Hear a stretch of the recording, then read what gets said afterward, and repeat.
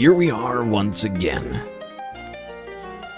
Floating somewhere between Earth and space, just trying to figure it all out. Got a hell of a lot to talk about here tonight, Space Fam, so I guess we better get right to it. As always, do not forget to buckle up those seatbelts, otherwise you might go floating off into that deep, dark void.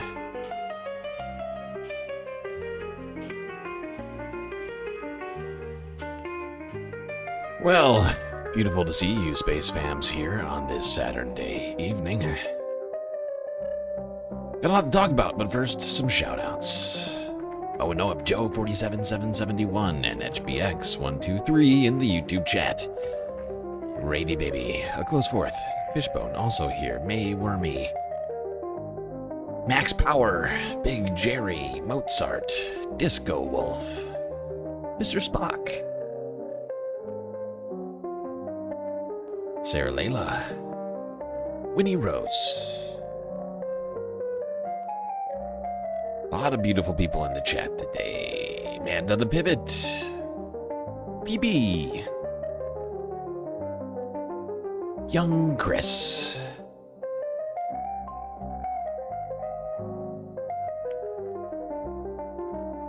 Green New Deal, Hermit Horologist over on the Twitch chat, Ducky 2. And nobody's in the vertical again. It's very weird.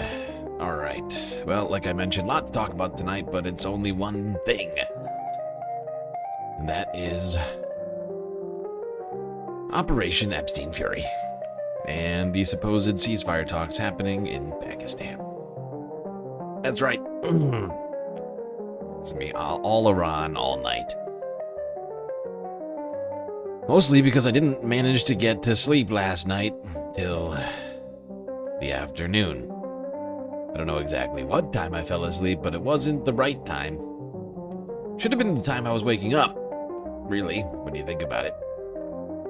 So, that's where we're at tonight. Iran, and that's it. Say lovey. It's been crazy. It was a crazy week, you all remember. We did the week ending report just yesterday. Feels like so long, long ago.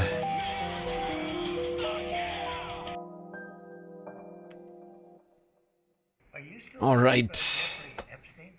This guy's been talked about for years.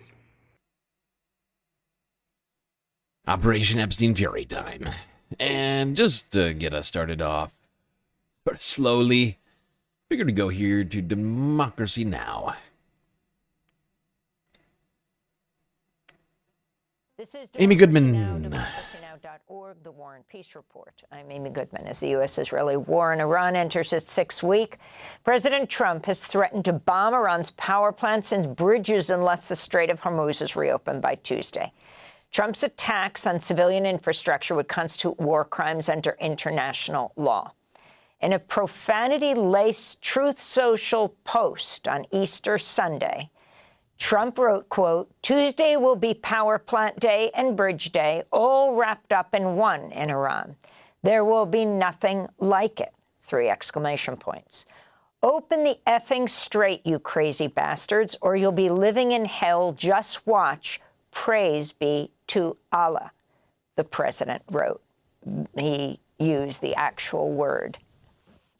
Iranian officials warned with retaliating with the Islamic Well, look what the president has done. He's made poor Amy Goodman uncomfortable. How rude. How rude. revolutionary Making the great Amy Goodman look at terrible words like that. Awful. Weak.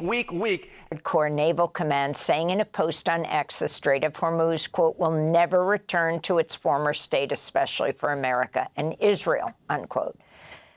Earlier this morning, Iranian media reported explosions after an Israeli attack on the South Pars petrochemical complex in the city of Assyria.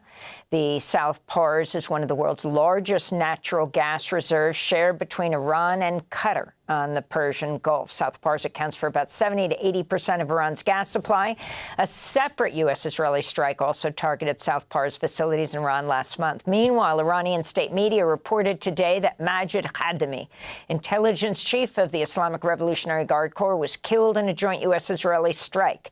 For more, we go to Washington, D.C., where we're joined by Trita Parsi, executive vice president of the Quincy Institute for Responsible Statecraft, author of several books, including Losing an Enemy, Obama, Iran, and the Triumph of Diplomacy. We're certainly not seeing any triumph of diplomacy right now, Trita Parsi. If you can talk about President Trump's expletive-laced Easter Day message to Iran.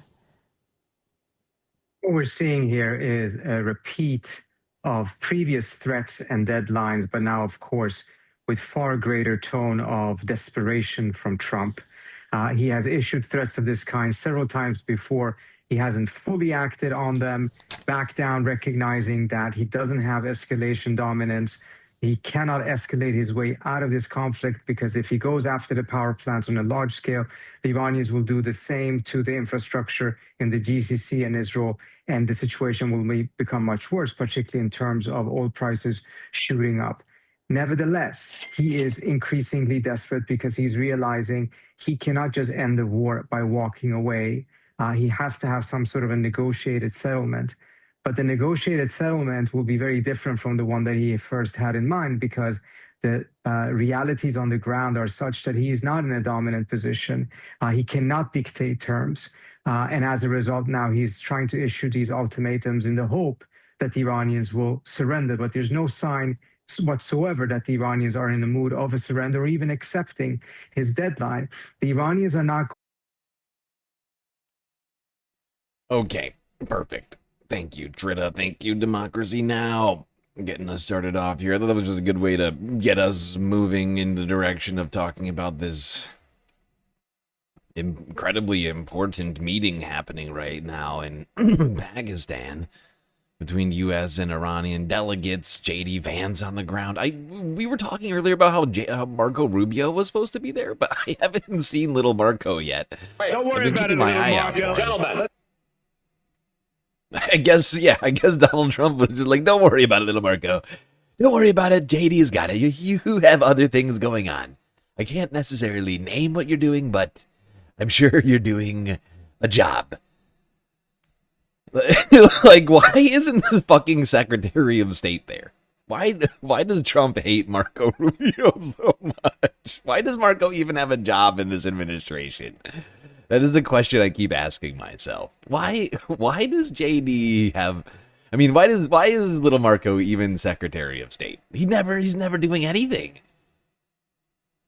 It's either Trump's son-in-law or golf buddy doing all of the diplomacy. Meanwhile, little Marco's back at home twiddling his thumbs and dreaming about Cuba.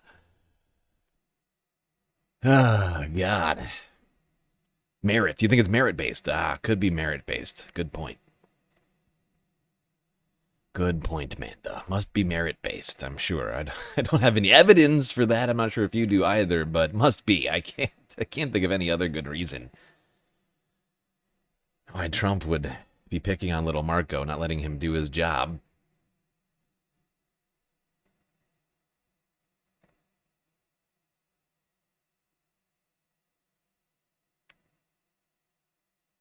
That was Monday.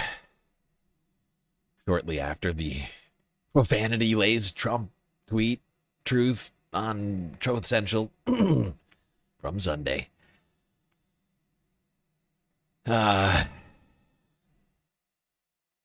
Continuing on. I'm just doing a brief recap of a few things here. We'll be on. Don't worry. We'll be in Pakistan any minute. Now to Tuesday with Navarro Media. They, I believe, spoke with Daniel Levy, former Israeli Daniel Levy is a negotiator. Middle East analyst who was a former negotiator for Israel during the Oslo process. 6 weeks into the war, I spoke to him. That was earlier today. And I began by asking him what he thought was the significance of Israel targeting Iranian petrochemical plants. What we've seen throughout this is that quite often Israel would dictate the pace of ascending up the escalatory ladder. And so Iran would respond in kind. It threatened to do so. It has done so on several occasions. And that would further burn even the prospect of any off-ramps. And one could probably with significant justification, see the attack on the petrochemical facilities in Iran in that light. Obviously, most crucially, when this war started, but also as it's gone along, Iranian gas fields.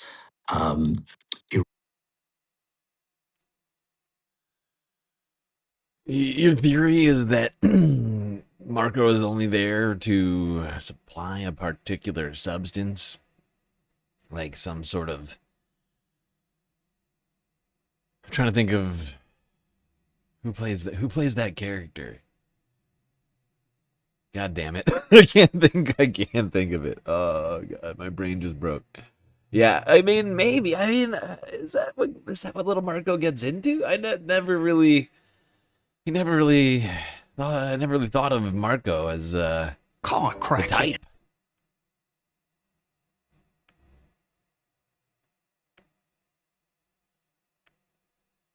Iranian oil depots early on, and now we're at this juncture where the American president has said, "This is." I'm giving you the non-expletive laden version. This is what we're going to do next. And Israel may be preemptively trying to make sure that is what, in fact, happens. I think Netanyahu sees this in many respects as the longer he can keep America in destroying stuff, the more he advances Israel's goal in this war. And given that anyone, even a trained psychologist, would struggle to understand what the US strategy is and what the US is up to. In key respects, it's Israel driving this war. And Finan O'Toole had a piece really early on, and he said, America doesn't have a story or a narrative. The narrative of this war is Benjamin Netanyahu's.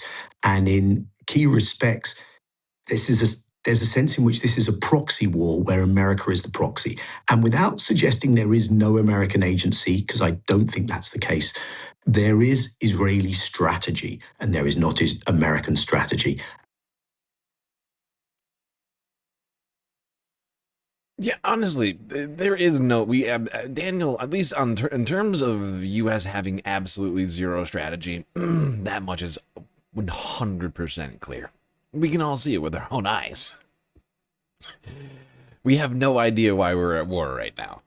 As a result, you can't have a strategy. You don't have a reason, you can't have a strategy. At least just my understanding of things. Perhaps somebody would like to argue against that. I'm all ears. Matt Lee says hi. Hello, Matt Lee. On the vertical, she's been very quiet lately.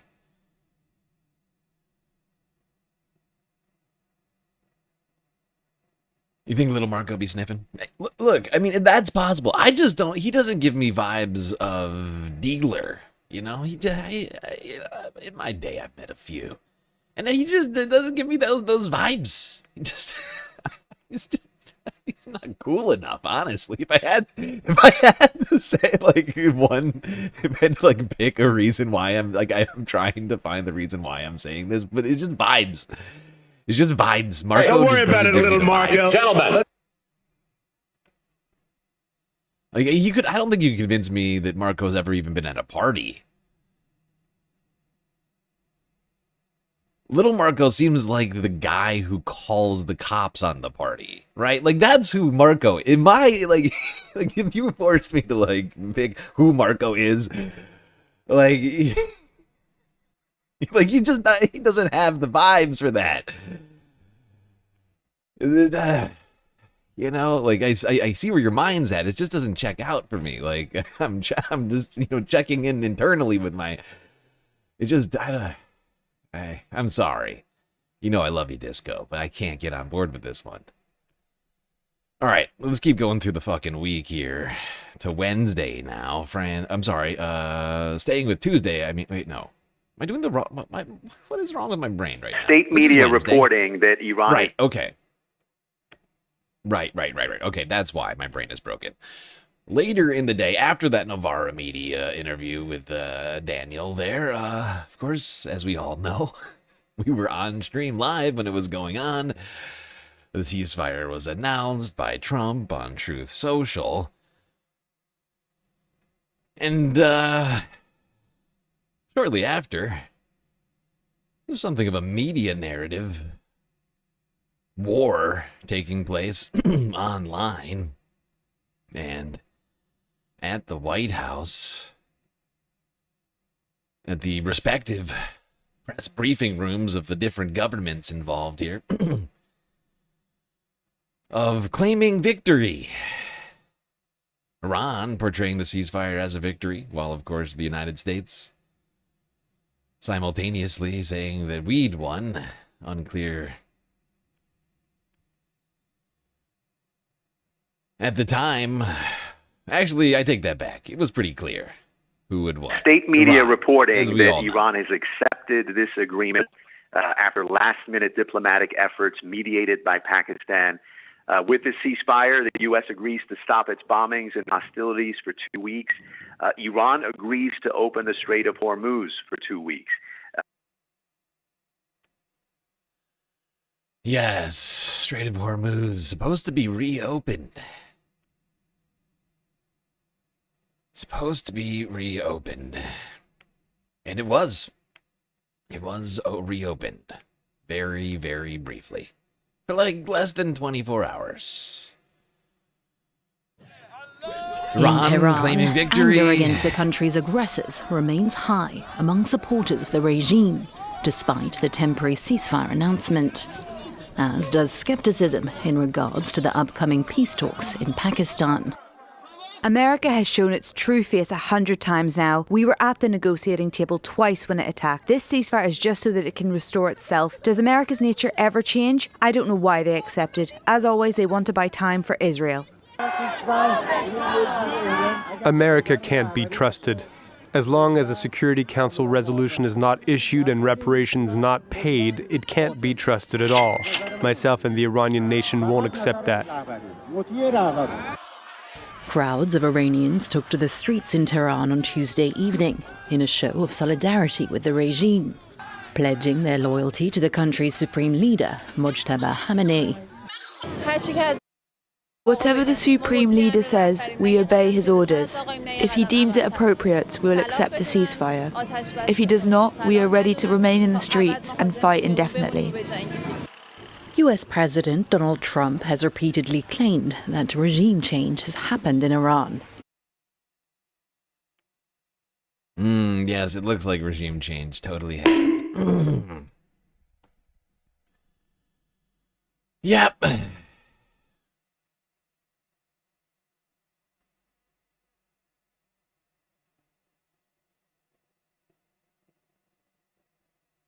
Never misunderestimate the strategery. Ah, yes. Yes, here I am thinking about strategy when I've completely forgotten about strategery.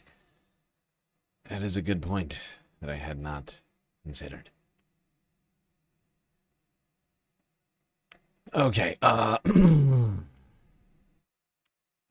now, by later on Wednesday, White House was reiterating that it had not only won, but that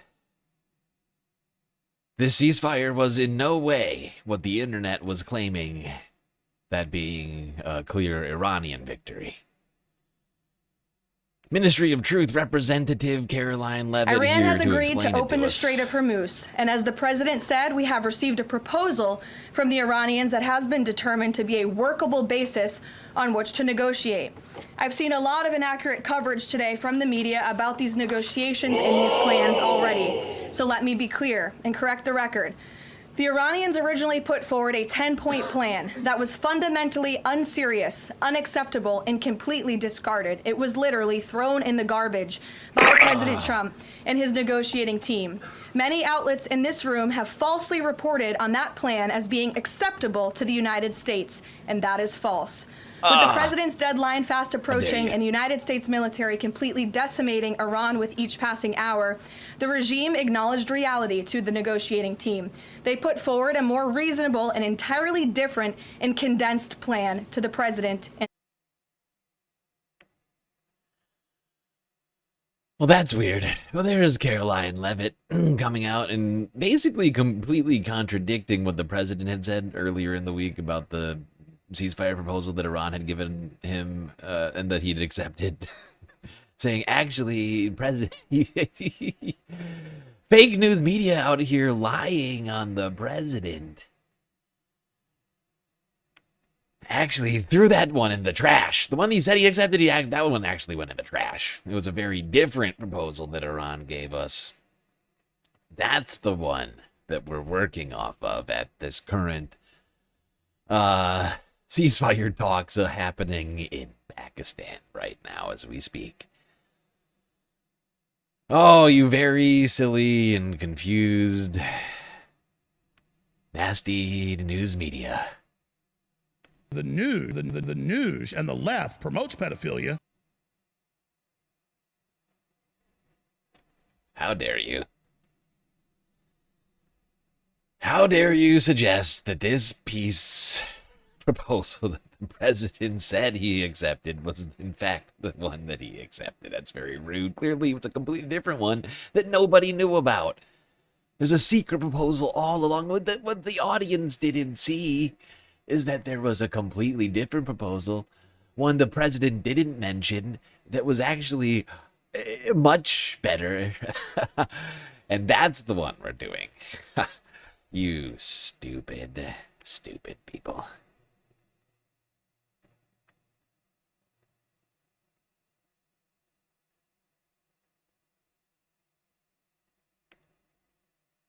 You very silly, stupid people.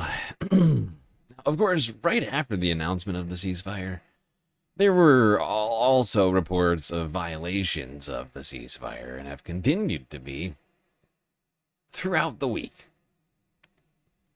Of course, Israel has claimed, even though everyone's understanding of the original 10-point plan proposed by Iran and the insistence of Iran after the fact that Lebanon was included in the deal, Israel, and eventually the United States came out and claimed that in fact they were not. In complete contravention, once again, of everything we knew about that up until this point in the week. But of course, like Caroline said, a completely different secret deal nobody knows any of the details on. Must not include Lebanon, apparently. What's weird about that is that, of course, as we speak, we're at a complete impasse in Pakistan right now with Iran. I wonder what that's over. Let's go here to Drop Site News, talk more about the fake ceasefire that never happened. The assessment in Tehran was that this 2-week deal or 2-week proposed ceasefire was very similar to previous attempts by Donald Trump to sort of pause the war. And the Iranian assessment was that Trump was in. Can we get that nasty liar some maternity leave, please? I don't think Caroline's given up. Until Trump tells her she has to go, I think she'll be at that podium like 7 months, 8 months pregnant. She'll be standing there like hunched over, like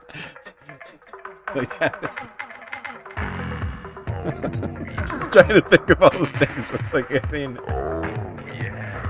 She'll be like ending press conferences right in the middle of them to rush off to the bathroom and like having random hot flashes, and she'll like start snacking in the middle of press conferences, and she'll be there until the very end, I swear to God. Until Trump says, what is going on? What is going on with Caroline? Until it gets to that point, she will be out there at the podium, I swear to God. Her water, exactly, PP. Her water will break at the podium if Trump does not relieve her of duty. That's what I've come to the conclusion of. I mean, how long has it been going already? She announced it last year, didn't she? Was it last year or this year? I can't even remember now. It's been months. She's been going. She's going strong. She's not giving up. She's a modern woman. She's not some sort of, kept housewife. Some sort of,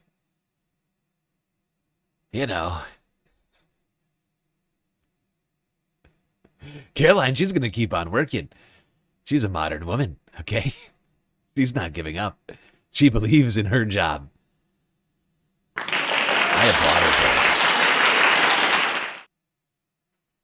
Really leaning in, that Caroline. Not only on a military level, but on a political level, for a number of reasons, and that the world economy was just getting wrecked by this war, and because the U.S. and Israel clearly underestimated Iran's capacity to strike, but also what it would mean if the Iranians effectively retained control of access through the Strait of Hormuz. And so what they said to me was, we've sent them, including the Prime Minister of Pakistan, our 10-point outline for how a negotiation could proceed that would result in an ending of this war. And we can talk about the specifics of it later. But what I'm saying now is that literally just prior to Trump eventually saying that there was a quote unquote double-sided ceasefire, the Iranians were not dismissing what the Pakistani prime minister was saying, but by saying, it essentially looks the same as these other deals. And what I'm told is that at the 11th hour, Donald Trump finally agreed to reference publicly in his initial comments, his initial post, the Iranian 10-point plan as a reasonable basis for negotiations. And that's what Donald Trump did. And so what I'm told is that action was what caused the Iranians to say, okay, we're going to see what happens by talking again to the United States. But what's different from the June war is that the Iranians are saying they don't even consider this really to be a ceasefire in any sense. They consider this a pause to see what happens. From their perspective, they have more leverage than they ever have since the genocide in Gaza began, because they've not been defeated, because they've continued to attack. And so that Iranian 10-point plan is in great dispute about what it says.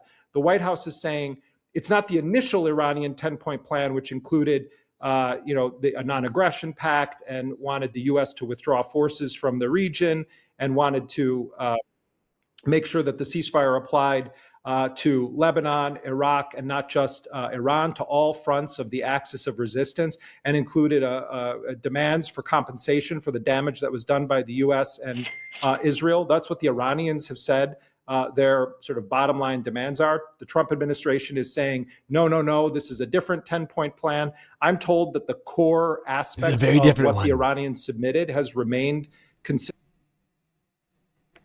I just happened to say 10 points. It's completely different 10 points. Completely different. Throughout. But is that not one of the most unbelievable fucking things you've ever heard? They just happened to agree to a completely different 10-point ceasefire plan from Iran? Which, what really? Tell me, what's different about this plan? I need details. Maybe just help us out if they would release it. I think for me personally, if I could just see it with my own eyes. The Iranians view themselves as having leverage. They're demanding also a lifting of economic sanctions. The fact that these things are on the table and that Donald Trump said this meant that the Iranians would keep the finger on the trigger, recognize that the war may well not be over. In fact, right now, there is a very serious question of whether there's even going to be the start of this so-called ceasefire, because the Israelis, far from saying we respect the fact that the Pakistani prime minister announced that Lebanon was supposed to be included in this ceasefire, the Israelis intensified the attacks, carrying out over the past 24 hours or so some of the most heavy bombing. Several hundred Lebanese people were killed in Israeli attacks. The Israelis tried this morning to assassinate the Secretary General of Hezbollah, Naim Qassem. There are reports that some of his family members were killed. the Speaker of the Iranian Parliament, Ghalibaf, and his senior advisor have basically been warning that if the United States doesn't rein in Israel, if Lebanon is not included in this 2-week ceasefire, then the deal may well be off. Yup. Exactly. It's what we've been saying. Wasn't me. Thank you for the sweet bits over on Twitch.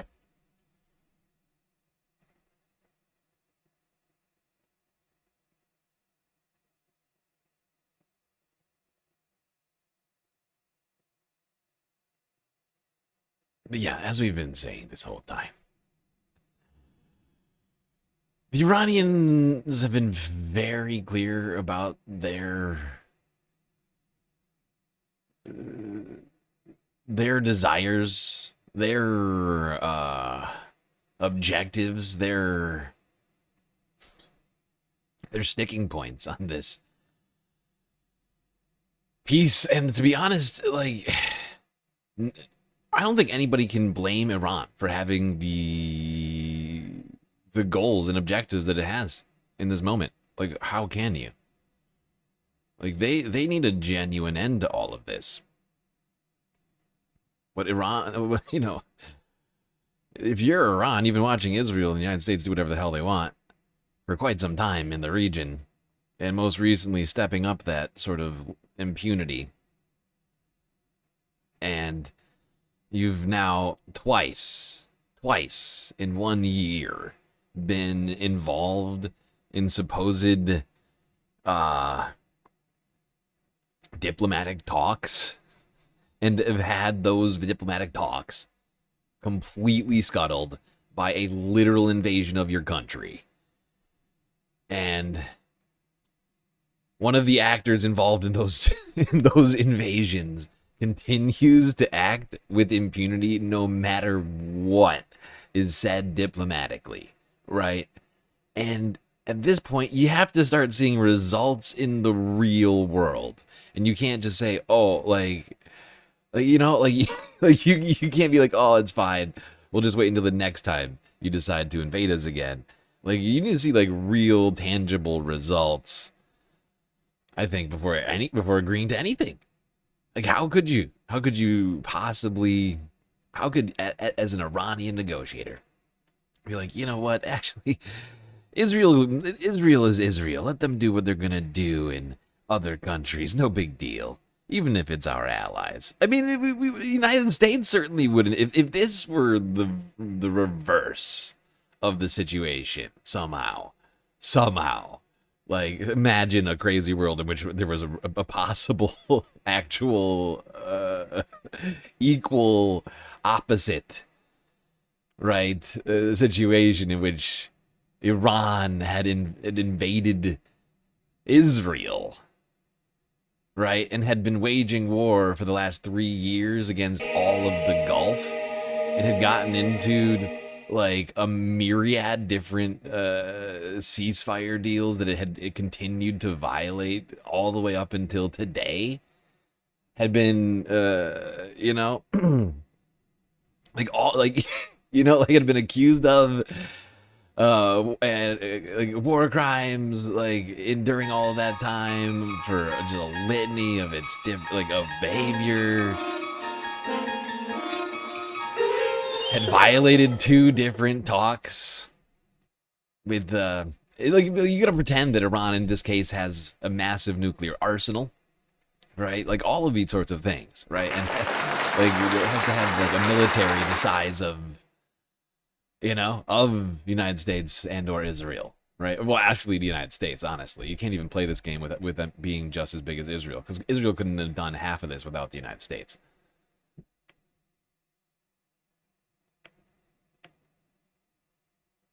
The Iranians stand poised to Whoops. Didn't mean to click that. All right, we're going to the next. Let's go to the next one.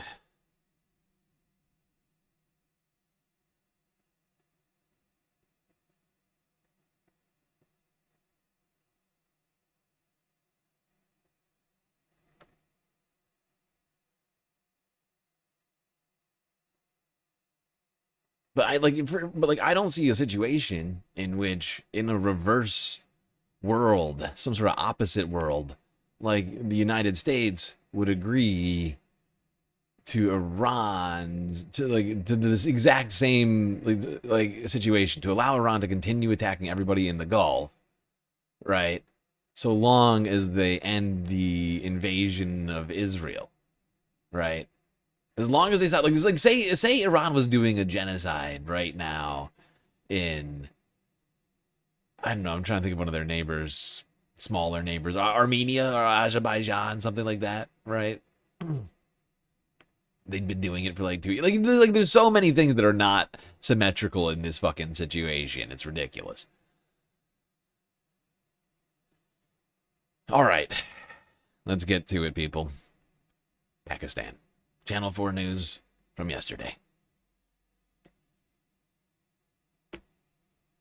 Donald Trump warns of new Iran strikes if negotiations fail in Pakistan. Immediately, if not sooner.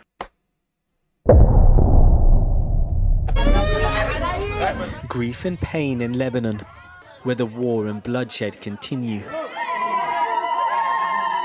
Relatives clutch photos of loved ones amongst the dozens of victims of devastating Israeli strikes on Wednesday. In the capital, Beirut, residents are still coming to terms with the scale of the attack. The house and other things can be replaced, but parents, children, or a wife, they're the most important things. The real problem is the body and the soul. May God compensate us for our loss. Israel's bombardment of Beirut has for now stopped under US pressure.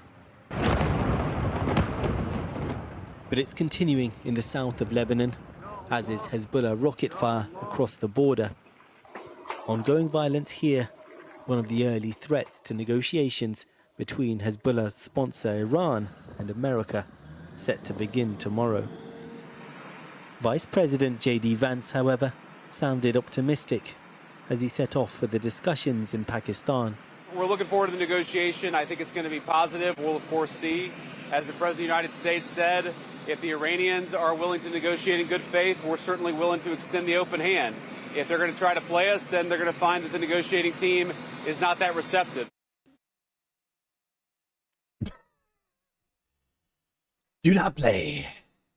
Don't even Do play. not play. That's J.D. Vance. Don't even play, Iran.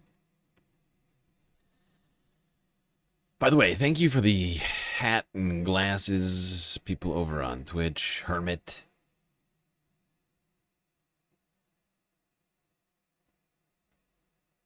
Green New Deal. Wait, did Green New Deal pay? Green New Deal, you paid for 2 pairs of sunglasses. This is ridiculous. All right, I'm gonna carry one over to next stream. Manda on a 90 stream streak. My God, 90 streams. That's a lot of streams, Manda. That's a lot of streams. President Trump himself was more belligerent. The Iranians don't seem to realize they have no cards, he posted, other than a short-term extortion of the world by using international waterways. The only reason they're alive today, he added, is to negotiate. But for now, the Strait of Hormuz, the crucial gateway for global oil supply, remains closed off by Iran. This official declaring it would not return to its pre-war system of control, whilst the Speaker of Parliament today insisted on a ceasefire in Lebanon ahead of the talks. In the Pakistani capital, all expectations are the negotiations will begin. Officials here have acted as mediators, and the mood remains hopeful. We know that there would be many players within the region who have some idea, a distorted idea of perpetual war, a permanent war. But having said that, the players who matters more are more determined than them to bring down the peace. The gaps between the two sides remain vast. with Trump sticking to demands Iran stop all nuclear enrichment, a condition the regime has consistently rejected, and Iran's stance hardening from before the war. Inside the country, there may be relief the bombs have stopped, but for those opposed to the regime, there's little hope for the future. It has been clear from the beginning Trump was pursuing his own goals, which were not necessarily tied to those of Iranian people seeking change. It had nothing to do with the interests of the Iranian people. People need to understand that no one is coming to save them except themselves. This war has taken many lives and led to much destruction, but Iran's regime feels it has emerged with the upper hand. Well, in the last few minutes, the Lebanese health ministry has increased the number of people killed.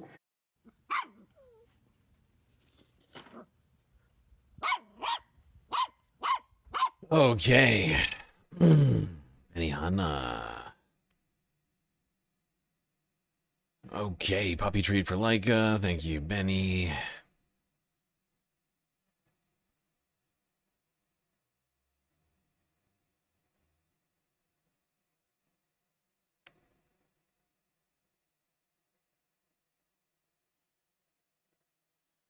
Ay, ay, ay. All right, let's keep talking about this ceasefire.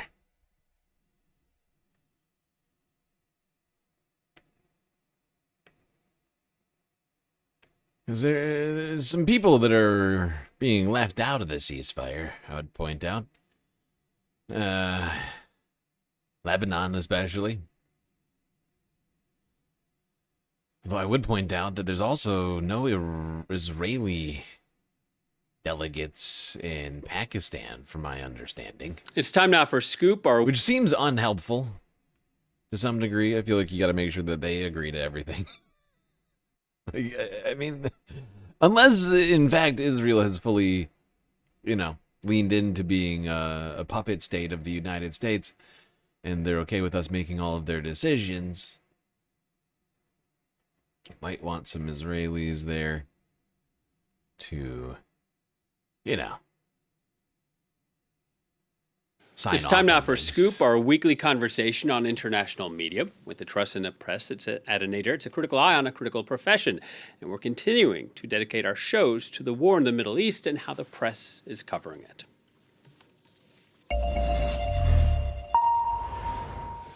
On April 7th, Donald Trump said if Iran does not agree to his demands, then a whole civilization will die tonight. That statement came hours before his self-imposed deadline. Israel's Channel 13 set up a countdown clock.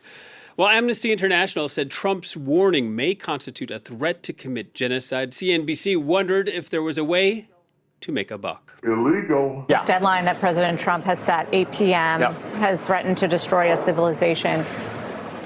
How does an investor process that? Is it a bigger upside risk or downside risk? And before the deadline, the United States and Iran agreed to a 2-week... Jesus Christ, dude. Oh my God, Sarah Eisen is... She is exactly where she belongs. Oh, Sarah is exactly where she belongs. Also, P.S. I know too many names of too many anchors on too many news media stations. But seriously, Sarah, wow. This is what we like. Counting down to potential genocide from the United States. Sarah's like, but how? What's the best way to trade this? You go long or you go short? Oh boy! Wow, Sarah. Nothing really. There's nothing else to think about in that moment. Seems a little perverse, if you ask me.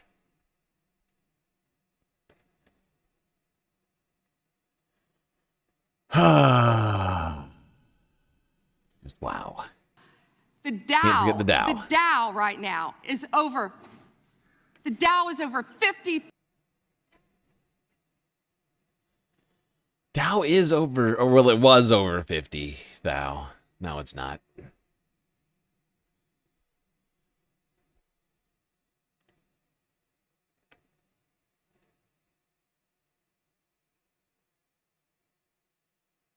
Oh, wait, you know what? I'm not done with this one. I forgot about this. There's more.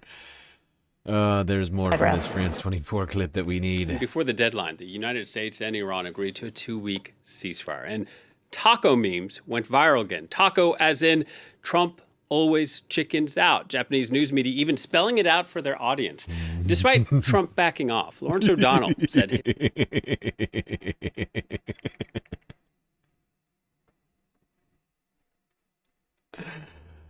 I love how Japan is like, here, everybody.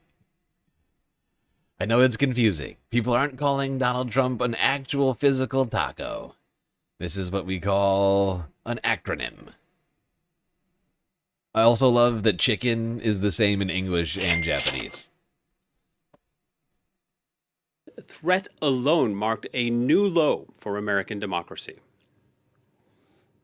And so the United States of America now must live with the permanent stain on our history that we are the only country in the world who has produced a head of state who said a whole civilization will die tonight. And with that statement, it could not be more tragically clear now that a whole civilization has already died. On Wednesday, the world found out there was no ceasefire in the war's second front, Lebanon. The Guardian's Beirut correspondent, Will Krustou, wrote, quote, "It took Israel only 10 minutes to carry out one of the worst mass killings in Lebanon since the end of the country's civil war in 1990, end quote. This is what it looked like from the ground.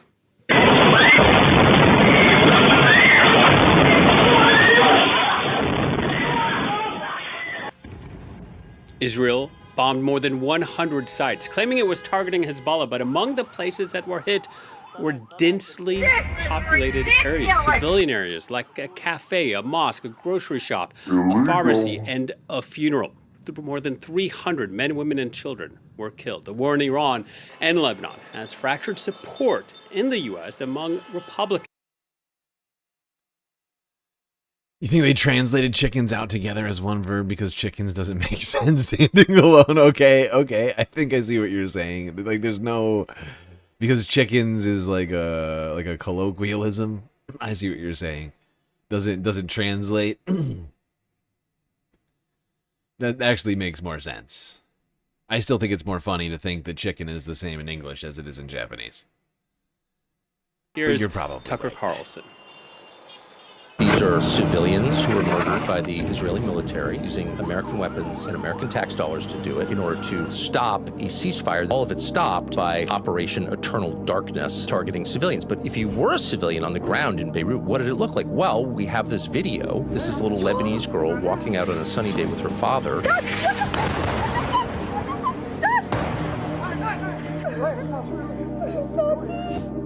Operation Eternal Darkness. That's for sure. Well, for more, we can speak to Joyce Karam, editor-in-chief of Al Monitor, and Barry Malone, former Reuters correspondent in the Middle East and Africa, author of the Proximities newsletter on Substack. Joyce and Barry, thank you for joining us here. Barry, want to begin with you. Pakistan and Iran insist Lebanon was part of the ceasefire agreement. The U.S. and Israel say otherwise. Now, depending on which media some people followed, they only had the talk. I'm gonna trust the mediators, right? Like, screw. Like, here's the fact. Here's the facts. Pakistan's not on any sides. They're the mediators, right? They're saying that it was originally in the 10-point plan, right? They're the ones you trust. I don't care how you feel about Iran or the United States or Israel. It's Pakistan who are the mediators who are saying that this was part of what they mediated. Right? If you can't trust the mediators, these peace talks are completely unimportant. Like, there's no reason for us to talk about them. Right? Like, so you have to trust Pakistan in this case. And they're saying that it was part of the original negotiations that led to this process. So that's really the point. That's where I'm stuck on it. It's like that you can't listen to the United States or Israel on this because we lie. We're always lying. But that doesn't even matter because once again, like, It's like we are, like, United States, Israel, Iran, we're all like active participants in this, right? We have reasons to say this or that thing, right? But Pakistan really doesn't. They're just looking to negotiate a peace process. They're neither engaged in the war, nor are they being, like, they're funding either side. They're not being bombed by either side. They are not engaged in any military actions in this. They're engaged in their own war right now, but completely unrelated to the situation, pretty much. I mean, it's with Afghanistan, so I guess it's not completely unrelated, since Afghanistan is the way it is because of the United States, technically, but whatever. That's a little too many layers deep on this one, I think. But point is, Pakistan really has no horse in this race. Just peace. A horse named Peace.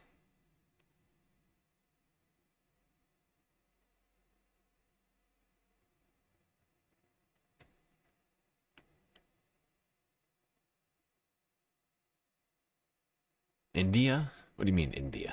Why are you just saying the word India to me? I don't understand.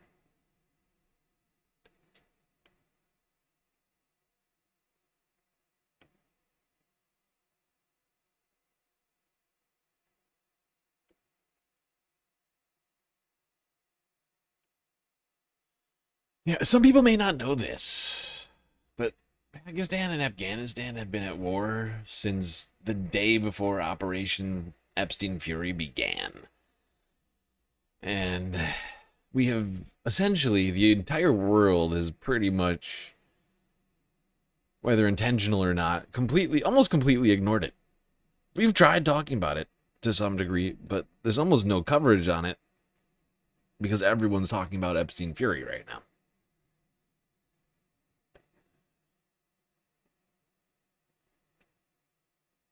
Are we just saying random countries now? It's just Azerbaijan, Kenya. Why are we doing this? I don't understand. Stop doing this to me. What did I do to deserve this? All right. Well, that detail is going to be very important, and while we talk about talk about Lebanon here with Democracy Now! From yesterday. Seeing as Pakistan is saying Lebanon was included in the ceasefire, stuff like these strikes in Lebanon would seem fairly problematic to the concept of peace right now. Even the concept of a plan of peace. Fiji? Really, Manda? At 2, Manda? Bolivia, Titicaca. You know what? You guys are out of control. Okay? As the U.S. and Iran prepare to hold ceasefire talks in Pakistan, Israel's continuing to bomb Lebanon. The death toll from Israel's massive attack Wednesday has topped 300. More than 1,150 people were injured. In a span of 10 minutes Wednesday, Israel struck 100 sites across Beirut, the Bekaa Valley, and southern Lebanon. The Financial Times described Israel's attack on Lebanon as, quote, one of the deadliest single bombing campaigns in the history of a country racked by decades of war and destruction, unquote. Israel and the U.S. have claimed the Iran ceasefire deal does not include Lebanon, but numerous other nations disagree. Earlier today, foreign ministers of Pakistan and France condemned what they called serious ceasefire violations made in Lebanon, unquote. CBS News reports Trump initially agreed Lebanon was included in the ceasefire, but his position changed after a phone call with Israeli Prime Minister Benjamin Netanyahu. The U.S. is expected to host talks between Israel and Lebanon next week. As Israel continues to attack Lebanon, Hezbollah has retaliated by firing missiles at Israel. At the United Nations, a spokesperson for the Secretary General spoke Thursday. With the announcements of the ceasefire between Iran and the United States, the ongoing military activity in Lebanon poses a grave risk to the ceasefire and efforts towards a lasting and comprehensive peace in the region. Since the war began in late February, Israel's killed more than 1,530 people in Lebanon, including at least 130 children. In Beirut, grieving families gathered at hospitals to identify bodies after Israel's attacks on Wednesday. I had dropped off my sister. She went up into the house. I went on a little trip and they hid. I came back and didn't find the building. I didn't find my sister and I didn't find my family, any of them. I found my brother and his son was in the rubble. We go now to Beirut, where we're joined by Rania Abu Zaid. She's an award-winning Lebanese-Australian journalist, author based in Beirut. Her books include No Turning Back, Life, Loss, and Hope in Wartime Syria. Her latest piece in New York Magazine, just out Thursday, headlined The Iran War Is Not Over, Scenes from a Day of Carnage in Beirut. Welcome back to Democracy Now!, Rania. Why don't you describe those scenes of a day of carnage in Beirut? We have a 4-second delay, so we will wait.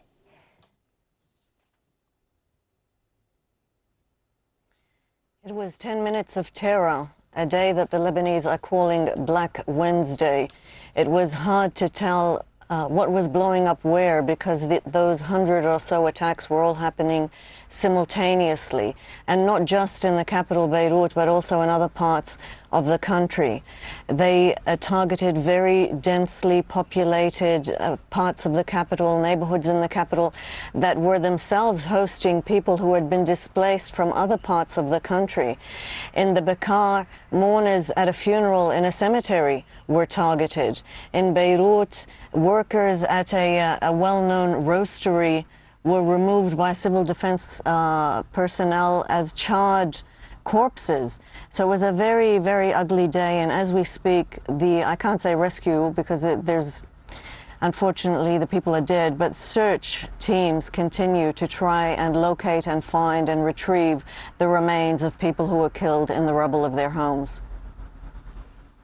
Benjamin Netanyahu, the Israeli prime minister, said Israel will, quote, continue to strike Hezbollah wherever required, but later said he's approved direct talks with Lebanon as soon as possible. Can you talk about what's happening with these negotiations?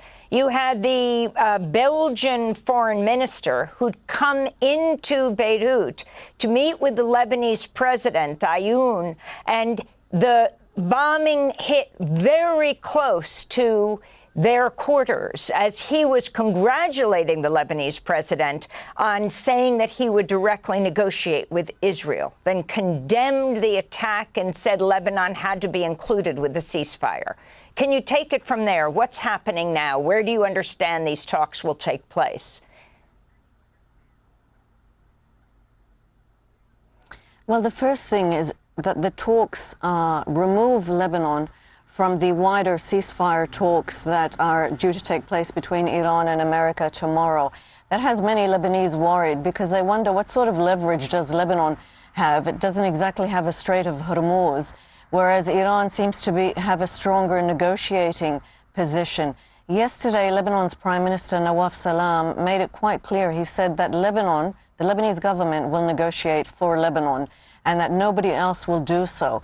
So he's very clearly drawn the line between whatever Iran negotiates and what he hopes his government will be able to negotiate with the Israelis. Now, the Iranian foreign minister has made a ceasefire in Lebanon a condition of tomorrow's talk, so it's unclear whether or not they are going to go ahead. So in addition to the question of what sort of leverage does Lebanon have, some Lebanese are also worried because there is a precedent. There is a 15-month so-called ceasefire where this is the second war in less than 2 years, and there was a 15-month ceasefire between the two.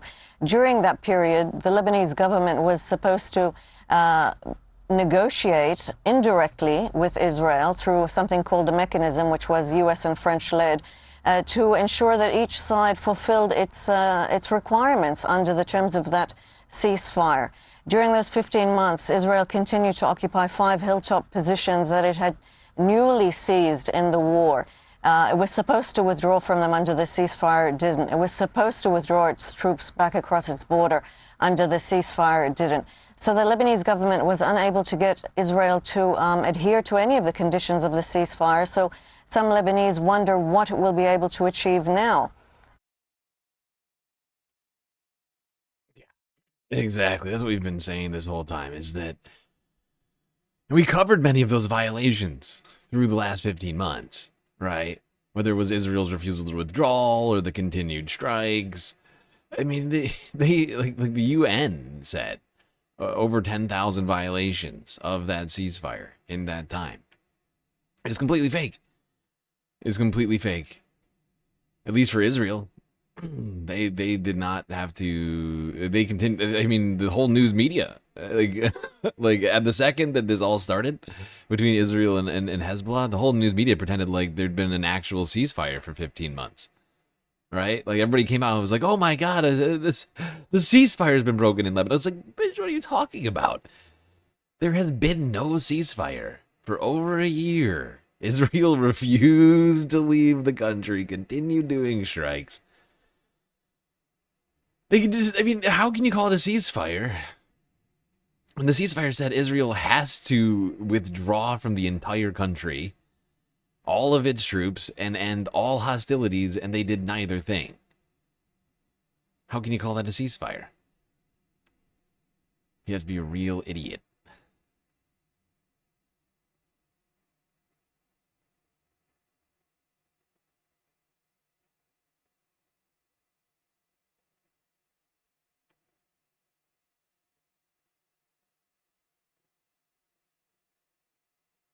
And the death toll in Lebanon continues to mount.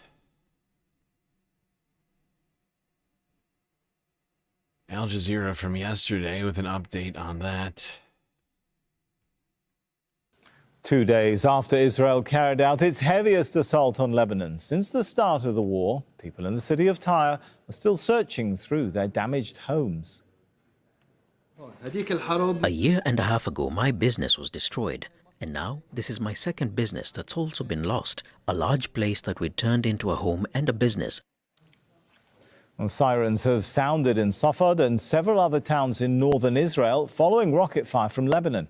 Hezbollah said it launched rockets targeting Israeli army facilities. These images show the aftermath in Safed, where falling debris caused damage after the rockets were intercepted. Well, let's turn to Heidi Pett now in the Lebanese capital, Beirut. And Heidi, I mentioned this contact between the Lebanese and Israeli ambassadors to Washington. That seems to have set up a meeting for Tuesday. What are we expecting to happen in that meeting? Yes, that's right. So they held a phone call at about 9 p.m. local time and agreed to meet in Washington on Tuesday. Now, the Lebanese president's office, shortly after that phone call, issued a statement saying that the two had agreed to meet to discuss announcing a ceasefire and the start of negotiations. But not long after that, the Israeli ambassador also issued a statement saying that the two had not agreed to discuss a ceasefire with Hezbollah, which he described as the main impediment going forward, citing their continued attacks on Israel. And it is true that Hezbollah has once again started attacking Israeli troops who are part of the ground invasion here in Lebanon and also firing rockets into Israel. They've launched more than 50 operations in the last 24 hours after they had initially paused on Wednesday due to their understanding that the regional ceasefire did apply here in Lebanon. Now, Israel and its military made it abundantly clear that they did not consider that to be the case, launching more than 100 airstrikes in the span of 10 minutes. And the death toll here in Lebanon as a result of those strikes only continues to climb as hospital workers continue to identify the dead. But it has now passed more than 350.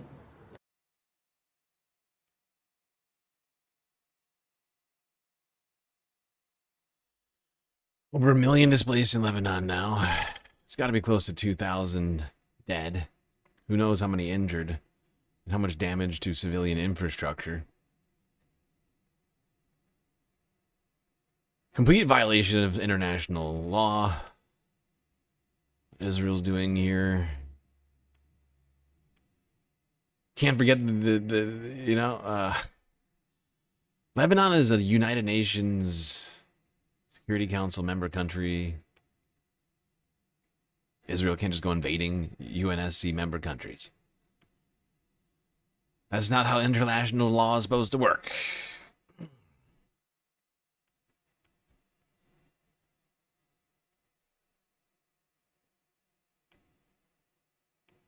And since up until March 1st, Israel continued to occupy that United Nations Security Council member country. They were still violating international law up until that point, so Hezbollah had every reason to respond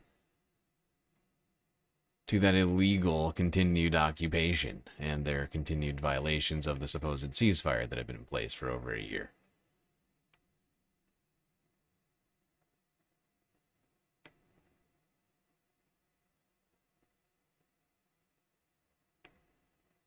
I just feel like saying that right now because of the fact that, you know, this whole time we've been fed this narrative that Lebanon, that Hezbollah are somehow the ones who violated the ceasefire.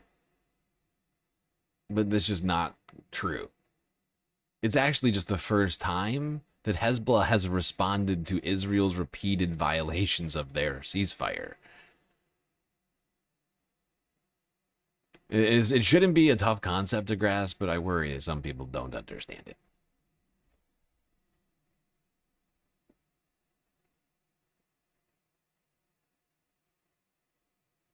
Now, unfortunately,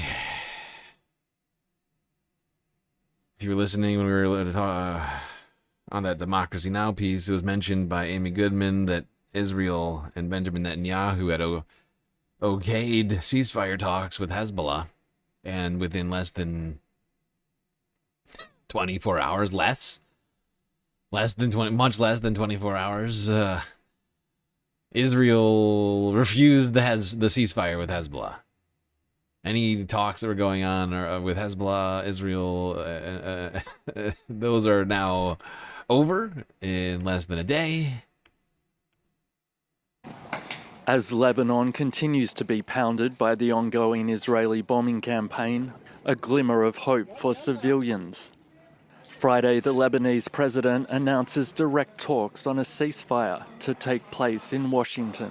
It was agreed that the first meeting would be held next Tuesday at the US State Department to discuss the announcement of a ceasefire and the date for the start of negotiations between Lebanon and Israel under US auspices.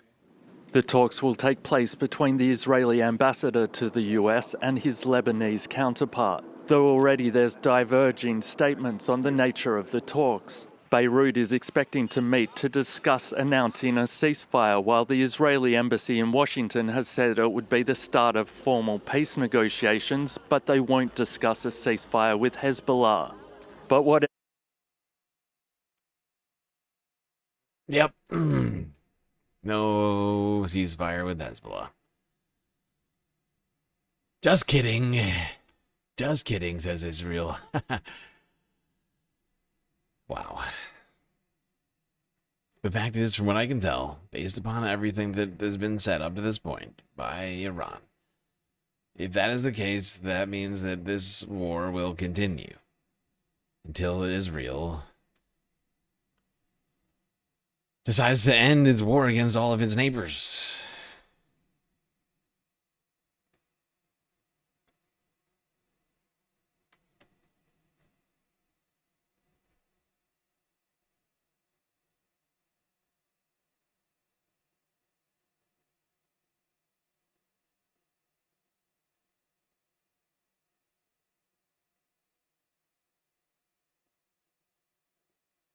Meanwhile,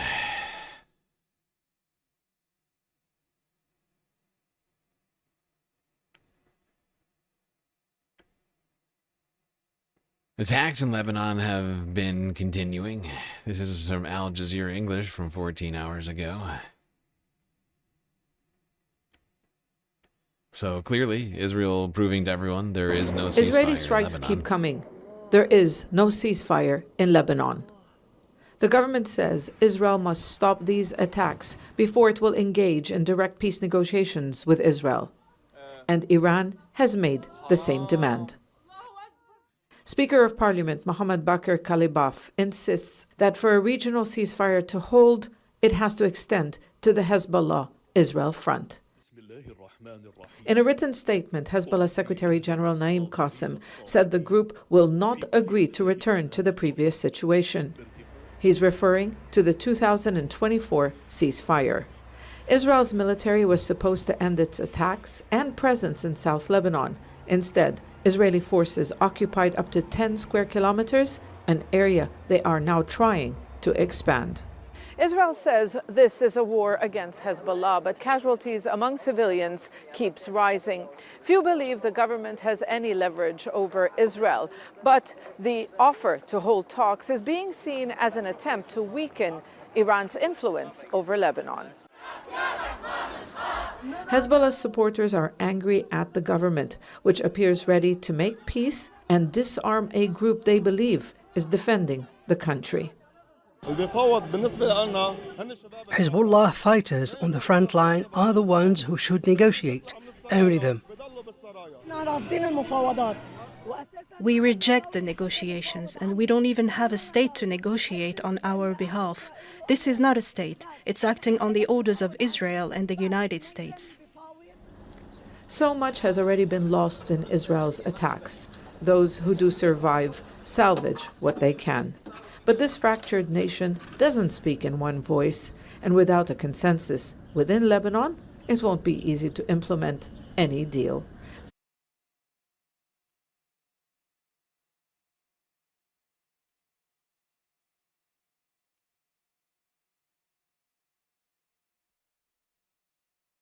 All right. Well, not only has Israel not stopped its war in Lebanon, completely, ignoring the ceasefire agreement that they had for the last year and a half there. Of course, they've been ignoring the ceasefire that's been going on in Gaza. The supposed fake, the supposed great peace plan there. Still leaving people in extremely inhumane conditions. People still living in effectively tent camps, while Israel continues to randomly murder people. Here's Al Jazeera English from 16 hours ago. In Gaza, rows of tents stretch across open land, home to families who have lost everything. Some families are moving into temporary housing units. They are made of fiberglass and are stronger than the tents, but is still unable to provide real protection. This house is better than the tarpaulin tents we used to live in. Those would collapse on my children with the slightest wind. Our bedding and clothes would get soaked. Even now, there's still no drainage system for rainwater. The United Nations says at least 1.3 million Palestinians are still displaced, living in nearly 1,000 makeshift camps across the Strip. It's the result of more than 2 years of relentless Israeli bombardment. 81% of all structures have been damaged or completely destroyed. Among them, more than 320,000 houses. For people here, the promised rebuilding has yet to materialize. We are 6 months into the ceasefire. We were told reconstruction would begin, but here we are. The situation is still the same. It's actually getting worse. The tents don't protect us, the buildings are still destroyed, and there are no solutions. Even the school students don't have proper buildings. The UN says the gap between what is needed and what is being delivered is vast. At this stage, we are bringing in the very bare minimum. We are prioritizing families according to their needs, but everybody needs and wants a proper shelter solution. Yeah, this is not proper shelter. Tarps and glorified porta potties. That is not a solution. Gaza, Palestinians cannot indefinitely live in tent camps without incredible amounts of suffering happening. Do you want to live in a tent camp? Of course not. Neither do Palestinians. May shock you.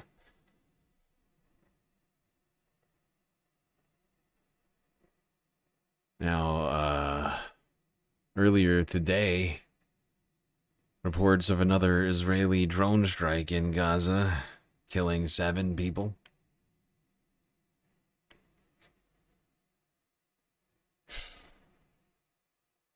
Gaza is poised on a knife edge, and Israel is ostensibly adopting a firm political and military line towards Gaza, and this has been pretty much clear through its mounting military momentum that has been widely recorded since the ceasefire was brokered in October last year. At this site in Al Bureij refugee camp, a group of Palestinians were killed by a drone strike. Here on the ground we can see the scene of blood mixed with the sand as a result of the airstrike, and the shrapnel that hit this site has been very much obvious here on the ground, and this is where they were sitting, in fact, and we can see that this site has been severely damaged. And at the other end there, the bodies have been brought this morning from Al-Aqsa Hospital in order to be mourned by their families at Al Bureij refugee camp. What has been very remarkable is that this site is too far away from the yellow demarcation line, and we did not hear a justification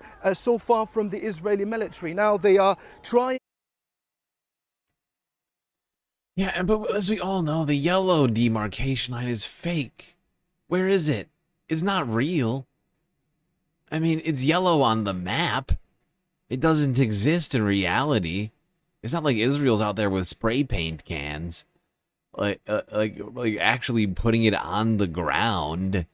They just, wherever the people with snipers or drone controllers in their hands decide it is. As we have seen over and over again. People think it's one place, and then Israel, does a strike inside of it. It does like an attack inside of it. It is a tale practically as old as time now. It's been going on for so fucking long. The fact that anybody even talks about it as if it exists is truly fascinating to me. Because it's clearly just a figment of Israel's deranged imagination.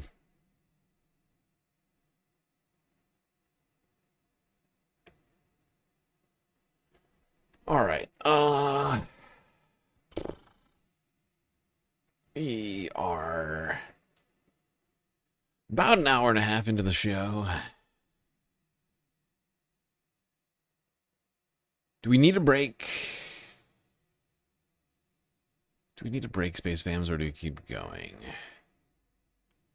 Well, while I'm thinking about that, just a reminder to everybody, please follow on Twitch and subscribe on YouTube. Hit that like button, too, while you're at it. Really helps out.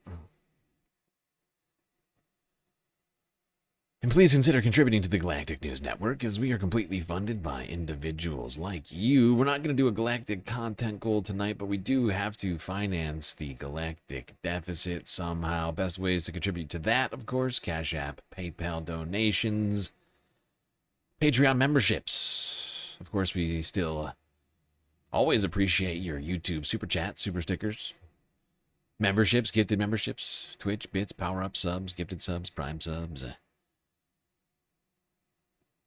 All your donations keep the Galactic News Network alive. Every dollar, every cent helps keep the lights on around here.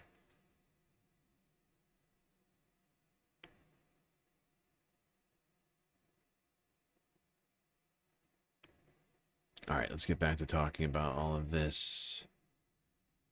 I think we're going to skip the break. It's going to be a brief show tonight, not going to lie. Really just here for the update on this ceasefire talk that I have great doubts and pessimisms around, not gonna lie. I don't have a lot of hope on it. I mean, oh, maybe that's the wrong thing. I don't have a lot of optimism on it. I hope. There's a difference between hope and optimism. Like, I would like it to go well. I don't think it's going to go well, right? I think I'm making the correct distinction here now. But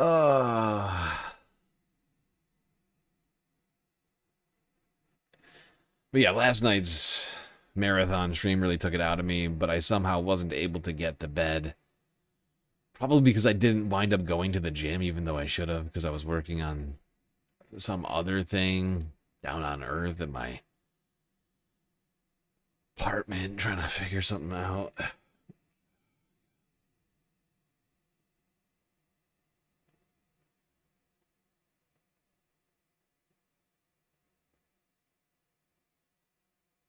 You like it when streamers take breaks and look after themselves while looking after us. The fact is I don't have any plans on looking after myself in this break. If I did, I would take it. And if people said they needed a break, I'd take it right now, but I don't feel like I really need it. The fact is I haven't been awake for that long. I woke up, you won't believe, like I literally woke up. I don't even know what time I fell asleep today. I ended the stream. What time did we end the stream today on Saturday? It was like 8 a.m. Eastern Standard Time or something like that. It was 12 hours. We started it at 8 o'clock last night. And then I could not fall asleep for the life of me. I must have been awake until 2 in the afternoon or something. Later, I woke up at like 7:30 and I was like, oh, just slept through the start time on the stream. Zero preparation done. So I can't, I can't say I need a break right now in any real way. I'm doing perfectly fine.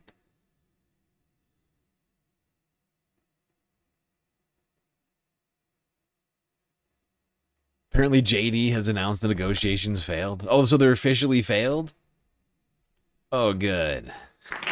Yay.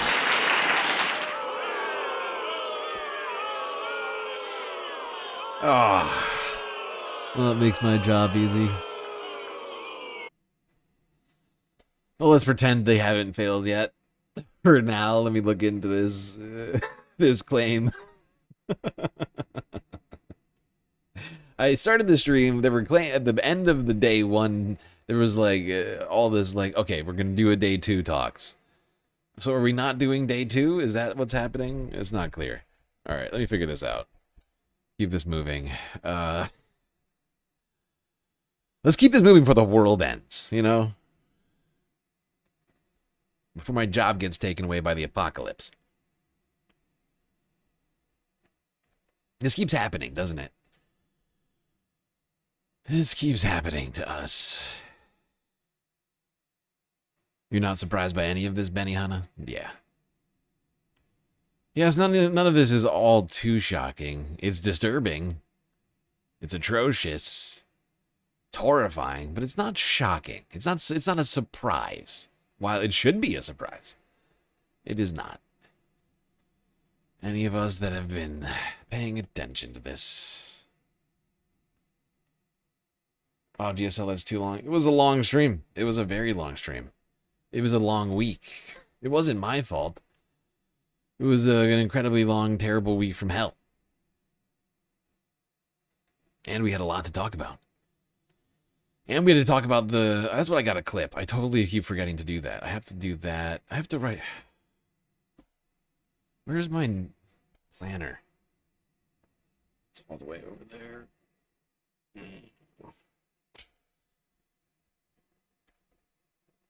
Your boss is hotboxing cigars?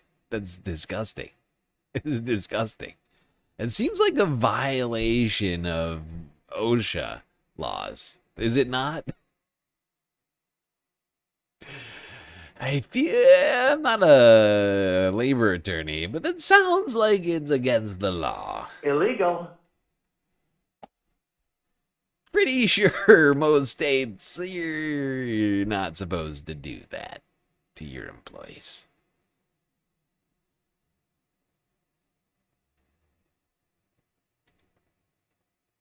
But what do I know? All right, people, to the peace talks that may very well already be over. Get us started on this situation. PBS NewsHour. From yesterday. JD Vance. Hey guys, good morning. Thanks for coming. Look, we're looking forward to the negotiation. I think it's going to be positive. We'll, of course, see. As the President of the United States said, if the Iranians are willing to negotiate in good faith, we're certainly willing to extend the open hand. If they're going to try to play us, then they're going to find that the negotiating team is not that receptive. Oh, so we're going to try to have a positive. No. No. Son of a bitch. It's not great. Well, just so that you know, we're going to go over what happened at least during the talks, but just so you know, this is a Guardian news piece. Saturday, the 11th of April, 11:41 Eastern Standard Time. U.S. Vice President J.D. Vance as he waves boarding the Air Force Two after attending talks on Iran in Islamabad on the 12th of April, 2026. Iran and the United States failed to reach an agreement on Sunday to end the war in the Middle East. I gotta say, that doesn't bode well for day 2 peace talks if the number one negotiator is leaving. Whether or not that means that they're actually over, it's still not 100% clear to me. I'm going to try and figure that out as we go here. But it does not bode well for the talks that JD has already left. Was he even in Pakistan for a full day? Jesus Christ. You'd think he'd want to stay in the region a little longer. He's literally, I mean, he's married to an Indian woman with 3 half Indian children. Could maybe take a pause while he's in Pakistan, take in some of the cultural significance of where he's at right now, maybe for his own family or something. I don't know. You think he'd want to be spending a little more time, but yeah, whatever. He's got other things going on, I suppose. Okay. Didn't even need to spend a full day in Pakistan, it would seem. Great. JD clearly took these peace talks very seriously. The president gave us some pretty clear guidelines, and we're going to see. So I hope you guys have a safe flight. We'll certainly take some questions later on, but for now, let's get on the plane and hit the road. Thank you all. Well, there was JD heading to Pakistan from Hungary, where I think he spent more than a day campaigning for Viktor Orban. He's got more time for Viktor Orban than for negotiating U.S. peace process. Shows priorities over the White House. They're more concerned about the right-wing project in Europe than in ending a war that they started. Now, here was the arrival of the Iranian delegation in Pakistan last night.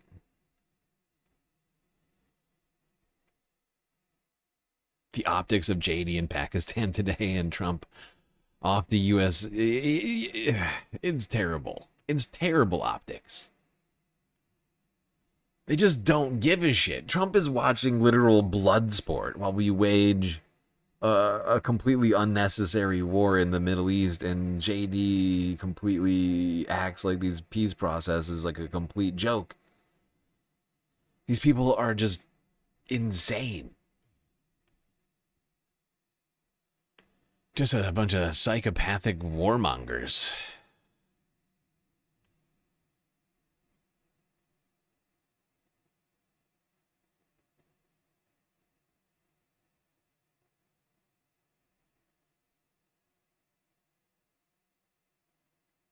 They don't carry his glow-up products. Yeah, no eyeshadow in Pakistan.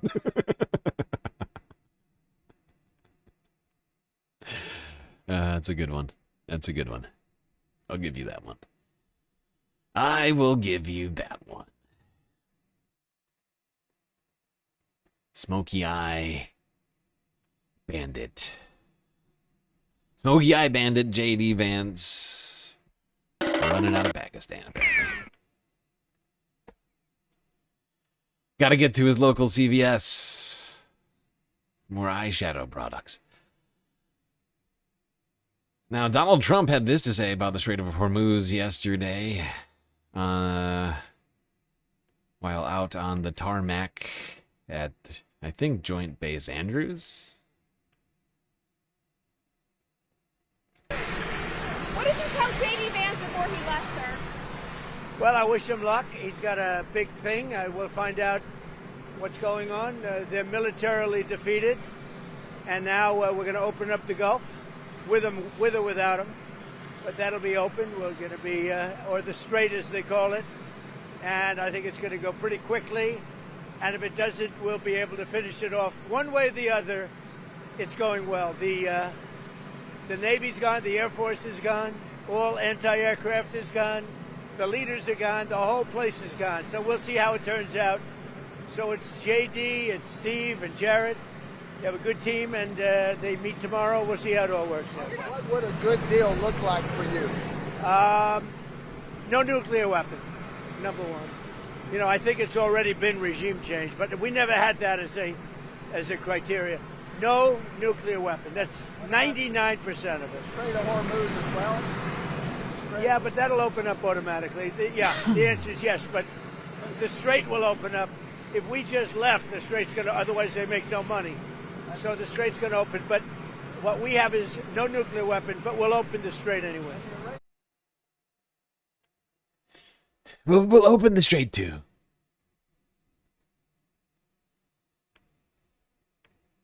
Well, okay, no nuclear weapons and the Strait is open. That's what a good deal looks like for the president. Okay. Also, what do you? For just 1 second, can we just take one? How much Ozempic is Eric taking right now?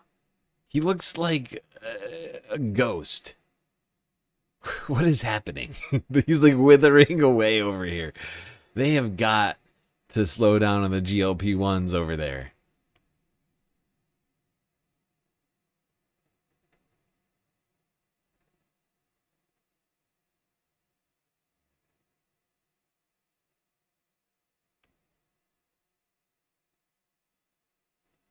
Okay.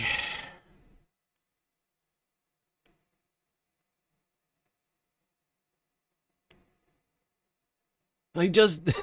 Am I the only one? Hold on. Hold on. Let me just double check this. Am I imagining things?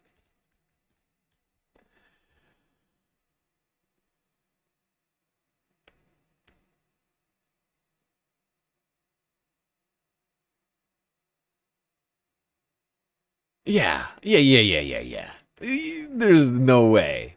You can't tell me that Eric hasn't been doing the GLPs. This guy. Yeah, right. Oh my god. I'm just looking at like old photos of him right now. I was like, there's no way. His entire chin, like his like neck, like the like everything between his neck and chin has just like disappeared and turned into like a skin flap overnight. I don't know what happened. It's the only thing I can think of is the Ozempic over there, and they're Ozempic hard.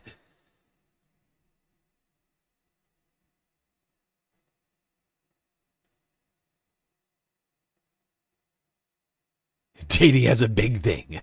Yeah, that's what he said. Although there's no way that that's true. There's no way. All right, let's keep going through this now seemingly potentially failed peace process. France 24. Touchdown Islamabad. The Iranian delegation, headed by their Speaker of Parliament, is greeted by their Pakistani hosts as they prepare for difficult talks with the US on ending the war. Earlier on Friday, Trump was clear on the deal he was after. No nuclear weapon, number one. You know, I think it's already been regime change, but we never had that as a criteria. No nuclear weapon. That's 99% of it.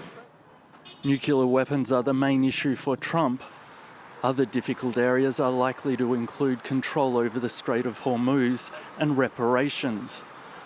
But there is another hurdle to get over to even get to the talks. The Iranians have said discussions won't even get underway until what they say was previously agreed on terms are enacted. Two of the measures mutually agreed upon between the parties have yet to be implemented: a ceasefire in Lebanon and the release of Iran's blocked assets prior to the commencement of negotiations. These two matters must be fulfilled before negotiations begin.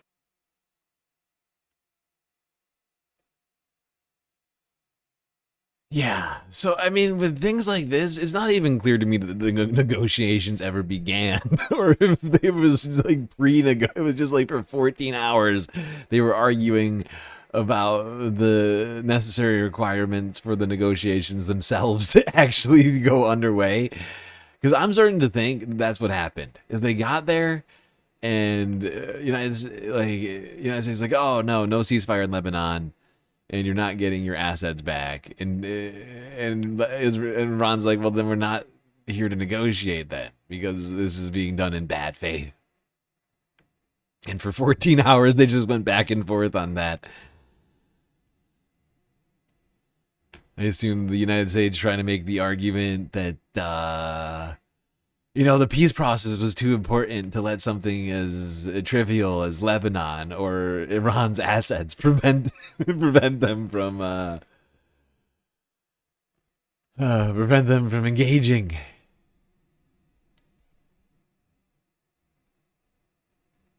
And I'm sure Iran probably making the point, hey, why would we engage in negotiations if the framework for the negotiations themselves aren't even in place? Seems somewhat counterintuitive, no?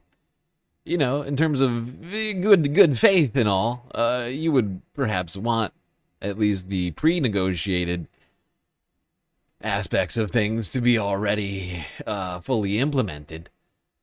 Otherwise, how could you have any faith that which is being negotiated would ever be implemented as well? See what I'm saying here? Like, what if you can't even get to the pre-negotiated aspects of things? What's the point of negotiating anything else? The U.S. and Iran are set to hold negotiations in Islamabad, the highest level in-person talks between the two nations since the 1979 Islamic Revolution. Vice President J.D. Vance is leading the American team, which includes Special Envoy Steve Witkoff and Trump's son-in-law Jared Kushner. On the Iranian side, the delegation includes Parliamentary Speaker Mohammad Bagher Khalibaf and Foreign Minister Abbas Araghchi. Pakistan's Prime Minister Shehbaz Sharif has described the talks as make or break. U.S. President Donald Trump says he'll wait to see what happens, but that Iran is militarily defeated.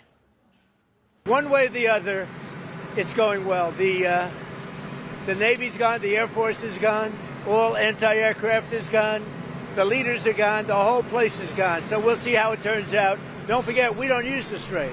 Other countries use the Strait. So we do have other countries coming up, and they'll help out, but we don't use it. It won't be easy. It won't be, I would say this, we will have that open fairly soon. Now, Tehran insists that billions of dollars in frozen assets should be released and Israel should end its attacks on Lebanon.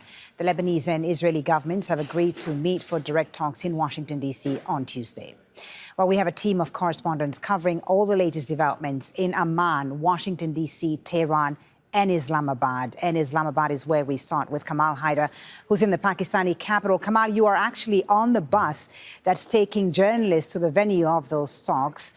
Tell us about how this is all going to go down. Well, as you mentioned, we're on a bus because of the security precautions, and they're running shuttles to the area where the journalists are supposed to be reporting from. Now, the Pakistani Prime Minister made it very clear that these are make or break talks. The stakes are very high. The entire world is now focused on which way these talks will go. Any failure would mean renewal of hostilities. Already thousands of people have been killed, and there is a hope and expectation that perhaps the two sides will be able to reach some middle ground. So all eyes are on this particular meeting between the U.S. and Iran, mediated by Pakistan. J.D. Vance arrived earlier today. The Iranian team had come late night, past midnight. They were given an escort by Pakistani aircraft. Once they entered into Pakistani airspace, the US was given the same treatment. So Pakistan is pinning its hope on success, but there is cautious optimism as to which way these talks can go. Are we getting any details, Kamal, about the format of the talks, the timeline as well, how it's all going to happen? Well, apparently there's been preliminary meetings between the lead teams, so they would have ironed out the nitty-gritty of those details. Pakistan, of course, is going to be the intermediary. These are going to be indirect talks. It depends on the success of those talks as to whether the two sides will be able to meet face to face.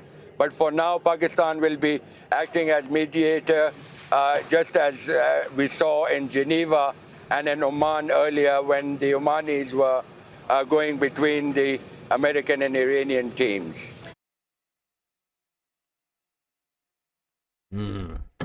Yes. All of that, in theory, was, of course, supposed to happen. When was the ceasefire, quote-unquote, supposed to end? I guess next Monday? Like a week from now?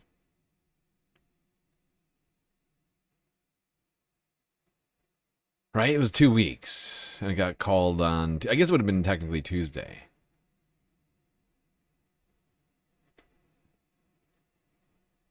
Something like that.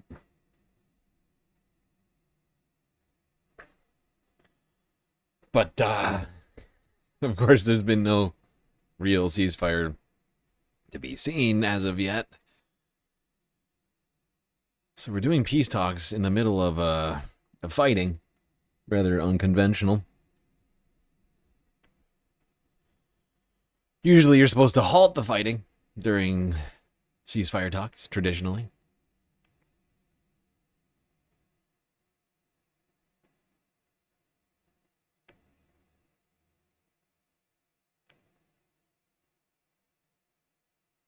One thing that confounds me, I think, slightly about the whole thing, like the narrative surrounding Lebanon, because it is something of a linchpin in all of this. And the fact is like they want to have their cake and eat it too, as well as to be able to sell it. Like, I've never seen such like wild like entitlement, or like I don't even know what to call it really. But like Israel wants to be able to claim simultaneously that Hezbollah is a completely and wholly subsumed Iranian entity, right? Like Hezbollah in Israel's eyes, in the media, the way that it's put to us, Hezbollah is Iran, right? There is no separating Hezbollah from Iran, according to like Israel themselves, essentially, in the United States. But simultaneously, we are to believe in the peace talks, right? that they're not, right? Like until we get to the peace talks, Hezbollah is Iran. They might as well be Iran. But the second we get to peace talks, suddenly it fractures, right? And oh no, Hezbollah has a completely different situation. No, that's Lebanon. Hezbollah, their own entity. You know, when do they switch? When do they suddenly stop being Iran? That's the thing I need to understand that never ever seems to be made clear. I don't understand when Hezbollah stops being Iran and starts being its own entity, making its own decisions, waging a war on its own behalf, right? Because how can we separate the two when we're constantly told that Hezbollah is literally Iran, right? It doesn't make any fucking sense. It doesn't make any fucking sense. Yeah, we're sold this bill of goods over and over again, that somehow the two can be separated and simultaneously intrinsic to one another. Explain it.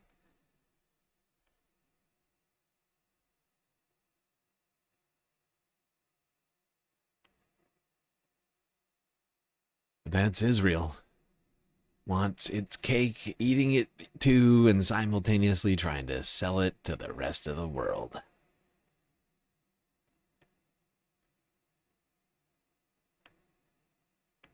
Some point you run out of cake. Let's be real. Some point there's no more cake left. I think we hit that point quite a while ago, actually. Not enough cake to go around.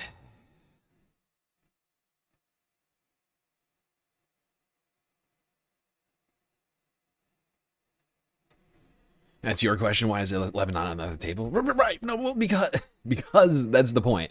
Hezbollah is not at the table because it's a completely different conflict. Even though we're told all day, every day, up until we're talking about ceasefires, you can't separate the Hezbollah conflict from the Iranian conflict. But the second that we actually get to the table, Hezbollah is not there because Iran says because Israel's like, actually, what? Who? Hezbollah? They have nothing to do with this. And it's weird.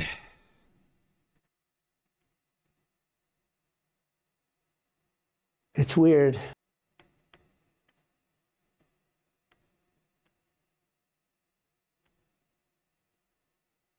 Speaking of Lebanon, Israel continuing its strikes, in fact, intensifying strikes against Hezbollah, seemingly trying to prove to everyone they're going to continue their war against its northern neighbor. Tehran, Ramallah and Islamabad. First to Osama bin Javaid in the Pakistani capital, near the venue of those talks. Osama, of course, we've been saying this ever since they started. So much at stake in Islamabad. Talks we now know have officially begun. Do we have any idea on the shape, the duration?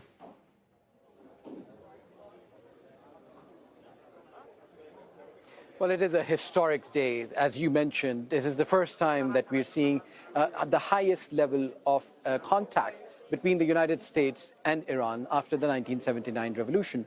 We believe that the talks lasted for just under 2 hours. It was, according to sources, done in an atmosphere which was positive.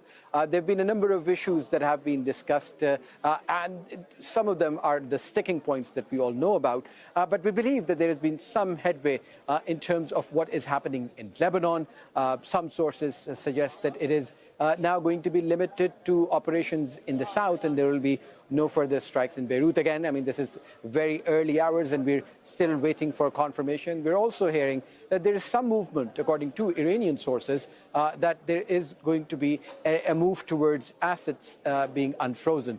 But again, what we know is that it is all happening behind closed doors. Drip information is coming out, but it is very difficult to verify, and we'll have to wait and see what happens next. The two parties are going to meet again over dinner. And to discuss all of this with us is Abbas Aslani from the Center for Middle East Strategic Studies in Tehran. Thank you very much for taking the time. You've been talking to people who were inside. What is your sense? Are we heading towards a positive direction? Because just them meeting at this highest level is a positive sign, isn't it? Well, we are on day one of these negotiations, yet that is significant. The progress which is being made is, gradual, small, and initial. And there have been some discussions generally about the framework of any final deal or potential deal. And but mostly part of those discussions have been focusing on steps which could not be the core demands, but trust-building measures like Iran expecting the United States unfreezing its frozen assets. This is considered from Tehran's perspective to be a trust-building measures. Man. Man. This is fucked.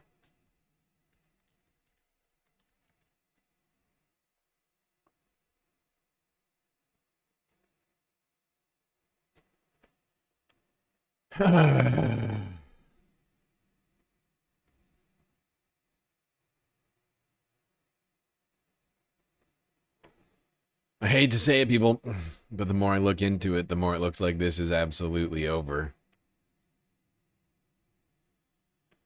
I was really hoping this would come to some kind of a positive conclusion. But as I go through the clips right now, not the clips, as I go through the news articles right now, everything that's coming out about this is not good.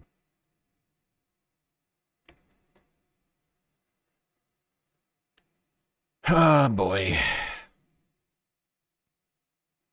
I'm afraid it looks like the Iran war is going to continue. I wish I had different news right now for you.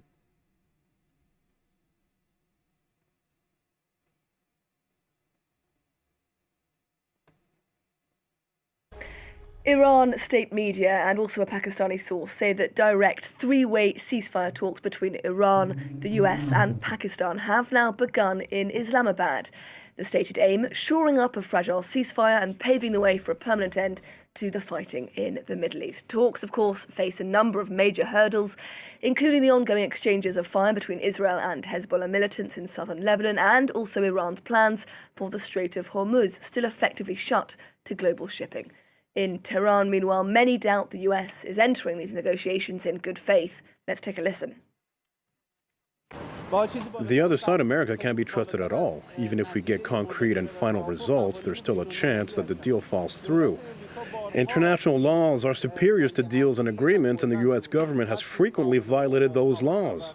Not just in war with us, but everywhere. I support the talks because the war up to this point was enough. Both sides realized they weren't getting anywhere through war. With so much destruction and killing, nothing would have been left for the people in the end. So it's better to make peace and get along. Well, for more, I'm joined now in the studio by France 24's Andrew Hillier from our International Affairs desk. Hi, Andrew. Is there any chance of the US and Iran bridging their differences today in Islamabad? Well, actually, there are some major sticking points, and let's just bring those sticking points up on your screen. Actually, let's go through the sticking points. Walk our viewers through them, beginning with the the Strait of Hormuz. Indeed, Iran wants to institutionalize its leverage over that waterway after it essentially discovered that it can hold the world economy to ransom. And on that note, in the last few hours, we have been hearing from US President Donald Trump, who says that the US is clearing the Strait of Hormuz. However, US media, Axios, is reporting that US ships crossed the Strait of Hormuz in what was called a freedom of navigation. I sound tired, do I? That's not shocking. That's not shocking. I honestly didn't even get enough sleep. I woke up right before the stream started. I still didn't get enough sleep because I fell asleep so late. I'm kind of beat, and I'm also a little depressed, a little sad. I'm both tired and sad. That's fun for everybody, right? I'm both tired and sad. Tired of this whole fucking situation.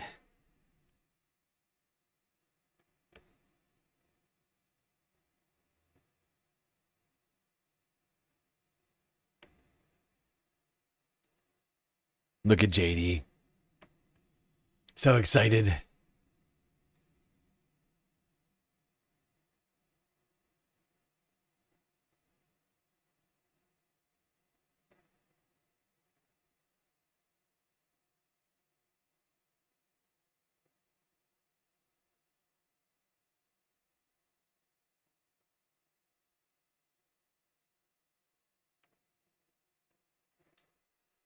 There you go. There was an audio-less clip from inside the talks.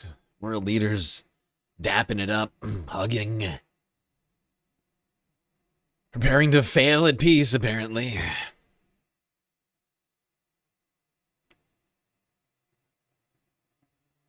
Now, while the ceasefire talks have been going on, the Strait of Hormuz has remained closed. Here's Al Jazeera from 10 hours ago. Before the war, more than 100 ships transited the Strait of Hormuz every single day. That's more than 36,000 tankers a year. Now, 20% of global oil and natural gas pass through this critical waterway. But Iran's effective closure of it has stranded hundreds of oil tankers and other ships in the Gulf. Now, this is what we can see since Tuesday, the day of the ceasefire. And this image is from marinetraffic.com that lets us track vessel movements in real time.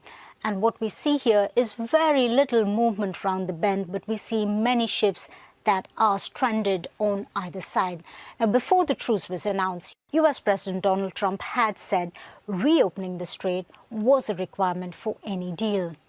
Now, Tehran, for its part, says the passage of ships needs to be coordinated with its military. Now, the state news agency has released this map from Iran's Revolutionary Guard. It basically outlines a new route for ships to take. To simplify, I have this image here. And Iran's Revolutionary Guard are basically saying that ships need to sail through Iranian waters right around Larak Island and pass out this way and avoid the earlier normal path for the risk of naval mines. So the new path is effectively this way. Tehran has also indicated under a new permanent deal, they would seek to charge a fee for ships transiting the Strait of Hormuz. Now, Tehran's effective closure of the Strait of Hormuz since the start of the war has continued to roil energy markets, and supplies have further been hit with attacks on energy infrastructure right across the region, from Saudi Arabia, the world's largest crude oil exporter, to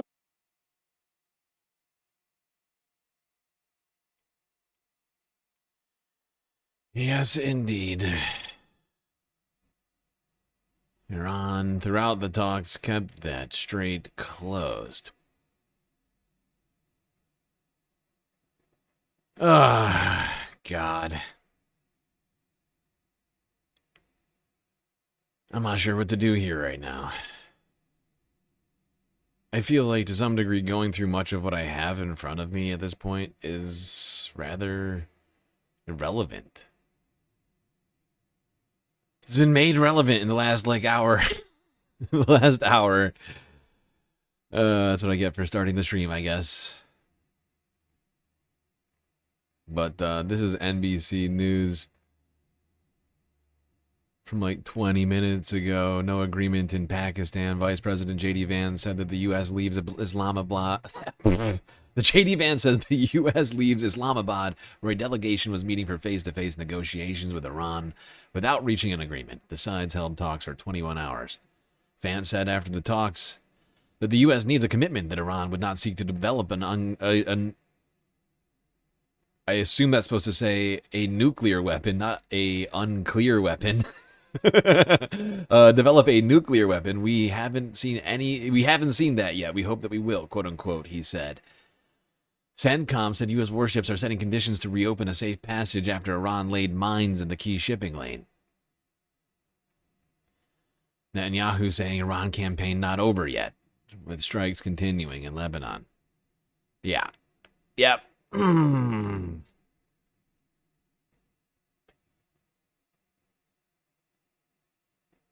That's what I'm getting out of NBC News right now. It would seem the talks are completely scuttled. Making much of what I have for the show tonight fairly irrelevant. Let me look through what I've got here.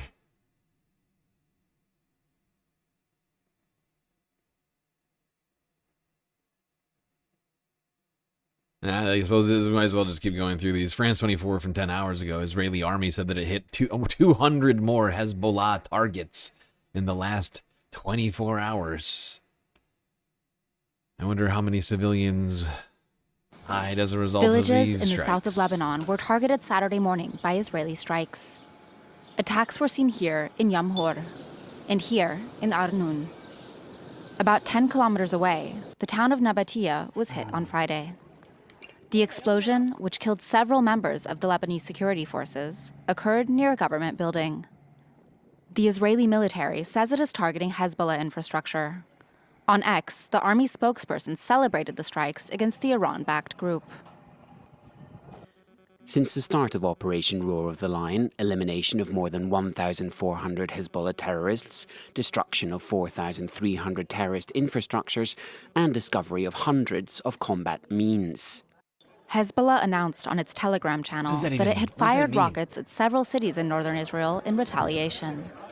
Its leader, Naim Qassem, once again called on the Lebanese government not to compromise with Israel. Together, as a state, army, people, and resistance, we will protect our country, restore its sovereignty, and expel the occupier. Yeah, and just remember, these are new strikes, okay? Just so everybody understands what we're talking about. These are not the strikes from earlier this week that happened right after the ceasefire started. These are more strikes that happened literally today. Ah, for fuck's sake. I hate that I was wrong. I mean, I hate that I was right. I hate that I was right about this, that I said that these ceasefire talks were not going to go anywhere. I hate that you can basically set your clock. Or whatever. I can't think of the right colloquialism right now. But how you can basically, I mean, you can put all your money on Israel. Never...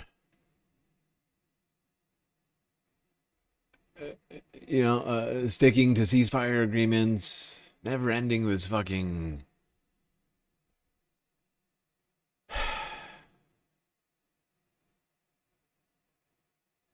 I don't even know what to call it anymore. What we're living in, what we're living through, what we're witnessing in the Middle East.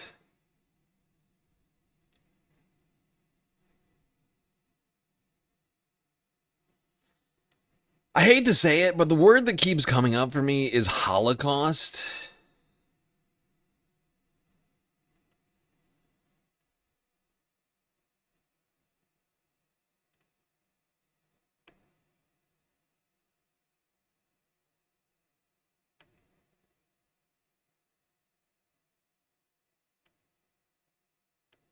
It's a region-wide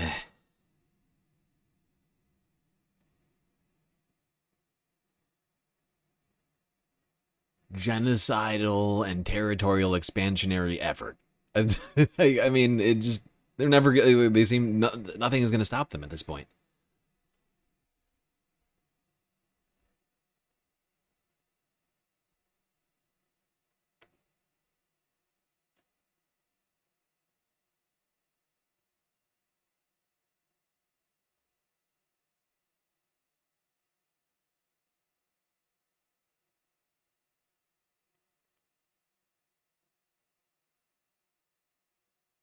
Now, news that the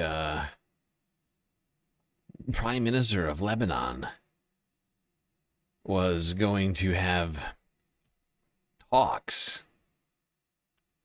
with Israel were met with great anger by Lebanese people. Thousands coming to the streets to protest that supposed plan.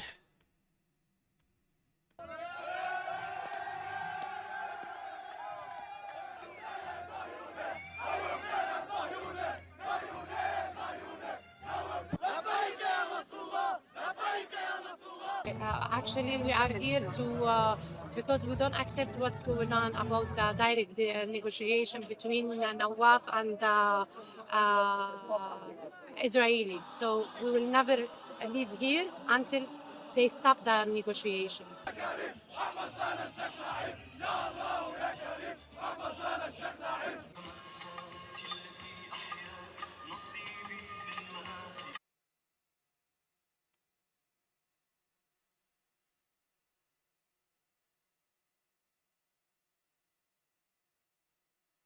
Yep.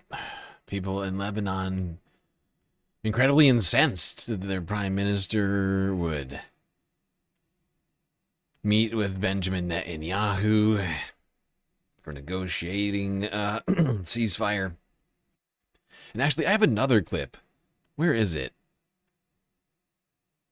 I had another clip I saw of this earlier of people in Lebanon talking about this. A lot of people seemed really upset that, which one was it? I can't remember. Jesus Christ. This is what I get for not doing, like, any preparation for tonight and still going live. There was, like, I had another clip from this protest. People were really pissed off. Because they apparently, I mean, a lot of people, not everyone in Lebanon, but a lot of people in Lebanon, especially in the south, view Hezbollah, and not just the south, to be honest, much of Lebanon, do view Hezbollah as fighting on their behalf and trying to protect them from Israel, while the government of Lebanon, which receives funding from the United States, is sitting back and watching Israel attack their country and doing nothing about it. You can imagine possibly being frustrated by such a thing.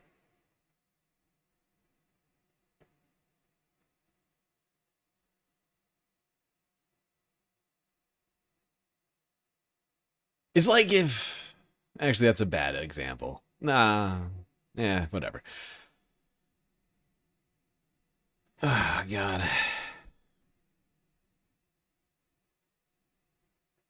Which one do we go to next? Some of these just feel so completely irrelevant now. BBC News 8 hours ago. How significant are the U.S.-Iran peace talks? Yes, tell us. Please tell us how significant the peace talks were going to be, in theory.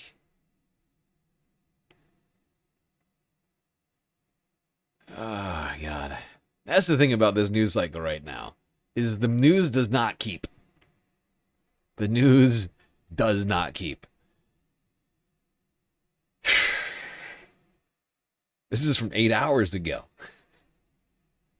This is all over now. Completely irrelevant. Thanks, BBC. Here we go. And we are starting off with news from Pakistan because as we record at 3:30 on Saturday afternoon, the talks are on. And we're very happy to have friend of Newscast, Panorama filmmaker and foreign affairs and peace talks specialist Jane Corbin with us in the Newscast studio. Hello again. Very good to be here. So, Nick, what do we know in terms of the latest? Well, what we've heard in the last few hours, Vic, on this Saturday afternoon is from Reuters. This is Idris Ali, who's the Reuters national security correspondent who covers the Pentagon, who's somebody we'll watch with great care on Newsnight. Now, Idris is reporting that a Pakistani source has told him that the three-way talks are underway face-to-face, involving the US delegation led by Vice President J.D. Vance, Steve Witkoff, who is President Trump's sort of great peace negotiator, and his son-in-law Jared Kushner. In the Iranian side, there is the Speaker of the Iranian Parliament, who's described as a hardliner, but I'm told a flexible hardliner, if that's not a contradiction in terms, and the Iranian Foreign Minister, and crucially, Pakistan's Army Chief, who, of course, Donald Trump says is his favourite field marshal. So, yes. JD, he was going to Pakistan. He was going to bring peace to the Middle East. If not sooner. Donald Trump spent a lot of quality time with my wife.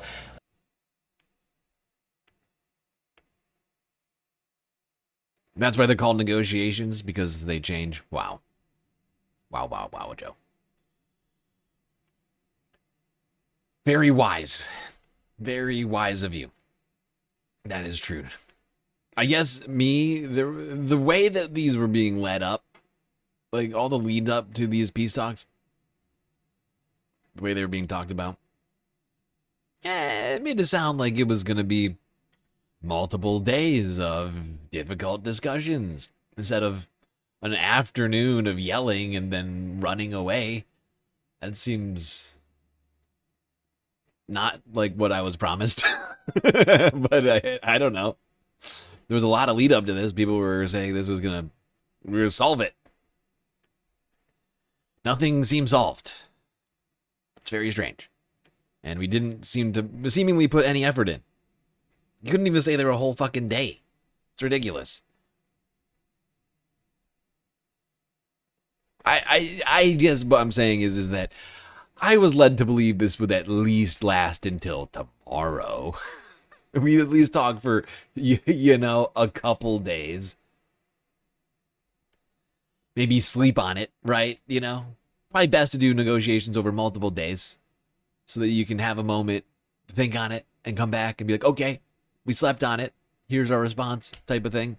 But no, apparently even that, not necessary. The concept of talks, yes, concept of a plan of talks. United States and Iran have been holding face-to-face negotiations here in Pakistan. They are the highest level talks between the two sides since the 1979 Islamic Revolution. And given the importance of this diplomacy, the world's media are waiting for news of any developments. We have so far limited information about how those talks are going. What is significant is that they are continuing. But we do know that there are key sticking points to talk about. One of them is that ceasefire in Lebanon, which is missing and was meant to be part of this ceasefire which had stopped attacks against Iran. Well, my colleague Lucy Hawkins later in this program will take a closer look at what is happening on that front. But let's start here. So let's start here in Islamabad. It's been our top news all day on the BBC, and of course, it's making headlines right around the world. These first face-to-face talks between a delegation from the United States and Iran in the presence of Pakistani mediators. The goal is to try to bring an end to this war now in its 6 weeks. But there are other broader points of understanding of the differences and divides between the United States and Israel that both sides have been trying to resolve for many years. But we still don't know if they've been able to make any progress on closing those gaps. What we do know is that technical teams have joined the delegation, and that is a sign of very serious engagements. Ah, yes. So serious. Oh, the most serious engagements. And that's why everybody's here. Or was here. 6 hours ago.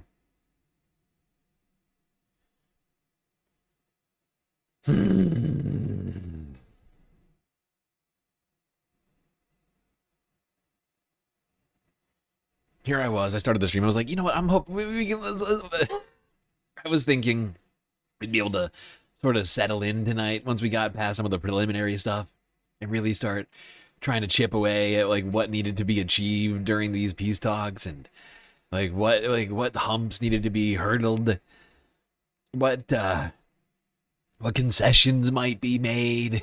I had all of these things I wanted us to like try and like unpack, and now clearly none of that is relevant. Clearly, all of those discussions are effectively moot. Scuttled. Foiled by my own petard.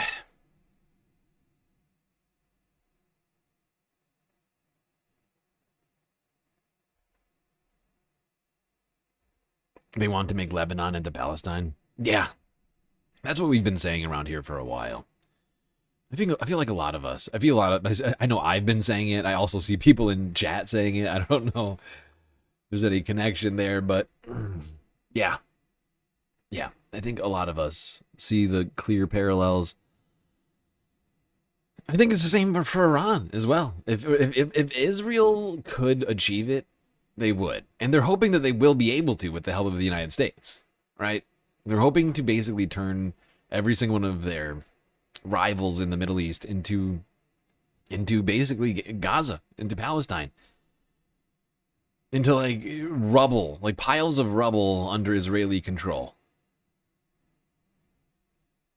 with no civilian infrastructure, no culture, like literally nothing. Just people in tent camps waiting for aid. That's basically what Israel seems to be aiming for.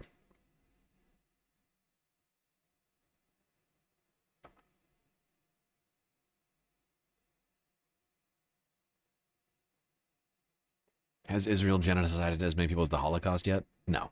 No, not there yet. Oh, if we get there...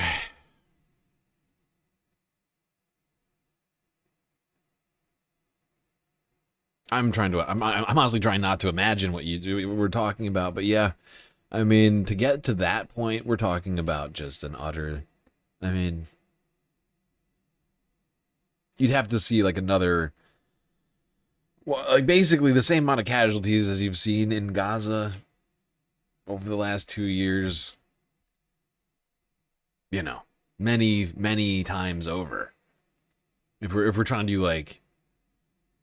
If we're trying to go by stats, I'm not sure if it's necessarily important to go by those numbers right now, but yeah. Yeah, they're not technically there yet. Although if they get there, the entire world will be literally in chaos. I would like to point out to everybody that if that ever comes to fruition, we will be living in a if you think right now is chaos, you are living in complete and utter denial. if we're actually talking about like the worst it can possibly get, right? Like if we were getting to Holocaust level numbers, like oh my fucking god. I mean, we've been talking about World War III. I mean, it would absolutely.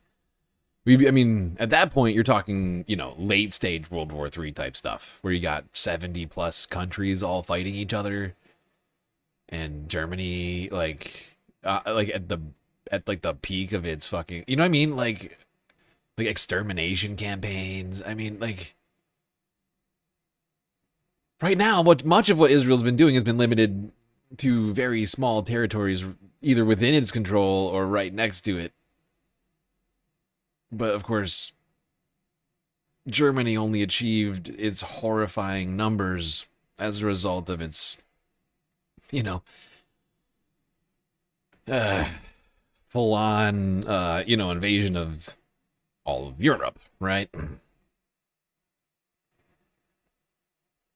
And so basically, I guess what I'm saying is Israel would have to like occupy all of the Middle East and do the same thing that Germany did. The same thing it's been doing in Palestine across the Gulf, effectively, to achieve those kinds of numbers, in my opinion. And in no way should any of us hope for that. I mean, I know there's some sickos out there who are like genuinely hoping for the second coming of Jesus, and like that sort of thing is like gonna bring about. That is not happening, first off, so write that down. But if we ever get anywhere close to that, we are gonna see warfare like that's never been seen, I think. Especially because since the last World War, the planet has come up with some very, very fancy new technology, right? Like thermodynamic, right? Or whatever they call it. What's it called? Like we have a whole new version of nuclear weaponry, right? Actually, I think we have 2 different iterations of nuclear weaponry since the first time, the only time that nuclear weapons have been used, and then of course all the other horrifying technology that we now have available at our fingertips. And if it gets to that point where we have 70 different countries all fighting, and we're deep in the depths of World War III, and the whole planet is in chaos, I'm not sure any of you will be able to hear my voice at that point. I wonder what that world looks like. I keep trying to play that out in my head in the world that we currently live in. You know, like, cause here, like, I don't know. I think, I wonder, like, how resilient the internet would actually be in like a full-on World War. I feel like to some degree radio harder to take down than the internet.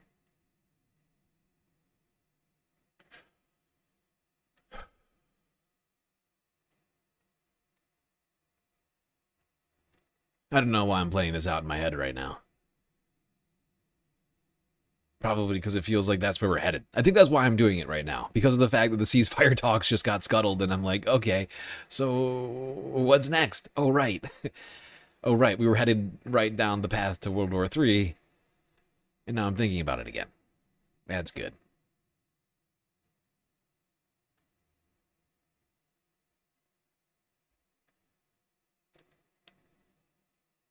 You were modding Novara Media in hospital. Why are you in the hospital? I didn't know you were Novara Media mod. Back to shortwave radio. Exactly, Scouts. I mean, there's already been threats on things like undersea cables, right? You know? Supposed attempts by Russia to go after them. I wouldn't put it past the United States and any other countries from doing the exact same things. If we were in such a conflict where we were all at least accepting the fact that we were in the middle of a worldwide conflict.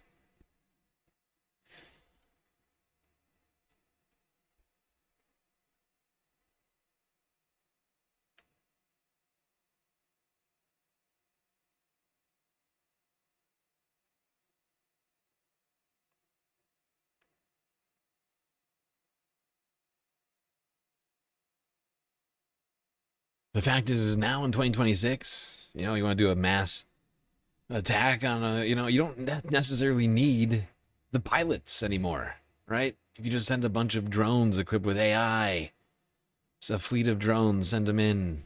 You don't need the permission of anyone. You don't need anybody to be on board with it. You can just,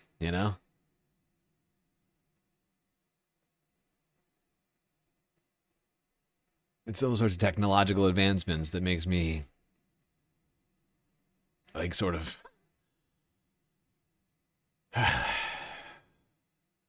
play out weird scenarios in my head, like invading robot armies. Packs of, robot dogs equipped with machine guns and shit. And dropped off by drone fleet from the sky. No longer need paratroopers, now you got paradogs.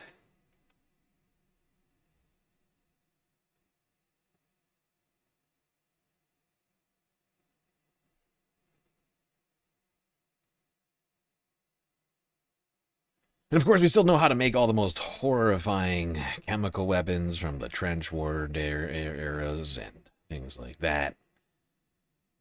Haven't forgot any of those things. Just added things to the list. I'm spinning out, am I? Am I spinning out?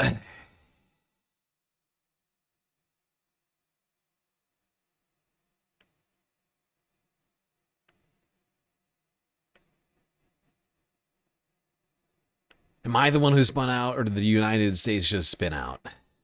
Because it feels like the whole country just spun out. The vice president just ran away from the peace talks before a full day was up. Just out of there. Am I the one?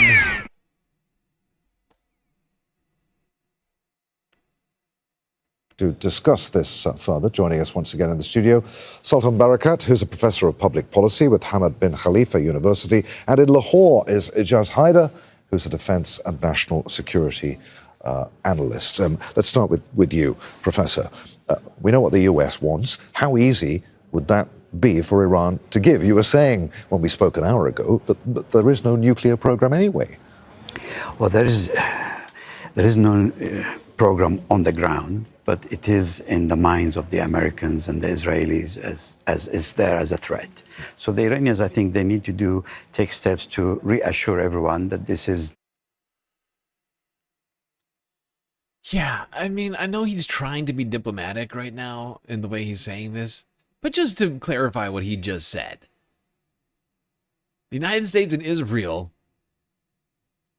are most worried about the existence of a fictitious thing, right? A figment of their own imaginations. a complete fever dream, right? It's a nonsense. It's a non-real thing. It's a imaginary concern. Iran does not have a nuclear weapon. They didn't have a nuclear weapons program. And we had no proof of an existence of a nuclear weapons program, right? That's where we're at. We're at a place where the main sticking point for the United States and Israel is something that doesn't exist. Like, that's not a good place. That's not a good framework, working from a non-real, thing. It should probably be a reality-based discussion rather than one of, fantastical thoughts. The fact, not the reality. And now they're in a much better position than they were a few months ago to do so because of the various destruction that they've suffered, but also because of the international interest, growing interest in the issue. But if I may just go back to the issue of release of assets, because that's quite important as a confidence-building exercise. Last year there were negotiations between the Iranians and the Americans that led to the release of 5 prisoners on both sides. And there were assets that were approved to be released, and those were held back. So now I think maybe the Americans have an opportunity to offer that those assets can be already used by the Iranians because they were linked to previous round of talks in order to encourage the Iranians and to build a degree of confidence with them. And it's true that the Americans, and now you can add to that, Abu Dhabi holds billions of dollars for the Iranians.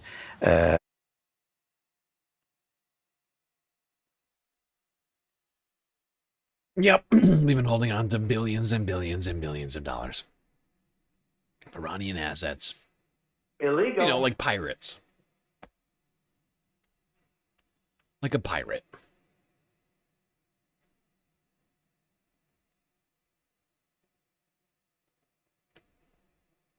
All right, everybody, let's keep this moving. Now, of course, it's not going to be a full stream tonight. That's why we're not going to do a galactic content goal. But just a reminder to everybody, we still have a galactic deficit, which we need financed to the tune of about $20 a day between now and the end of April. Things like Cash App, PayPal donations, Patreon memberships, very helpful in that regard.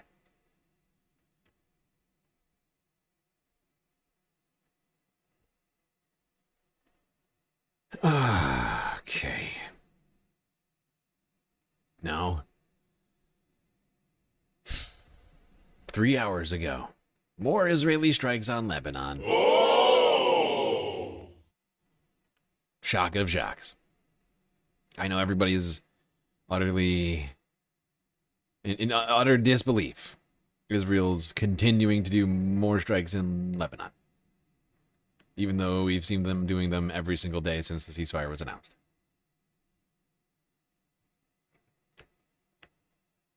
But here you go. Al Jafrican Zero from 3 hours attacks ago. have killed at least 2,020 people since the fighting began in March. Israel and the United States say the ceasefire between Tehran and Washington does not include the campaign in Lebanon, while Iran insists it does.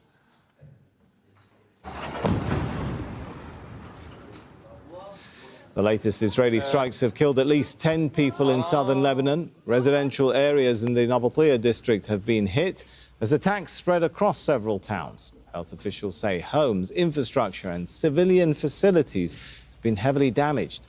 Rescue teams continue to assess the damage and search affected areas. And southern Lebanon has been heavily affected by Israeli military operations in recent years. Newly verified satellite images show widespread destruction.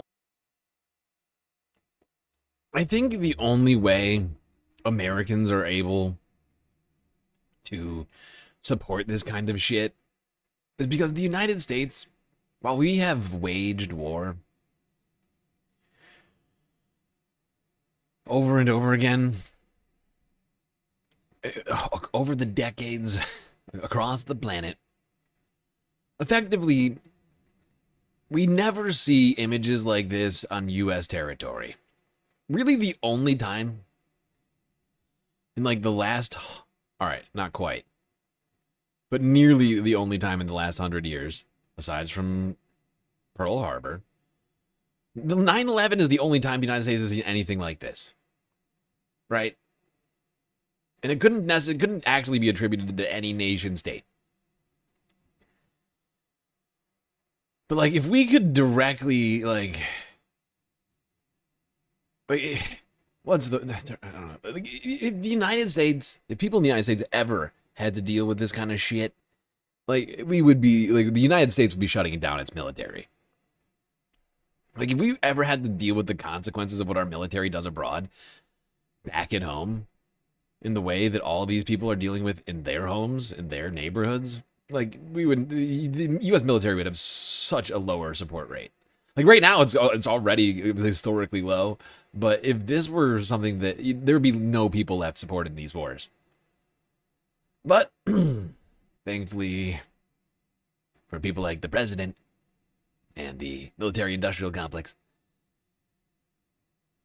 America never really has to see the consequences of these wars aside from in taxes. And southern Lebanon has been heavily affected by Israeli military operations in recent years. Newly verified satellite images show widespread destruction across several villages.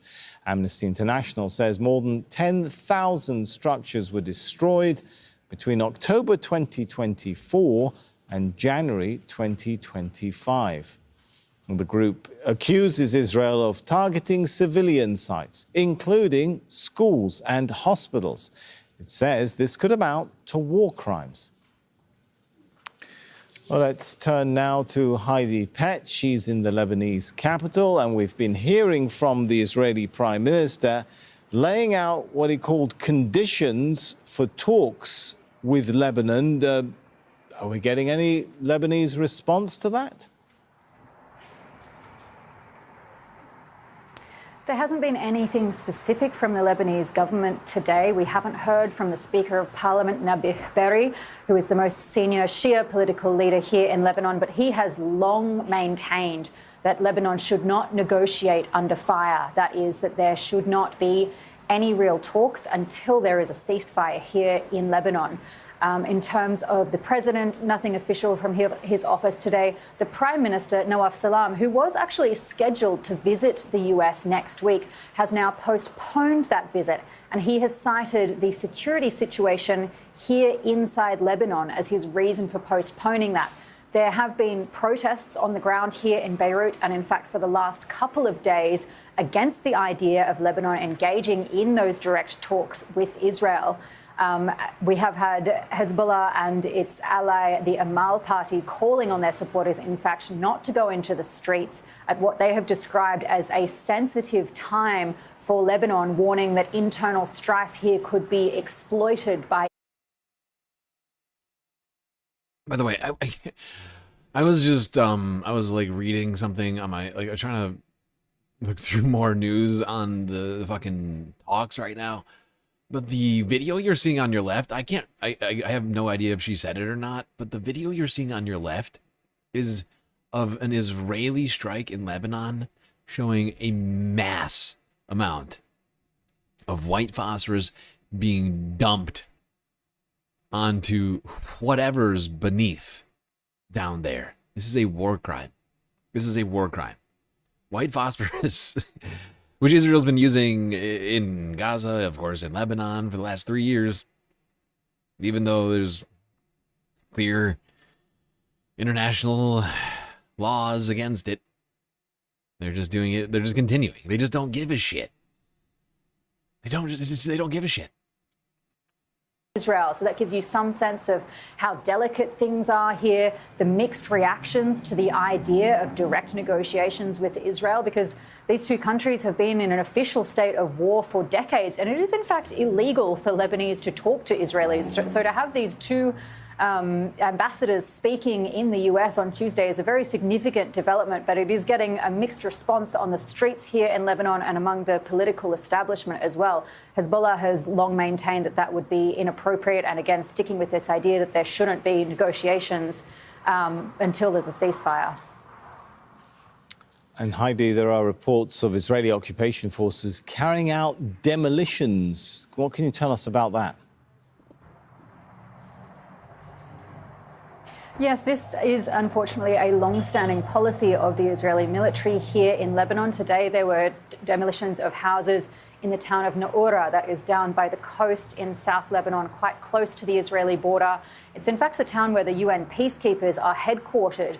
They had all of the cameras at their base disabled by the Israeli military last week. But this demolition of houses, it is ongoing in many towns and villages close to the Israeli border. Israeli military leaders, in fact, said that they were pursuing a policy similar to Rafah and Khan Yunis, referencing the complete destruction that was visited on those towns in Gaza during the Israeli operations there.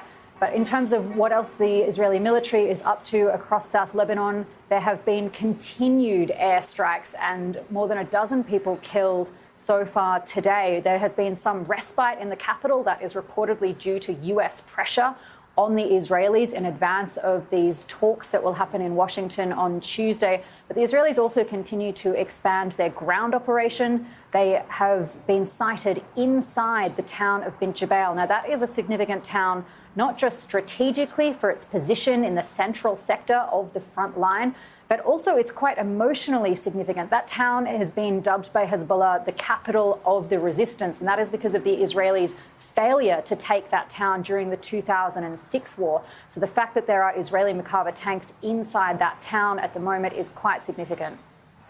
And we'll leave it there. Heidi Pett joining us from Beirut in Lebanon.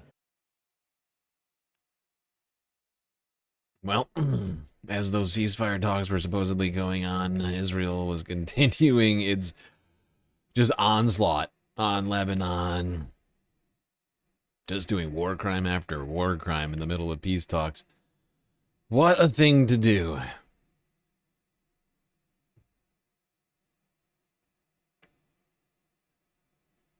What a really weird decision. Weird.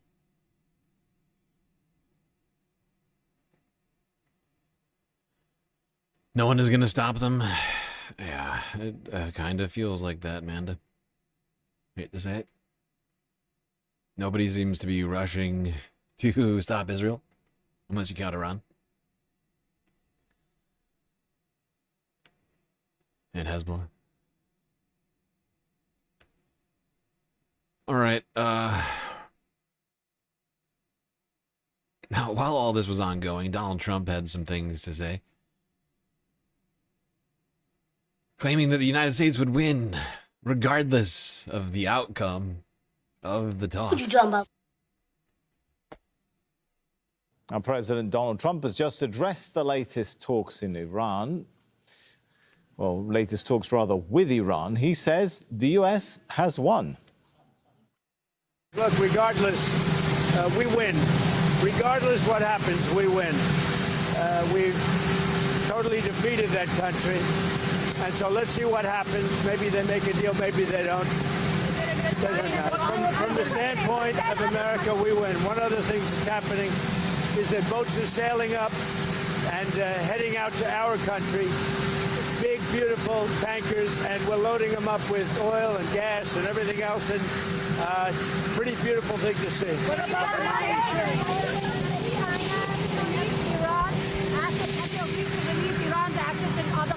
We're going to see what happens. We're in very deep negotiations with Iran. We win regardless. We've defeated them militarily. They've dropped a couple of water mines. You call them water mines in the boat. We've defeated all of their water boats, too. Their Navy has gone 158 ships. All the water boats as opposed to the land boats. We've defeated all of the water boats. Land boats, not so much. We still got some stuff to do with the land boats. But the water boats, we got them. All the water boats. Everybody's saying it. We have a demented, unintelligent person running the United States of America. All the water boats, they're gone. Water mines, you call them water mines in the boat. We've defeated all of their water Call boats. them water Their mines. Navy has gone 158 ships. They have 28 water droppers, mine droppers, they call them. All of them are sunk. They probably have a couple of mines in the water.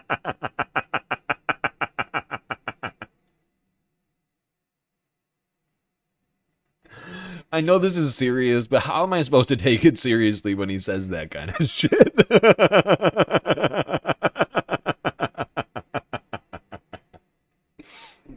They have 28 water droppers, which we took them all out.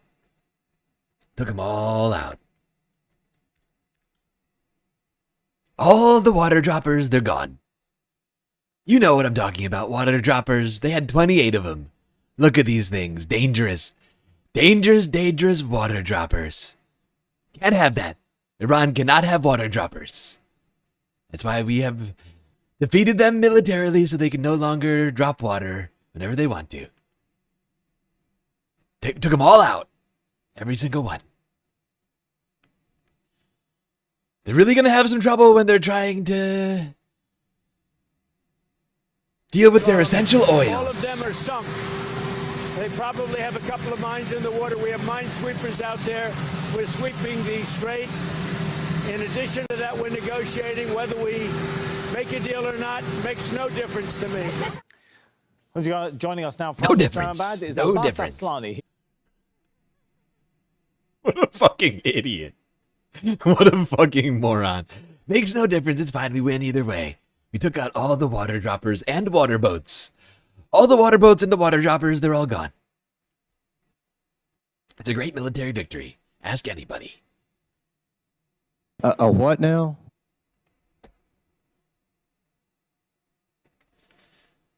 Yeah, Donald Trump completely downplaying the Iran negotiations,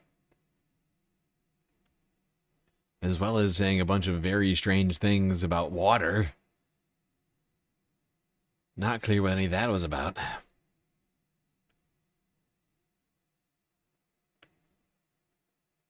What a fucking weirdo. Oh, what a weird guy, that Donald Trump.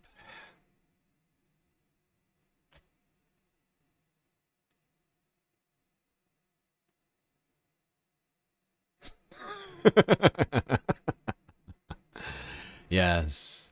Get the chant going, Ravy. Get the chant going, Ravy, baby. It's a good one. Yep.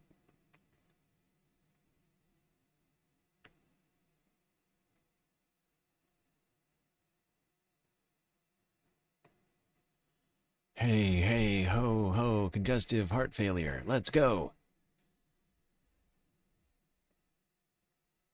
From the standpoint of water, very wet. Very wet from the standpoint of water, those water droppers. That's why we had to take them out. That's why we had to take them out.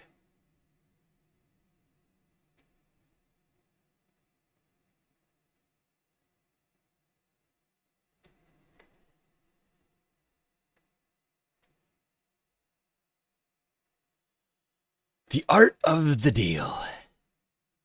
Don't care what happens. Art of the deal is actually who cares what the deal is. Doesn't matter. We win either way. The art of the deal is to actually not care what the deal even is. Everyone's saying it. If you want to know more, just buy my book, Art of the Deal.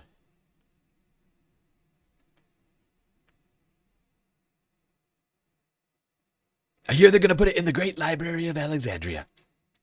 Immediately, if not sooner.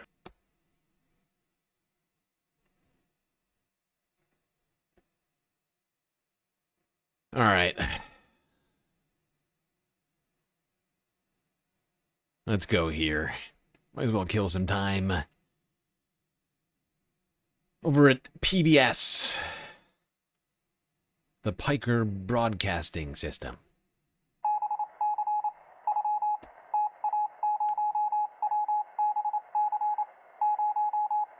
Tisson Parker. The global economy hard, the distrust between both. Are you suggesting that the USA made the ceasefire to save the economy of other countries? I mean, oil and gas disrupts all markets. So saving the global economy is also technically to save the American economy as well. Like, a little bit of instability, a little bit of volatility is an opportunity for capital owners to make money. Too much volatility, on the other hand, and all of a sudden you have an inflation crisis. People can't purchase goods anymore. People can't even produce and manufacture goods, especially if we're talking about the Asian markets where a lot of this manufacturing is taking place. If they don't have this necessary resource, oil and gas, they're not capable of manufacturing goods at the same rate. All of a sudden, you have a real problem with inflation in the Western world as well. Because oil and gas is tied to, yes, fuel, food, plastics, medicine. Everything is run on oil. Okay? So there is no, I mean, America can try to shelter the worst consequences. America can shelter its population from the worst consequences. But at the end of the day, even if there's a delayed response, it will still absolutely have it will have consequences, negative consequences on the American economy as well, because yeah, Hassan and I are sounding very similar right now. I just realized we started this in the middle of this. I did not mean to do this. I mean, I've been saying this exact same thing for like a while now. Like, we're going to see the effects of this. It's going to be at different rates, depending. Right? But like, we are going to see inflation come through, filter through on basically all goods. It's just like a ripple, like a droplet of water. Like a big droplet of water in a still pool. Eventually, the ripples will make their way outwards, hitting different sectors. Some things are more resilient and or will take longer to show up. Right? Like, if you can imagine, I'm trying to think of a good analogy with regards to the ripples. Like, if you can imagine, like, a very, very, very, very tall but like thin object, like standing up in the pool, like eventually the ripple will knock it over, but it'll take longer for the whole thing to come down and hit the water, right? So you won't see the effects until much later, until perhaps other aspects have rippled out, especially things like agriculture, food. I think that's going to be the last thing to ripple out. Like, the bigger purchase type stuff is going to take longer, of course, as well, to some degree, because those things take longer to produce, generally speaking, right? Like, but like,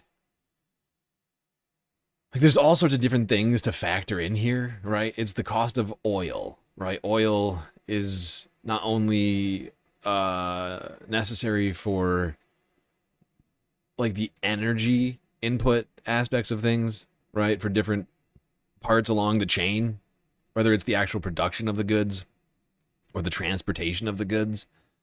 Like, that's where the oil comes into play on those, on the energy front. But then also oil, of course, is also the main input in plastics production. More, you know, like 95% of all plastics are made out of oil. So eventually plastics, we've seen this week, this happening as like the week has been going on. Chinese manufacturers have been rushing to buy plastics, sending plastics prices soaring. But of course, most people aren't buying plastic directly, so you're not going to see that until it filters through to the goods that you're buying, right? And all those things take time to produce, to ship, to get to you. So we're talking about, you know, months for some of these things to filter through for you to ever even see that price go up. Whereas things like with food, not only is there energy costs and inputs on this, there's also, of course, the fact that oil is one byproduct of oil production, or it's not really the right way to put it. I don't think it's really technically a byproduct. Whatever you call it. Another product made from oil is fertilizers, right? Ammonia, urea. These things are two incredibly important inputs in agriculture, and there's already a shortage on it, right? And it is in the middle of growing season for much of the planet, and Planting season already happened, right? It's April 12th. We're a month into spring for North America, right? We are, we are in spring. People have already planted, and those plants aren't getting enough fertilizer because people either can't get it or they can't afford it. So they're getting either less or no fertilizer, which means those plants will not grow as large as they would have. As a result, there will be less food harvested when it comes time. So we're talking about 6-9 months of time, right? Because like April, March. Sorry, I'm doing the math. April, May, June, July, August. Assuming like August, September, October, right? Like it depends on the plants. Some of them are earlier, some of them are later, of course. Like harvest season for different plants is going to be happening somewhere between like 4 and 6 months from now. And not all those products are going to make it into food products immediately. Of course, some of them will be sold, without ever being processed. But, all sorts of things like wheat, you're not going and buying wheat. That wheat is getting sent. So that wheat is being sold to someone, a mill who is milling it and then turning it to flour and then selling it to a baker who's turning it into bread, and then you're buying that, right? So you're not going to see these things, for a while, but they're already in the cards. And even if you end Operation Epstein Fury, you can't fertilize the plants at the time. Like you can't go back in time and fertilize the plants 3 weeks ago, right? You can't do it. Physically impossible.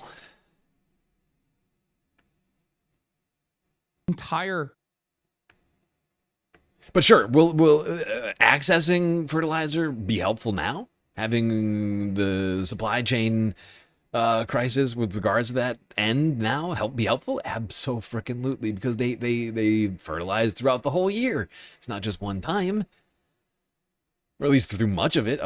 Not the whole year. There's a part of the season where they have to. Whatever, you know what I'm saying. Financial system is designed with this intricate web where everything is interconnected. That's precisely the reason why you might think, well, we have, American companies that are based out of Silicon Valley, for example, and their profit centers are not going to be harmed. Iran can't touch, San Francisco. But guess what? Iran can blow up data centers in the UAE. Iran can blow up a AWS facility in Saudi Arabia, which they have, right? So because of the way that capitalism operates around the globe, a lot of these capital owners are still technically unsafe as long as there is an actor in the region, as long as there's a regional actor that's willing to punish profit centers, which Iran has done. This creates additional pressure for capital owners to make boss calls to Donald Trump and to demand a cessation of hostilities. Do you understand? So not only is oil and gas connected to the global economy, and there is obviously inelastic demand for it, you have to get it somehow. It doesn't matter, because if you don't have it, your grid fails. And we've seen one example of that. I saw it with my own two eyes in Cuba, right? That's what happens when you are not allowed to receive any oil from neighboring countries. Your energy grid falls apart. Well, that only happens if you don't have an energy grid that is set up on renewables, right? If you don't, technically Hassan is right in a paradigm in which we, on a vast majority, create energy with fossil fuels for our energy grids, for our homes, right? Like we can easily solve that technically with renewables in most places, because we have all sorts of different versions of it, solar, wind, thermal, tidal, although tidal is probably one of my least favorite examples, mostly because let's just not get into it. The point is, there's plenty of options, but it's a matter of implementing them.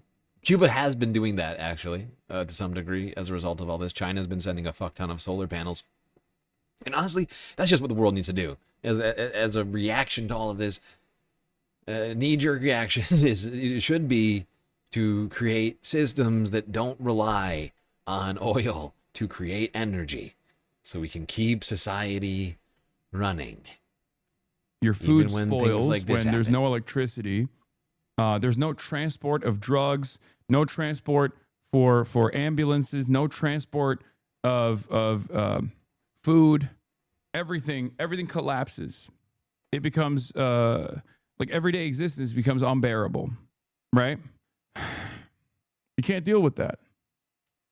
Sides runs incredibly deep as they try to hold this fragile ceasefire together and end the conflict. Security across Islamabad is tight, a several-mile ring of armed forces made up of police checkpoints and roadblocks have been set up so no one can get anywhere near the luxury hotel where Vice President Vance and top Iranian leaders are gathering. Few here can remember a time when this nuclear-armed nation has been at the center of such intense diplomacy. The stakes for Pakistan. That's crazy. They're just dissing Pakistan. That's crazy. Bro, this CBS Saturday morning anchors must be Turkish. the way they're dissing Pakistan. They're like, who would have ever thought this country would ever be at the center of such serious diplomatic negotiations? I mean, do they even have the capacity to handle such a serious conversation? Damn, bro, chill. They're at the table now, okay? We got to live with that. As a Turk, I have, a secret. I have the secret pride that every Turk has when Turkey is heavily involved in the diplomatic process. When Turkey plays the role of the table, we say we are the table, okay? Sometimes we say we are at the table, and sometimes we say we are the table. But those days are long gone. It's not Pakistan that has become the table. Pakistan couldn't be higher as it hosts this event, which is on a scale rarely ever seen here before, and it's taking no chances. With correspondents standing by for us in Tehran and Islamabad, but let's begin in Pakistan, where those talks are taking place with our correspondent, Osama bin Javed. So, Osama, the Americans and the Iranians are in the same room. They were, I understand, supposed to be in separate rooms, passing messages. For the record, J.D. Vance's appearance at this ceasefire negotiations also is more proof of the amount of unbelievable leverage Iran holds over the United States of America, because America has so far exclusively sent Steve Witkoff and Jared Kushner, right? I don't think that Iran believes that J.D. Vance is actually going to be like an anti-war voice inside of the admin. Maybe. Well, he clearly wasn't, as we can see. I mean, he wasn't even in town for a full day, leaving the talks immediately, if not sooner.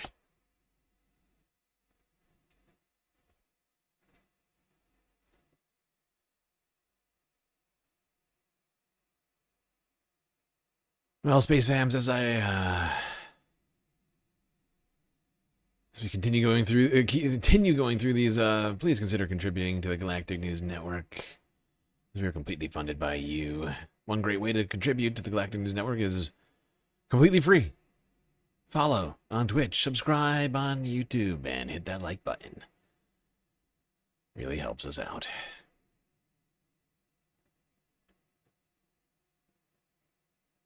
Oh boy. We are... honestly, I think this is going to be like a 4 hour. I think we're going to do like a 4-hour stream. It's going to be very short. Very unusual for us, I know. Blame yesterday's epic week-ending report. And the fact that the peace talks ended abruptly. So I guess what I'm saying is blame J.D. Vance for the Galactic News Network stream ending earlier than we all might like tonight.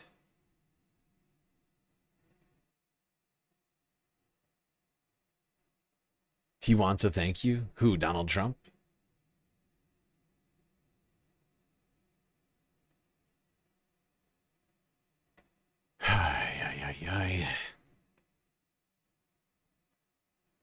What a stupid way to end the week. I mean, honestly, though, the most after everything we saw this week, Did we really think there was going to be peace tonight? I mean, let's be real. Was there really? I like I said before, I was hopeful, but not optimistic. I'd love to have seen it, but I had very little faith that it would actually happen. And sadly but surely, it did not. I probably could have predicted it, but I didn't want to be that pessimistic. What a fucking stupid week. I think that's why I was still holding out hope, just like the faintest bit of hope on these peace talks. Like after watching like the last month, and after the horrifying week we just went through, having to listen to the president threaten genocide and watch Israel completely ignore the ceasefire, I was really hoping there'd be like genuine, like, I don't know. I had weird thoughts of like, I don't know. I was expecting something. Very stupid of me to. I guess I was assuming that somehow the Israel would be held to account, or like the United States, or somebody like that. There's somebody, something other than this would happen, like just nothing. That nothing would happen. That's what I was banking on.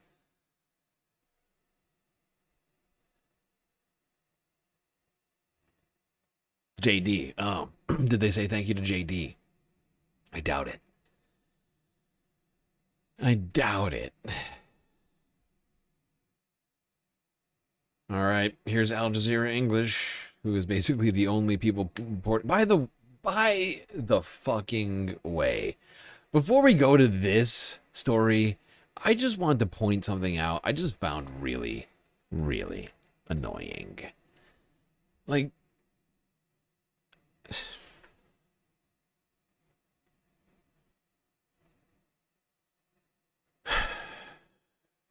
what the hell are journalists in the United States doing exactly?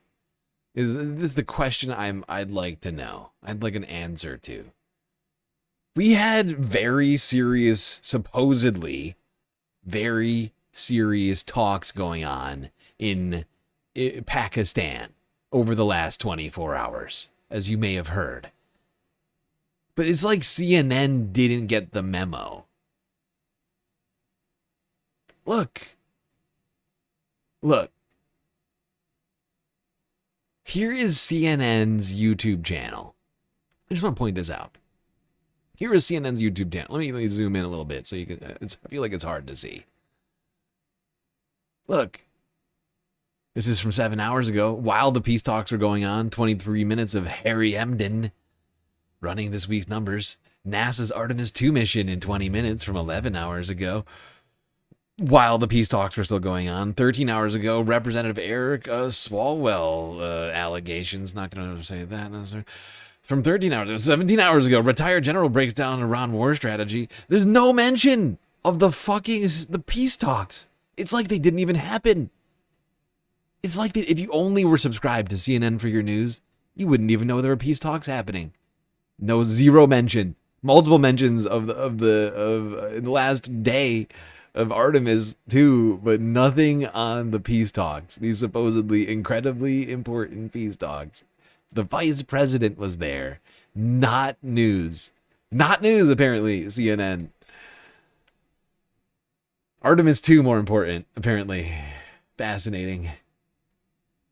Just incredible. Okay. Iranian media describe the U.S. as making excessive demands in the talks, while Iran insists on protecting what it calls its military gains from the war. It's also demanding a ceasefire in Lebanon be part of the negotiations. Let's go straight to Al Jazeera's Osama bin Javed, who is in the Pakistani capital near the venue of the talk. Oh, right. And meanwhile, I should point this out. While CNN has posted zero stories about it in the last 24 hours, Al Jazeera has been working on the weekend. I mean, CNN's working on the weekend. They're posting. I should make that clear. CNN's clearly working on the weekend too. They're just more focused on fucking Artemis 2 for some fucking reason. Al Jazeera has posted how many stories? How many stories has Al Jazeera posted on the peace talks? Let's take a look real quick. Honestly, Al Jazeera is not the only one. The rest of the world seems to have thought this was important. Meanwhile, outlets like CNN and other U.S. outlets were just like, we're going to take the weekend off on the actual news. Let's talk about Artemis too.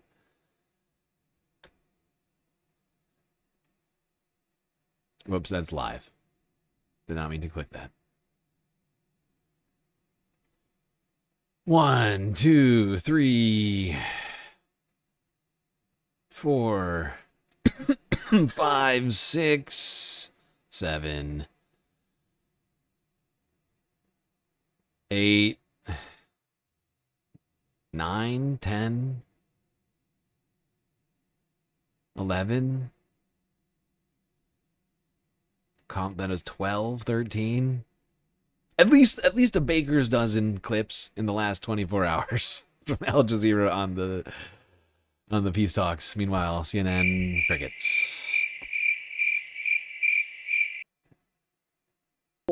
It's also demanding a ceasefire in Lebanon be part of the negotiations.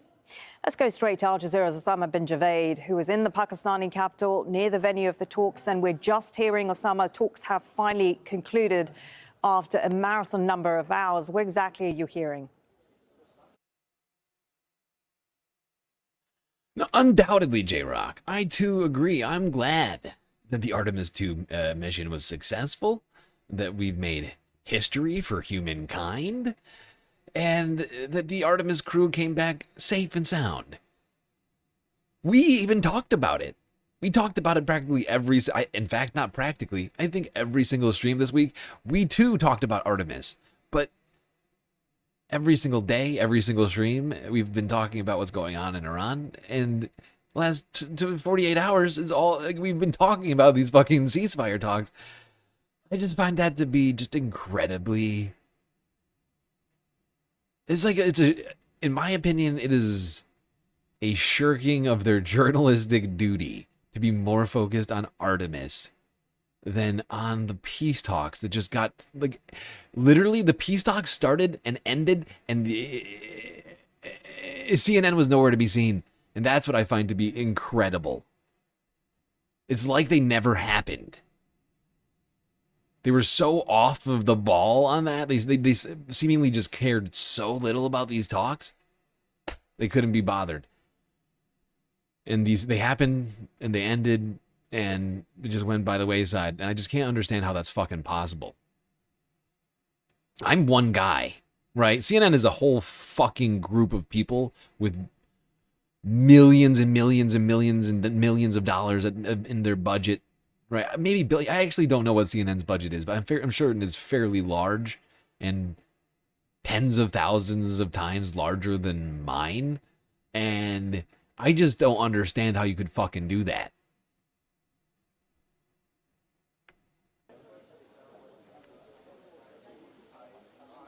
Absolutely, Marlene. So it's been a historic day, and those marathon talks that have now concluded for some time now. We know that it has been extended by a day, but we're hearing from some Iranian sources that they have concluded after 14 hours, and has been the case in the entire day that they're exchanging expert texts, which is giving people hope that there is already a wider framework that has been agreed upon, and now those experts are going through the minutiae of how actually to go forward on this. Just to recap what we saw in the last 14 to 16 hours is the Iranian delegation arriving, then the American delegation arriving, the Pakistanis meeting them separately, and then despite all of the differences that we heard, especially about the ceasefire in Lebanon and about the Strait of Hormuz, they went into those negotiations. The Iranians continue to insist about the unfreezing of their assets. And now,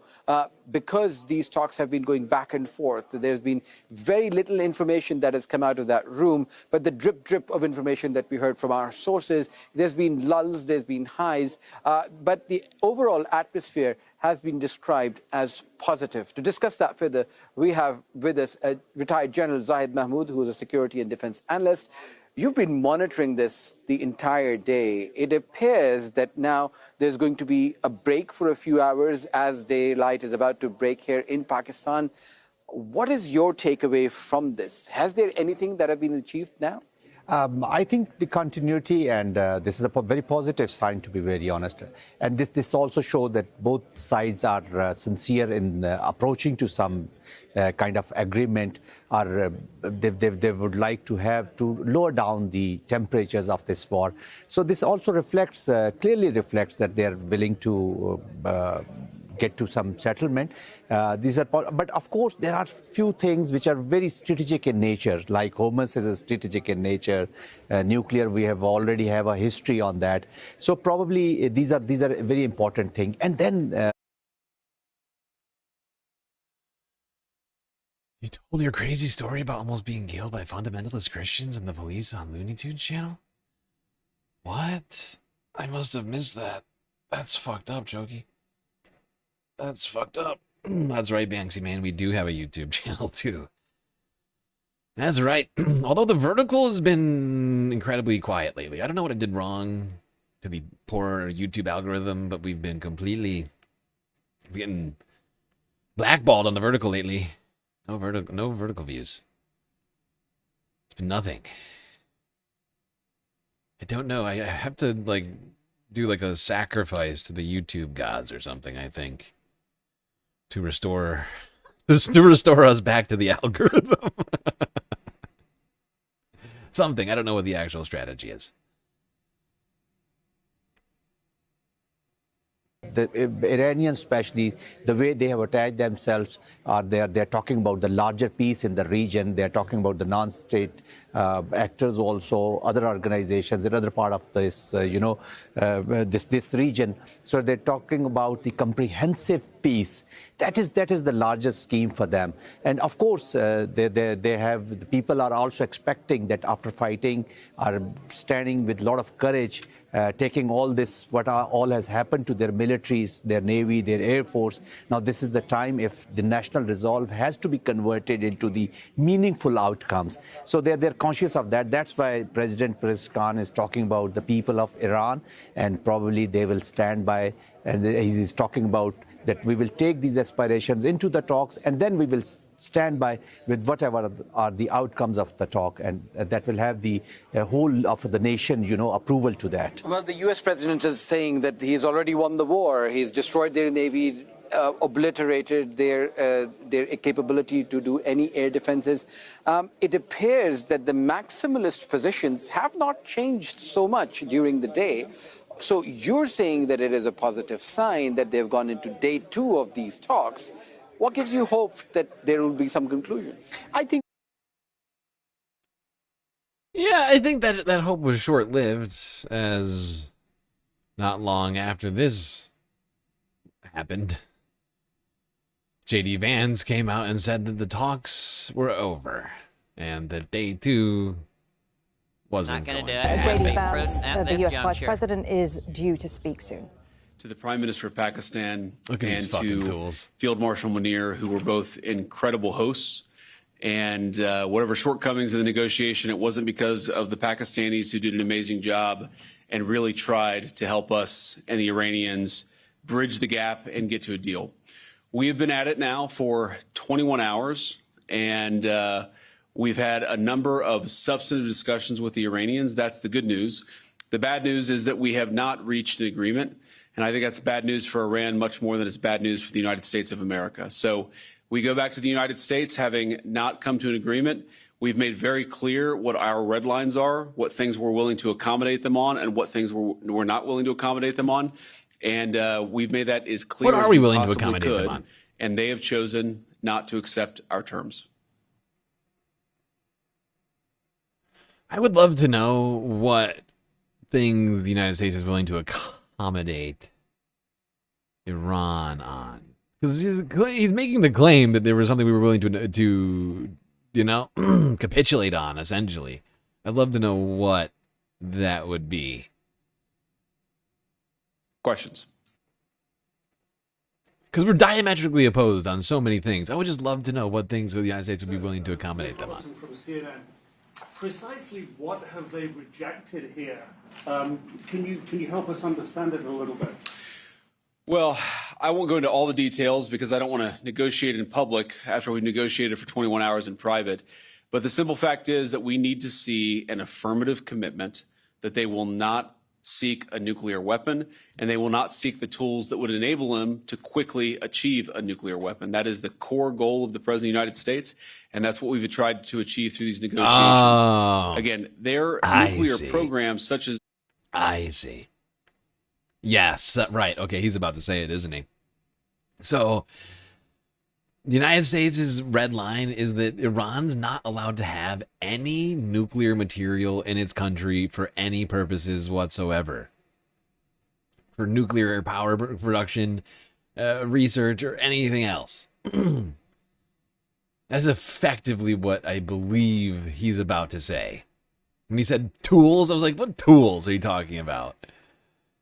Is uranium. The enrichment facilities that they had before, they've been destroyed. But the simple question is, do we see a fundamental commitment of will for the Iranians not to develop a nuclear weapon, not just now, not just 2 years from now, but for the long term? We haven't seen that yet. We hope that we will.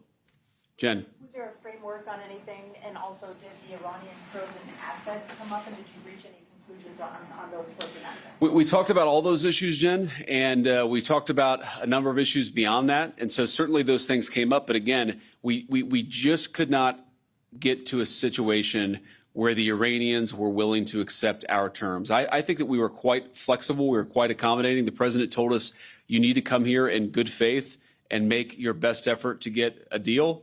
We did that. And unfortunately, we weren't able to make any headway. Preston. Mr. Vice President, how often did you communicate with President Trump throughout the negotiations? There are reports that there were multiple rounds where there were breaks in between negotiations. How often did you communicate with the president throughout those rounds, and what was he saying as you were going through these negotiations that you said fell short? Yeah, obviously we were talking to the president consistently. I don't know how many times we talked to him, a half dozen times, a dozen times over the past 21 hours. We obviously also talked to Admiral Cooper, to Pete, to Marco, to the entire national security team. We talked to Scott Bessent a number of times.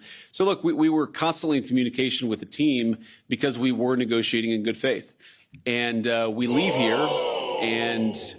here with a very simple proposal, a method of understanding that is our final and best offer. We'll see if the Iranians accept it. Thank you. The Strait of Hormuz. Did you going back to war, sir? Okay, that was the U.S. Wow, incredibly brief statement from J.D. Vance, not taking more than, I think he took one question, then just ran away. Just look at him run. Look how long it takes him to get from the podium to get over there. Are we going back to war, sir? Look at him. He's just running, dude. The Strait of Hormuz. Did you going back to war, sir? Did you see Witkoff?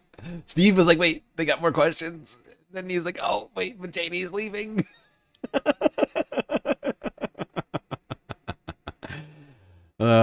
Steven Slenderman. Look at Slenderman. Being very slender and creepy. Ah, look at her. This is the A-team right there, people. There's the A-team. Look at them doing peace in the Middle East. That was the U.S. Vice President J.D. Vance talking after a marathon 21 hours, he said, of discussions with the Pakistan negotiating team and with Iran, and essentially. Dude, they were barely on the ground for 21 hours. I don't know where he's getting that 21 hours from, but they literally landed on the ground. Like, this ended 4 or 5 hours ago, right? So that's like, what? It's like 10 p.m. Eastern Standard. Like, they were hitting the ground literally, like, they were literally hitting the ground like 24 hours or less. Like, I don't know how they possibly could have gotten 21 hours of discussions in, but hey. Saying that after those 21 hours, unfortunately, they are now leaving Pakistan with no deal. We go back to the US without a deal. Let's go straight to Al Jazeera's Osama bin Javaid, who is in the Pakistani capital near the venue of those talks. So there we go. That is the outcome of these talks. What did you take away from that statement from the US Vice President? Well, it appears that after all of the effort that was put in, there is no deal. There is an understanding on the table that you can take out from that statement, that there is something on the cards that... There's an understanding on the table, what? That the war is still going? And the strait's still closed? What? Please tell me. The Vice President says that is their best and final offer.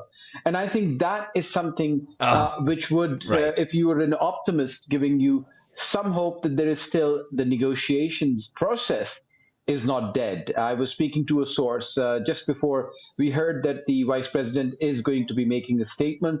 And they told me that, well, the good thing is that there is no breakdown, but the bad thing is that there is no breakthrough.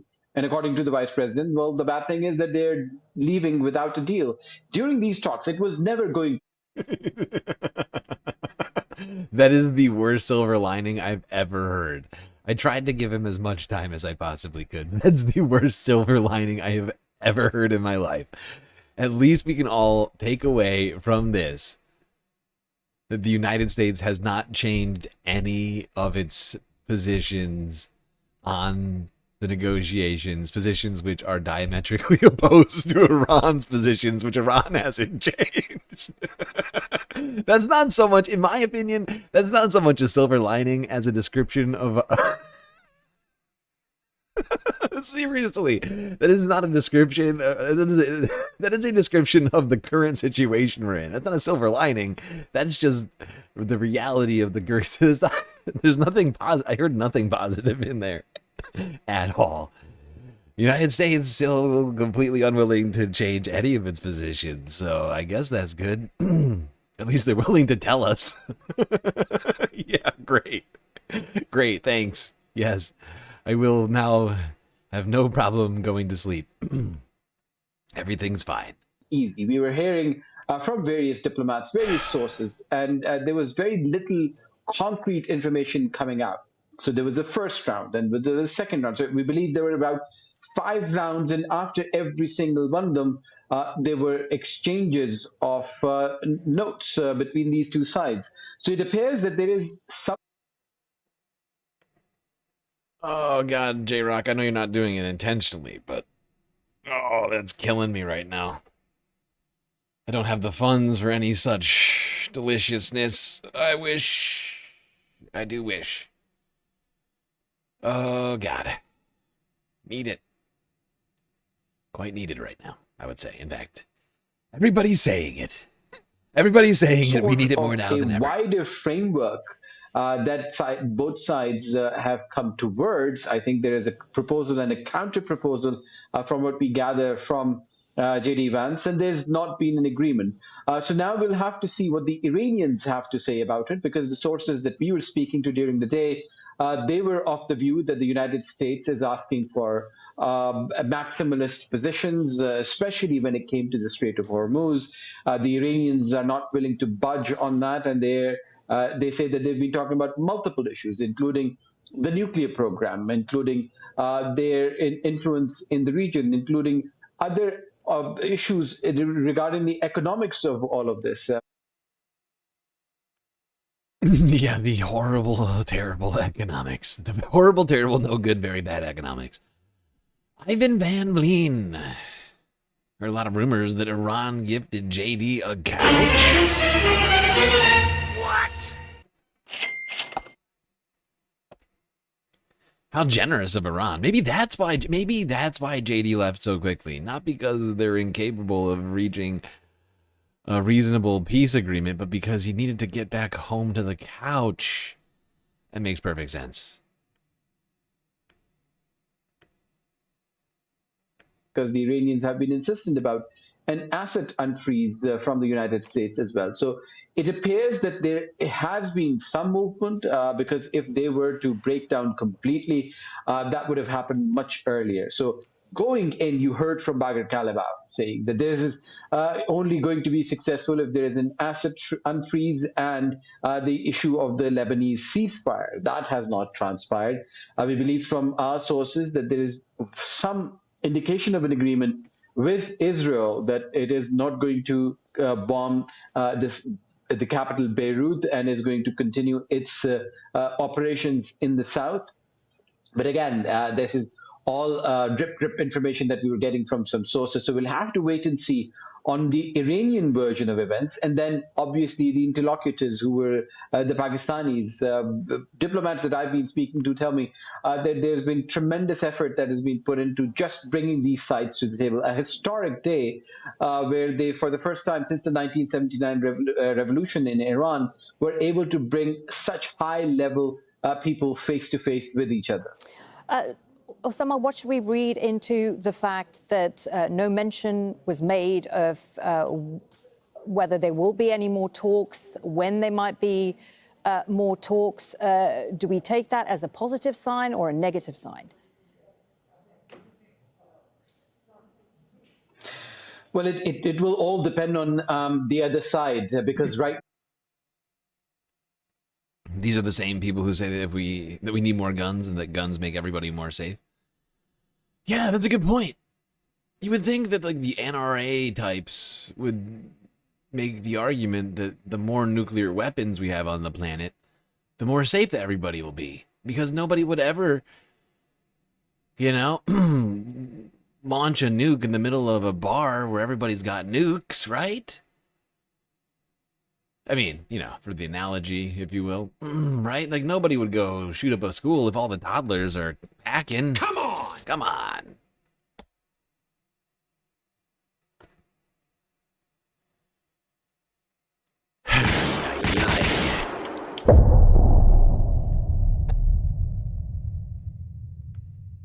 We've heard from the Americans, and J.D. Vance is leaving by saying this is their best and final offer. So there is an offer on the table. I think that we can take away from it.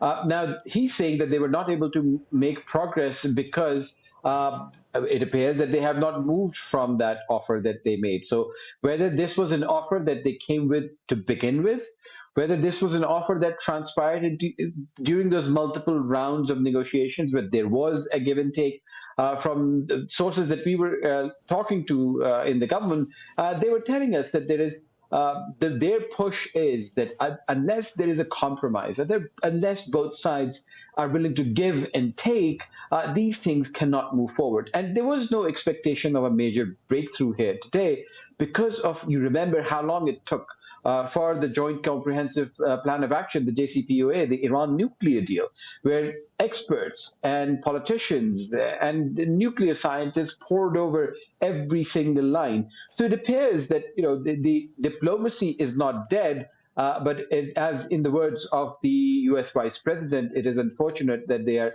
leaving without a deal. Okay, Osama, we'll leave it there. Osama bin Javed there for us in Islamabad.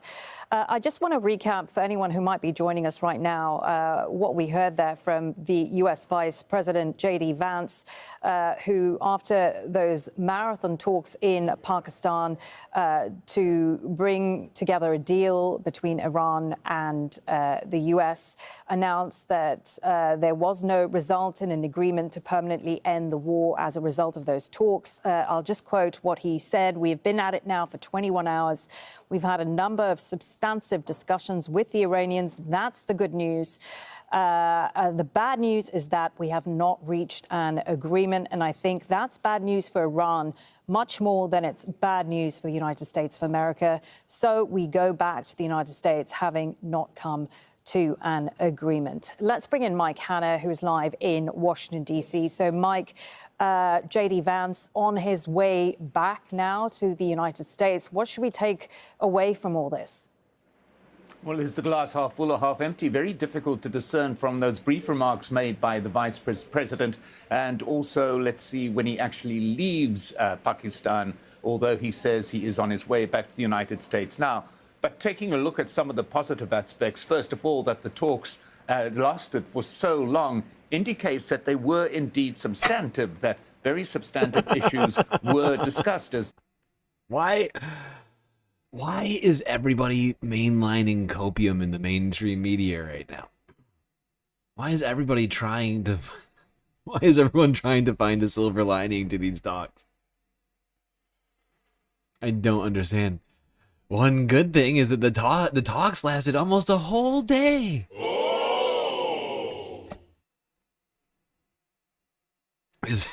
I mean, that's when we're scraping the bottom of the barrel. And I feel like it's an unnecessary journalistic President, Vice President Vance does allude to. In his comment as well, there was a very interesting statement that he made that the U.S. has destroyed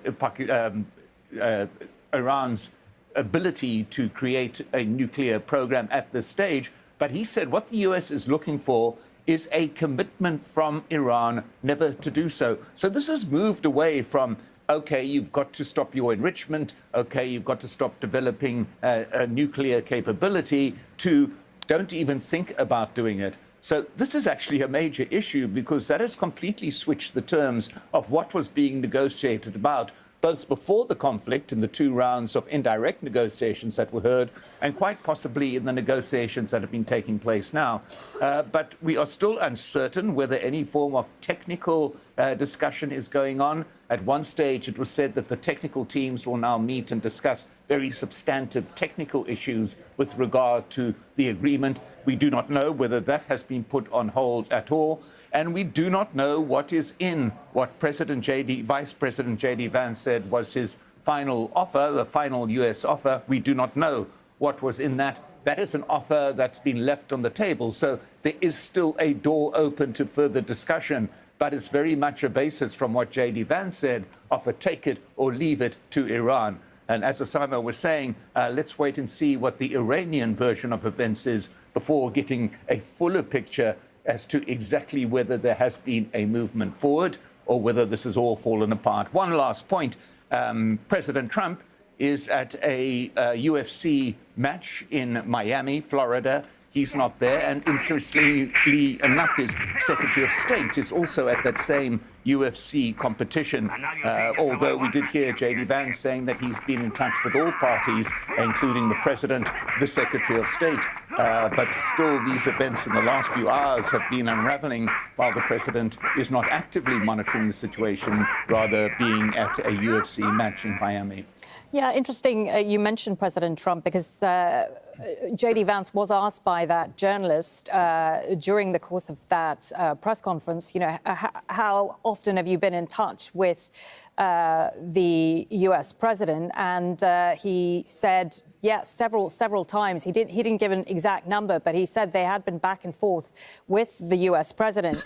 And President Donald Trump saying this evening, whether we make a deal or not, it makes no difference to me. We've already won. I mean, no big deal. He sounds... Deal, no deal. Sometimes that's the art of the deal.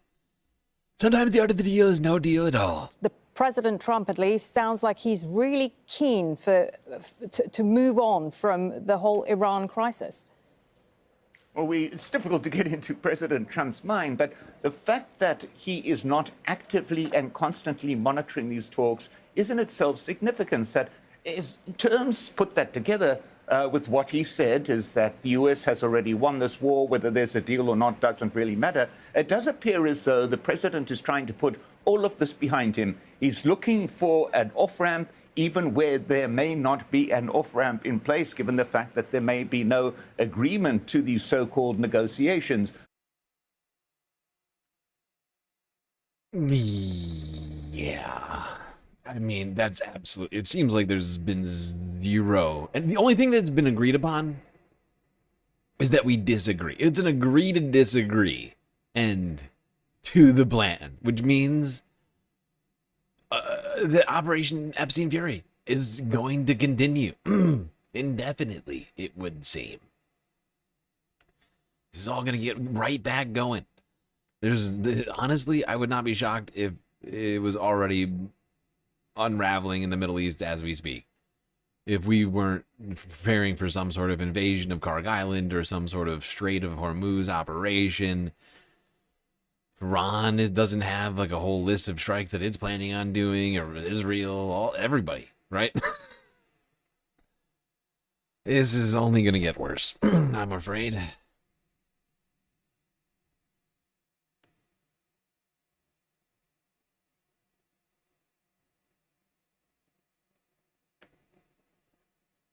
All right, let's check in with the Al Jazeera live stream here.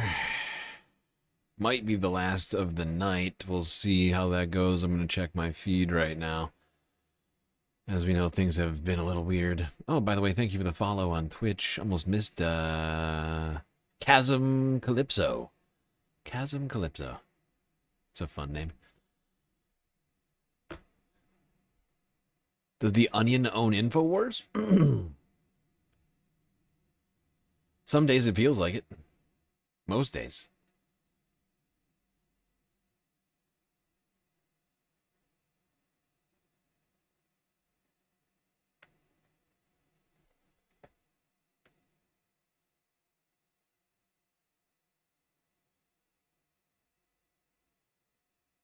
Issues of our times. But the primary thing that we can do is actually get off.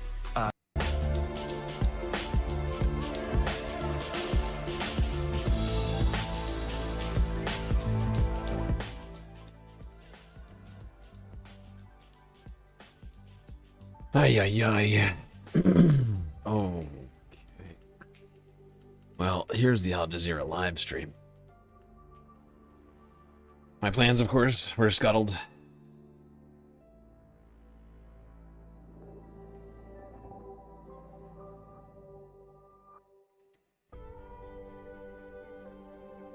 Due to the fact that the United States decided to end the peace talks here, I was kind of thinking we'd be able to discuss the idea of peace for at least an hour. We didn't make it that long, really, this stream. When we found out like 45 minutes in that the and you're watching Al Vice Jazeera's President had extensive left. coverage of the ceasefire in the war between the U.S., Israel, and Iran. Coming up. The bad news is that we have not reached an agreement, and I think that's bad news for Iran much more than it's bad news for the United States of America. Vice President J.D. Vance says Iran chose not to accept U.S. terms and leaves Islamabad without a deal. Iran's foreign ministry spokesman says they've agreed on a number of points, and it is natural that no agreement was reached in a single day. The Strait of Hormuz was at least one sticking point ahead of these talks. Iran says both sides were far apart on multiple issues. Also ahead, voters in the West African nation of Benin go to the polls to choose a new president. We have the latest from Cotonou.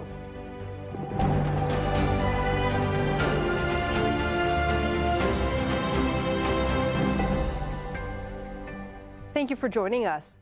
The U.S. says it failed to reach an agreement with Iran after 21 hours of negotiations in Pakistan.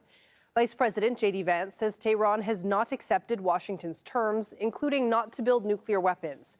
He has left Islamabad. We've had a number of substantive discussions with the Iranians. That's the good news. The bad news is that we have not reached an agreement, and I think that's bad news for Iran much more than it's bad news for the United States of America. So we go back to the United States having not come to an agreement. We've made very clear what our red lines are, what things we're willing to accommodate them on, and what things we're not willing to accommodate them on. And we've made that as clear as we possibly could, and they have chosen not to accept our terms. We need to see an affirmative commitment that they will not seek a nuclear weapon, and they will not seek the tools that would enable them to quickly achieve a nuclear weapon. That is the core goal of the President of the United States, and that's what we've tried to achieve through these negotiations. Again, their nuclear program, such as it is, the enrichment facilities that they had before, they've been destroyed. But the simple question is, do we see a fundamental commitment of will for the Iranians not to develop a nuclear weapon, not just now, not just 2 years from now, but for the long term? We haven't seen that yet. We hope that we will. Iran says it reached an agreement with Washington on a number of points, but key differences remained on 2 or 3 major ones. Tehran said contacts and consultations between Iran, Pakistan, and, quote, our other friends in the region will continue. We are live in Islamabad, in Tehran, and in Washington, D.C., and that is where we will begin with John Hendren. So, John, the vice president says that he has left the best and final offer with the Iranians. But is he giving any sign that they are open for these talks to continue further?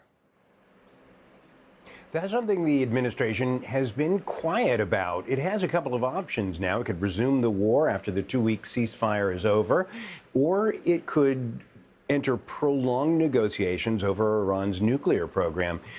But the administration hasn't said which it would do. And Donald Trump's putting on a tough face. He was at a UFC fight in Miami at the time that Vance was holding his news conference. Trump didn't even watch it. He'd been saying that whatever happens, I'm out in Miami, ho. Wins. But there are signs that the U.S. really does want to negotiate here. It truly is perverse that the president of the United States was at a fucking UFC fight in Miami while the United States is negotiating a war that he started. Could you be any less, like, meeting the fucking moment? Having left that offer on the table, they're clearly waiting for a response. Iran's response doesn't have to be a final offer. And Trump is facing a highly unpopular war, one that's got the support of fewer than 1 in 3 Americans, according to... Exactly, Vilmo. Exactly. This cope. It's so much cope happening right now. Everybody's trying to find a way to cope with the fact that the United States just ended these talks less than a day into them. Like, it's insane.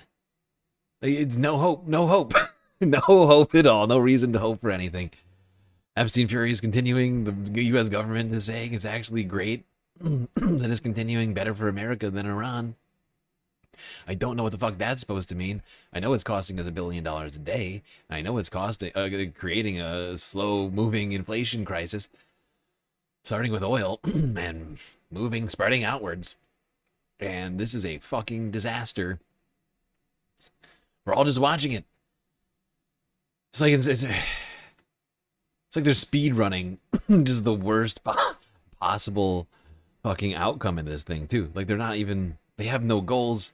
No strategy. They're just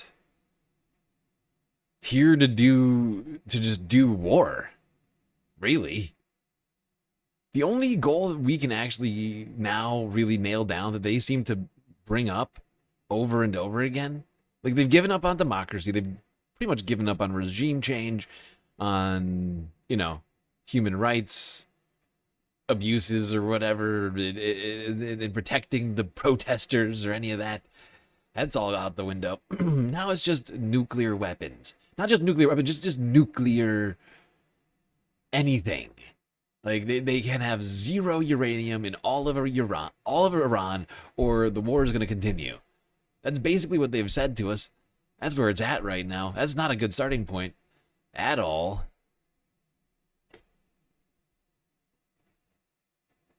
Logan Hill with a sweet super chat. First super chat of the night, if I'm not mistaken. Behind, but the issue is why you haven't had first-hand visual news about Artemis. What is GNN hiding? What is GNN hiding? If you did, I missed it, and I throw my hands to the sky for you in supplication. I apologize. Wow. So you're saying the problem is that I haven't broken out the camera and the space station to get a visual of Artemis? I mean, first off, they're on Earth now. It's too late for that. So I don't know how I'm supposed to do that in post. Terrible shot from up here.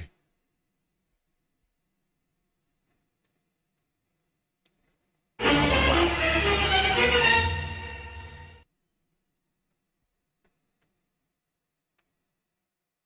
I'm not sure whether to thank you or what, Logan. I mean, jeez, some serious accusations you're levying there. Suggesting I'm not doing my job good enough over here. I'm not getting enough footage of Artemis, but look, I'm doing a lot of stuff over here, okay? They've got their own stream. They've got their own goddamn live stream on their space capsule. You know, why do I have to do their work for them?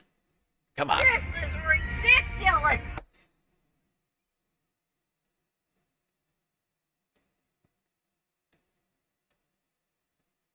Ay, ay, ay. What am I gonna do with these kids? Is there nothing I can do? Are you not entertained? There's nothing I can do to please the space fams. That's you throwing your hands in the sky.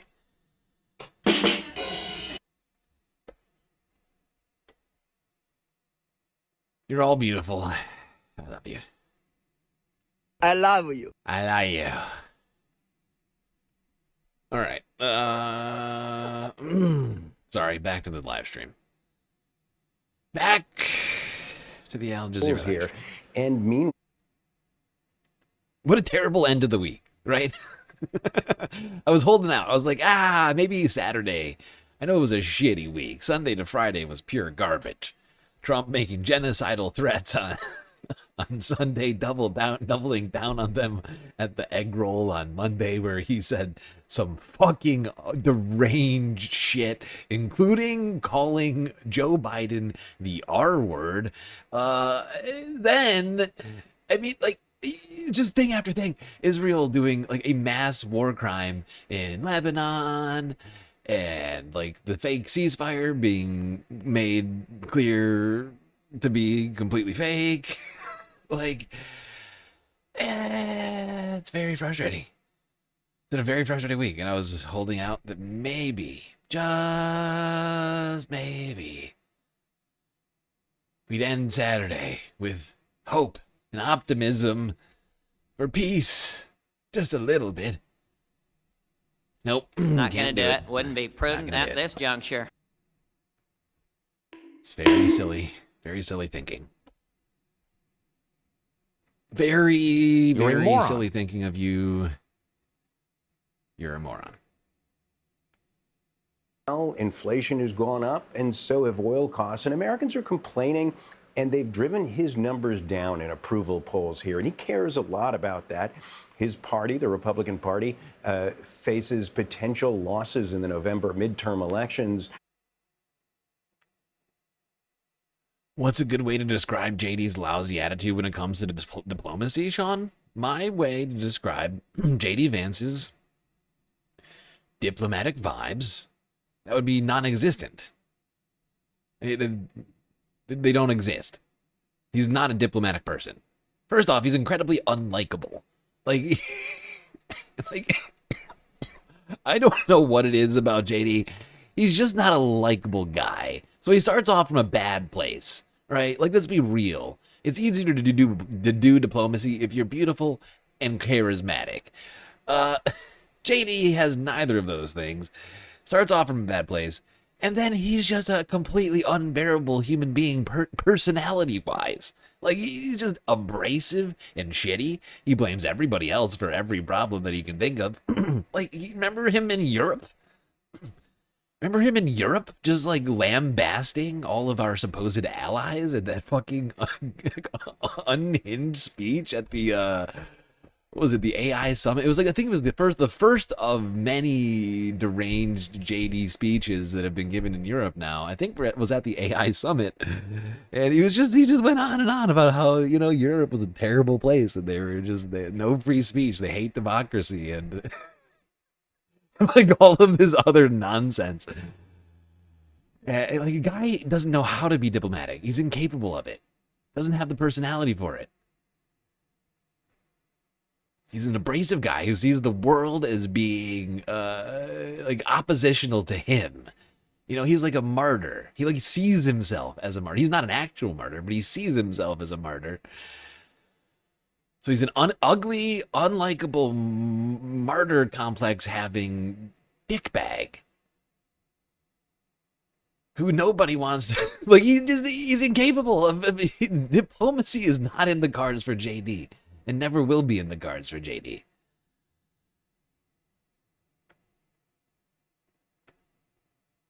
and he has been promising to improve the economy. He's already not been able to fulfill his promise of no new foreign wars. So he's got a problem with the American public. The U.S. has an interest in getting this done. Now, John, the vice president spent a good deal of his press conference talking about the issues with the nuclear negotiations here. What was the vice president saying about that? That's right. He said that they were unable to come up with an agreement that would prevent Iran from getting a nuclear, developing a nuclear program that would lead to nuclear weapons, and also one that would stop them from having what he called the tools of nuclear weapons. That apparently was a reference to the U.S. insisting that Iran give up the enriched uranium, some 400 kilograms of it, that it already possesses. And we've seen other reports here, including in the New York Times, saying that the sticking points included reparations and frozen assets, both of which Iran wanted those assets released. The U.S. apparently declined both of those, and the U.S. wanted that nuclear material. Iran wasn't willing to do that. And then, of course, there is the Strait of Hormuz. The U.S. wanted it open immediately. Iran has reportedly said that it wanted to wait for a final peace agreement there. So the Strait of Hormuz is the urgent issue for the United States because that is what is holding up the U.S. and world economies. But it's really that nuclear issue that the U.S. has long been trying to press. But it should be noted that it took 2 years for President Obama and others to negotiate an agreement with Iran. Those are very complex issues, and they haven't grown more complex over time. So it's likely that if they're going to come to an agreement on that, it's going to take longer than 1 day. John Hendren reporting live for us in Washington. Thank you, John. Iran's foreign ministry spokesman, Ismail Baghai, says he's spoken to Iranian media and says that they had reached some agreements with the United States. This round of negotiations was actually the longest we have had with the Americans over the past year, lasting approximately 24 to 25 hours. The talks began yesterday morning with indirect negotiations and the exchange of messages between the two sides through Pakistan's mediation, and they continued uninterrupted thereafter.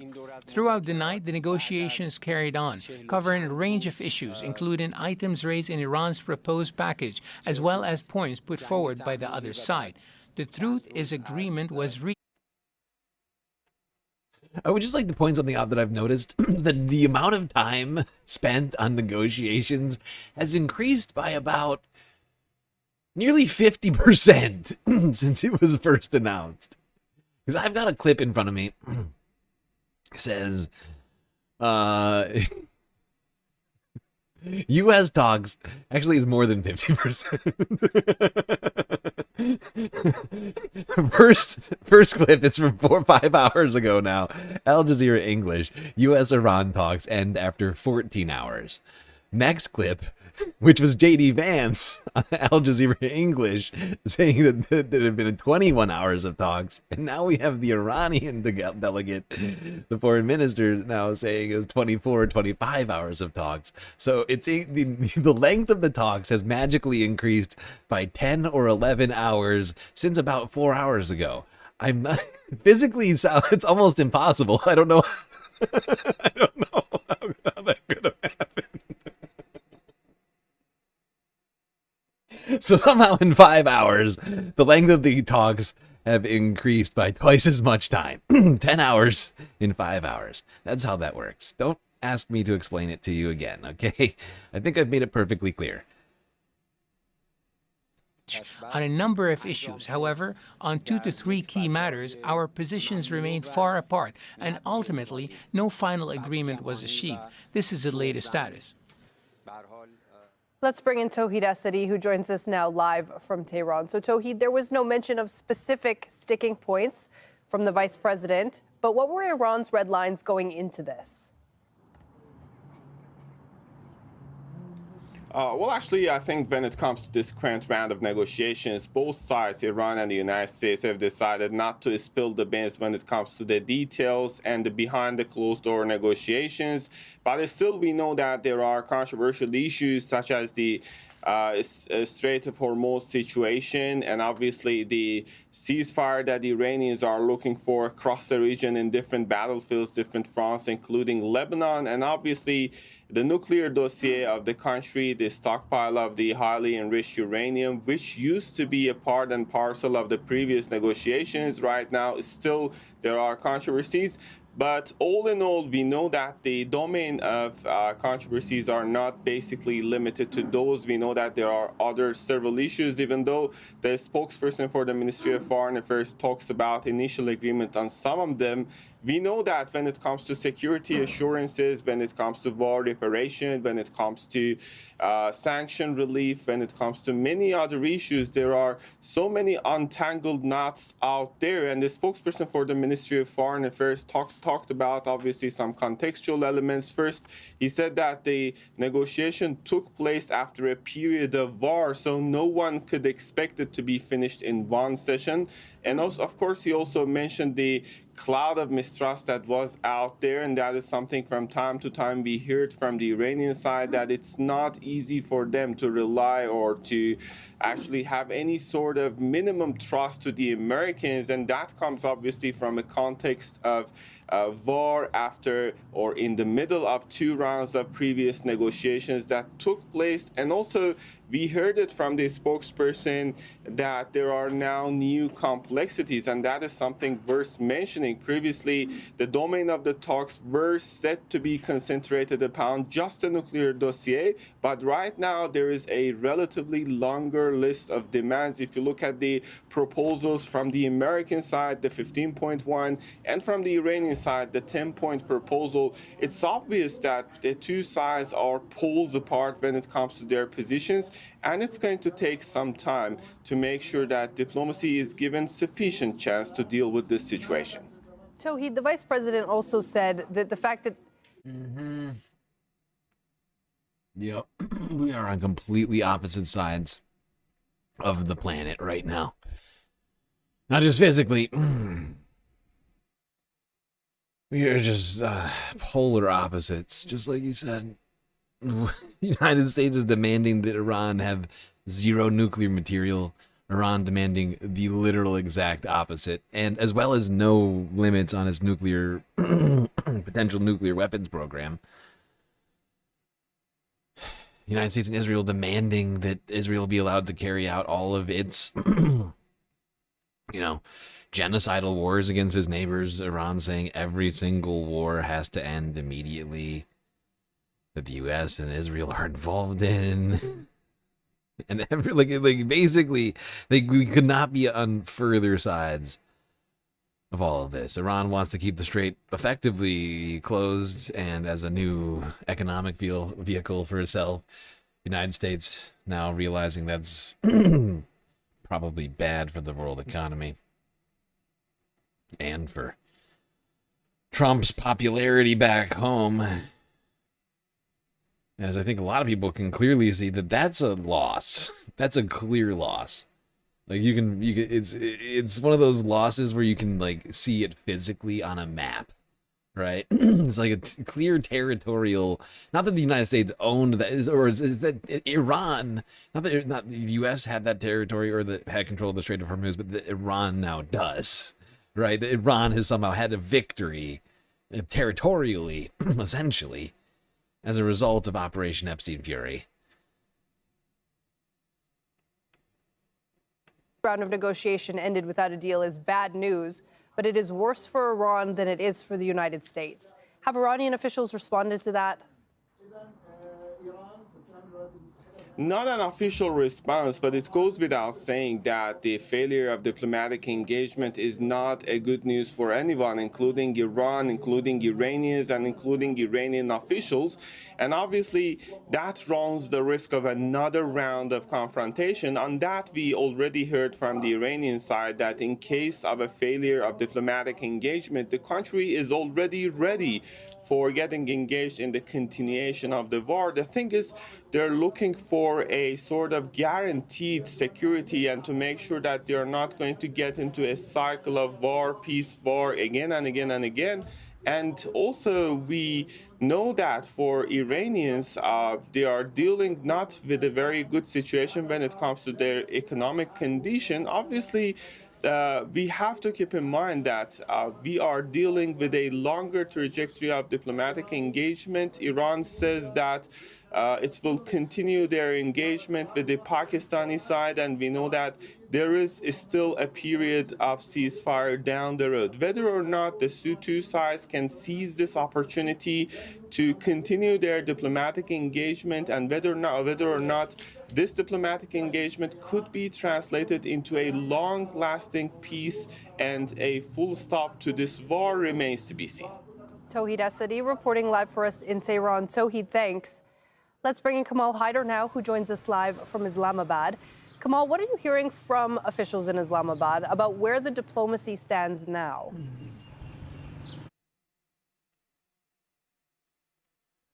Wow. I mean, this is basically the United States declaring that we are continuing the war. Right? Everybody understands that. So we really, honestly, now we're on watch for a U.S. invasion. Because of everything that's been said, we are effectively on watch, actually, not just for a U.S. invasion, but also for genocidal actions from the Trump. Oh my fucking God, I almost forgot. How did I almost forget? Last Sunday, 1 week ago, practically to the day, to the minute, Donald Trump threatened a myriad war crimes in Iran and said that they would happen if the ceasefire, if the peace talks didn't go anywhere. So that's on the table. Kharg Island invasion, any of the other islands in the Strait possible, as well as a possible U.S. operation to attempt to demine the Strait, which would be incredibly dangerous. Any of these things could be literally underway as we speak. Well, somebody very appropriately put it by saying no breakthrough, but no break. Oh, I got so busy thinking about the potential of peace. I forgot about what has been threatened up to this point. This is fucked. This stream might go a little longer than I thought. It should have done. I don't know how quickly I want to walk away from this one right now. This is a tense moment now that I'm thinking about it.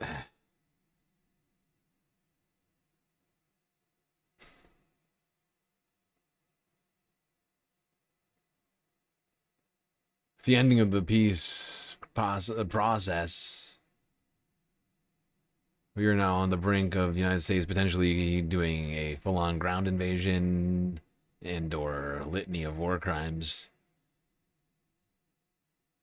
Praise be to Allah, as Donald Trump said on Sunday. What a sicko. Oh, God, now that's what we have to worry about. Great. Down. So the offer is on the table. Pakistan has already said that Pakistan remains committed to be the mediator. The Iranians don't even have to actually mine the Strait. They just have to say they did. Yeah, they said they did, though, right? I don't know if you missed that stream where we covered it. We covered it very briefly. I think only like one day. It was earlier this week. It was after the Israelis broke the ceasefire in Lebanon. I think it was Thursday.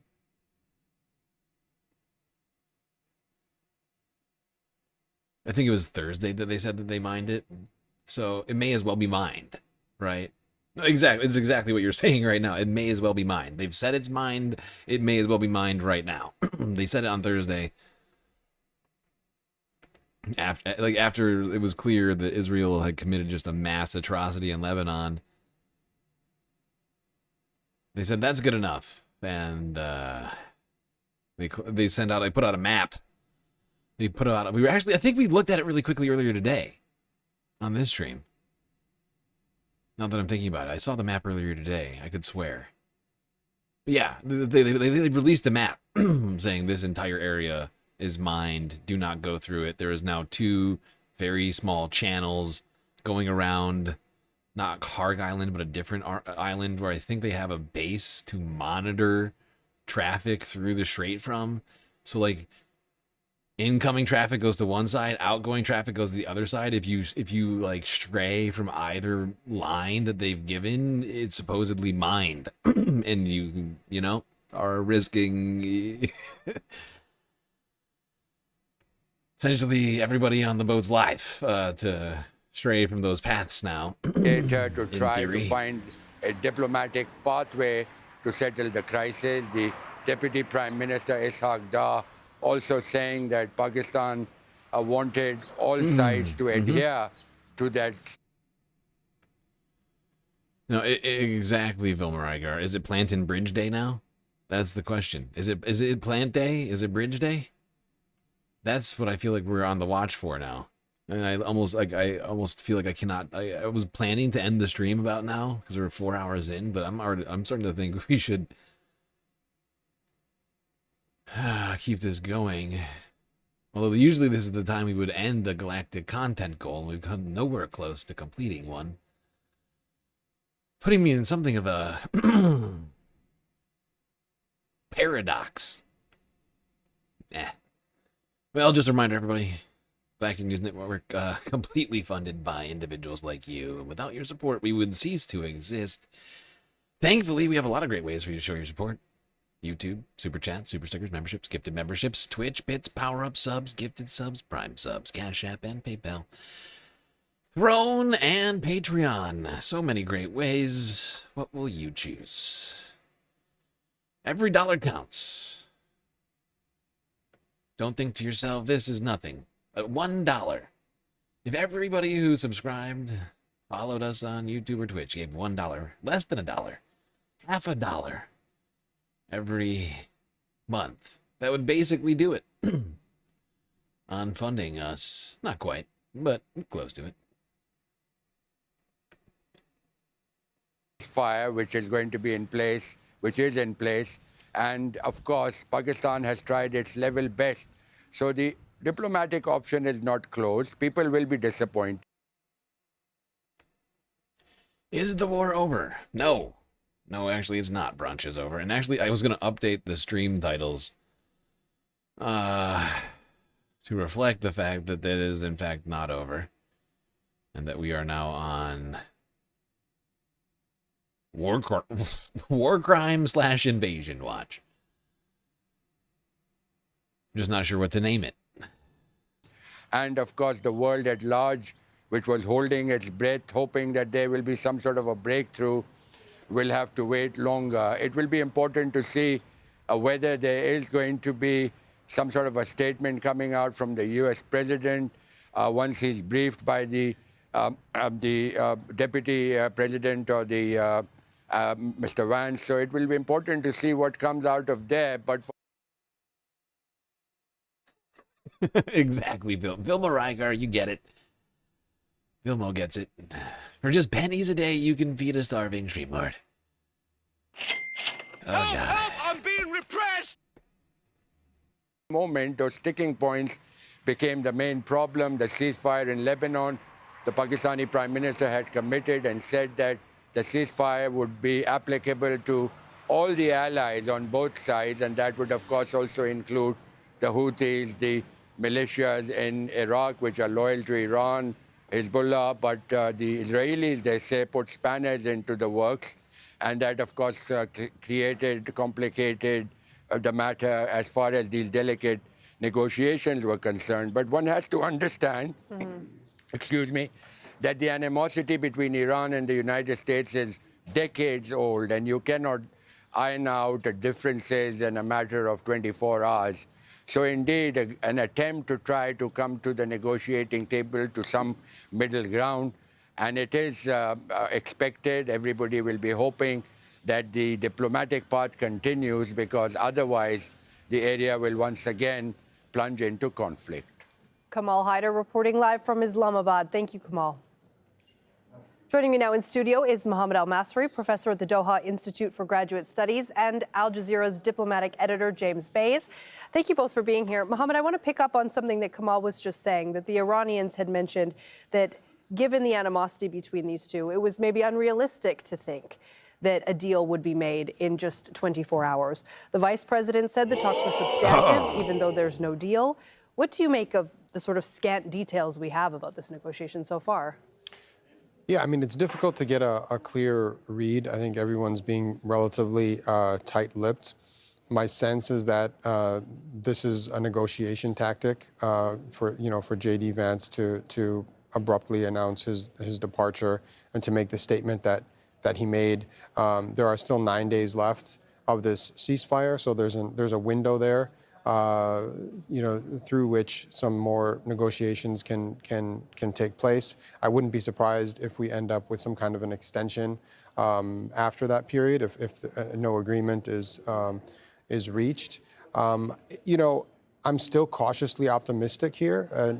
We can't say for sure, obviously, especially with Donald Trump. He's very unpredictable, and there are too many variables. I'm still cautiously optimistic that there isn't. Everybody is still doing it. Everybody is still trying to remain cautiously optimistic, trying to find the silver lining in these failed peace talks. I find it difficult to do that, considering. But, yeah. Sean L. Kearns with the sweet super chat. Operation Epic Fart. More like Operation Epstein Shart.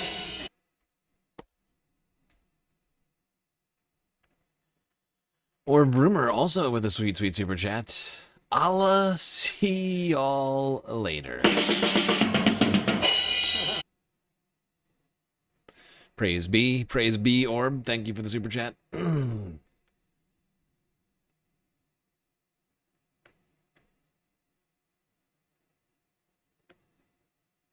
A real appetite to go back to war for some of the reasons that your correspondents were just mentioning. It's really been pretty catastrophic for everybody.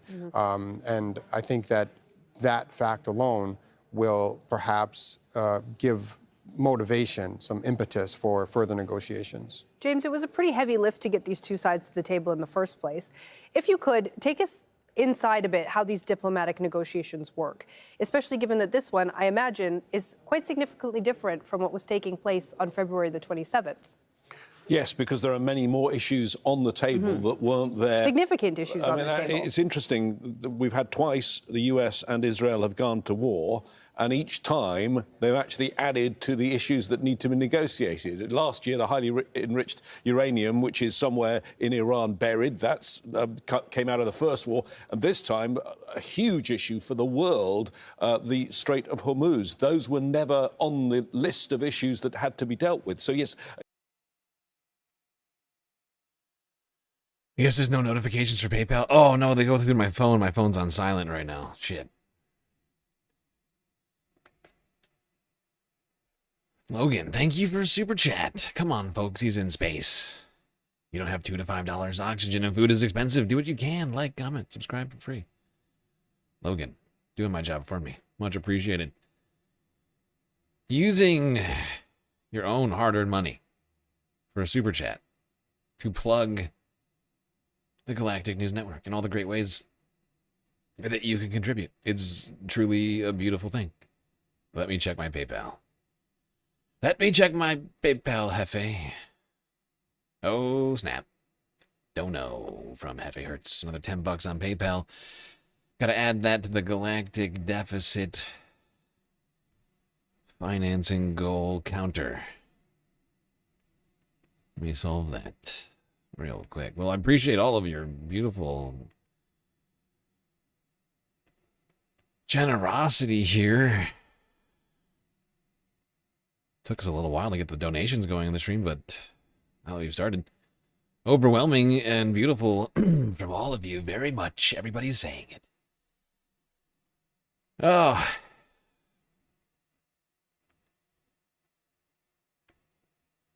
Everybody doing their part, keeping the Galactic News Network alive.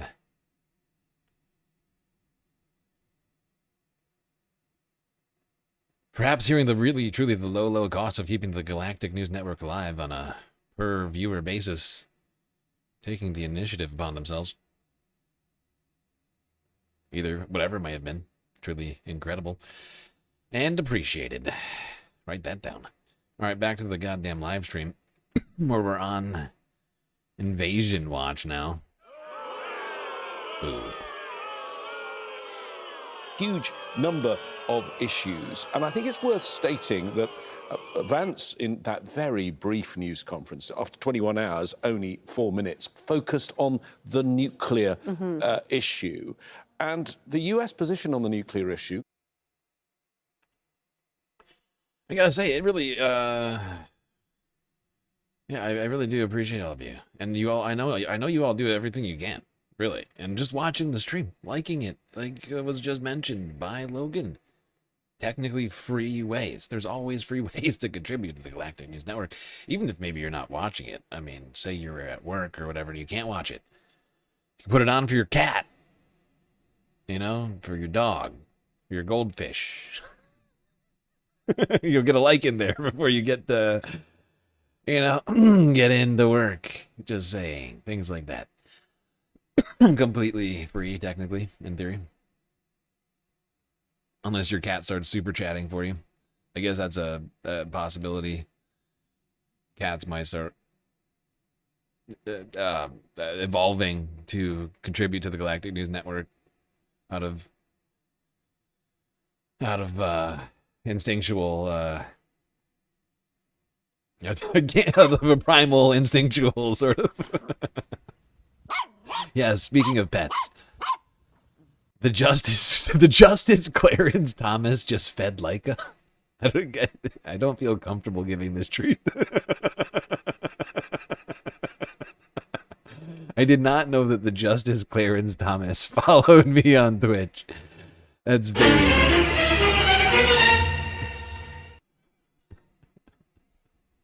I don't know. I might have to test this treat before I give it to the dog. Feels wrong.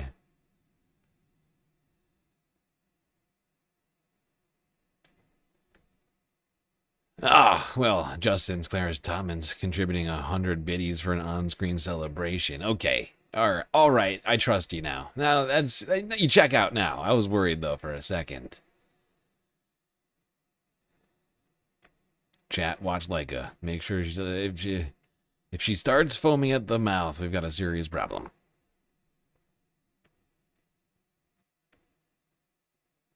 Like a blink twice. Exactly. Thank you, BCat. Keep your eye out. Keep your eye out.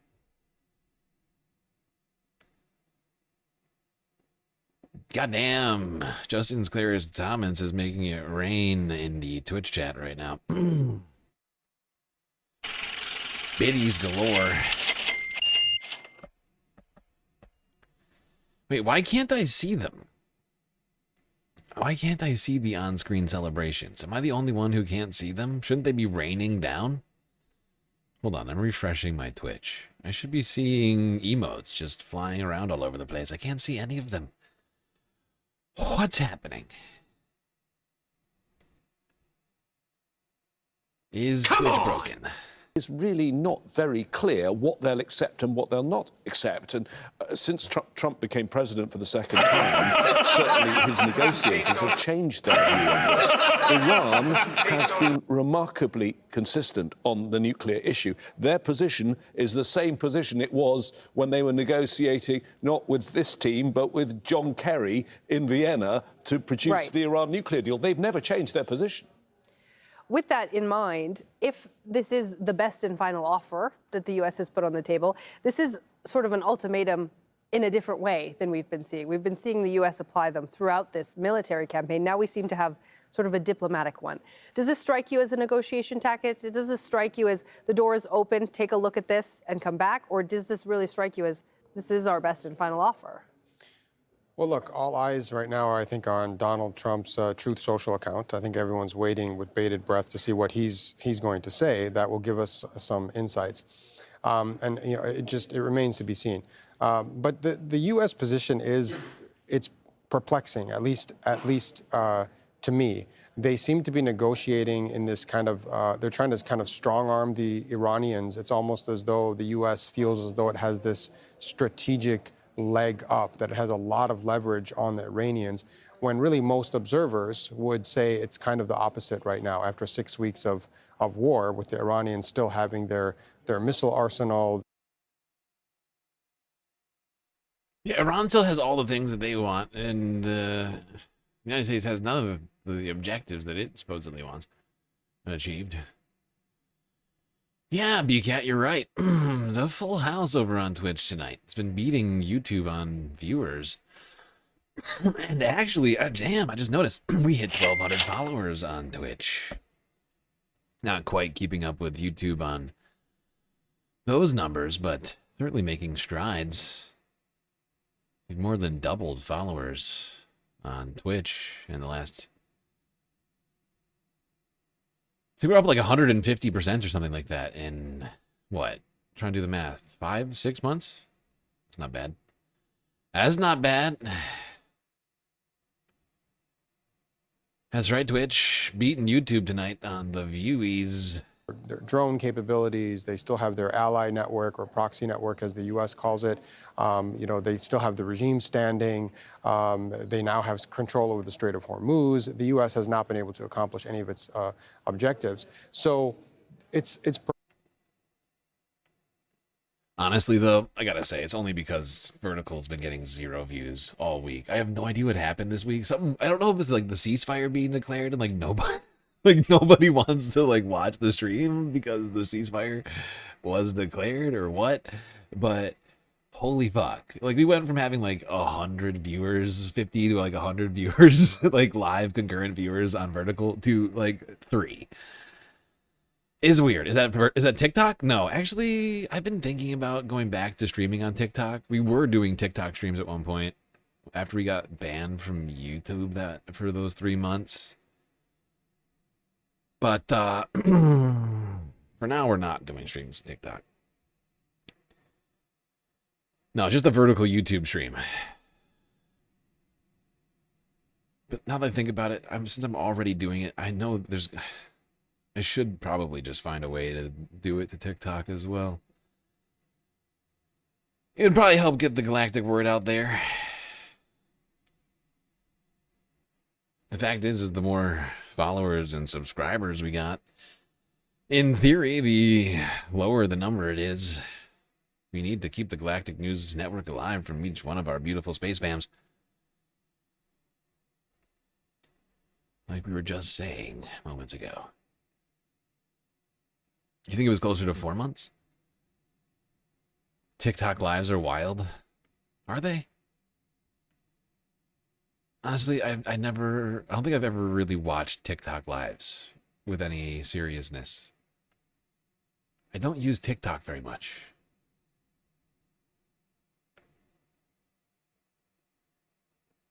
I feel like part of the reason is because my job is like,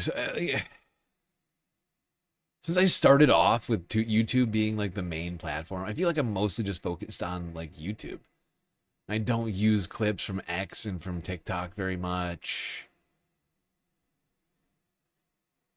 And like if I'm watching a Hassan clip, it's always on YouTube, not on Twitch for whatever reason. Like I watch streams on Twitch sometimes, but like TikTok, I definitely don't use. Even though we have a TikTok presence technically, we don't have any followers. I think we have like 9. I think we have like 9 or 10 followers on TikTok.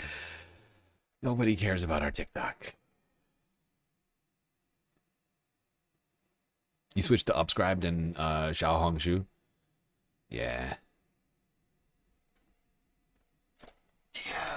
When I was starting to think about getting more serious on TikTok, that's when Larry Ellison bought it.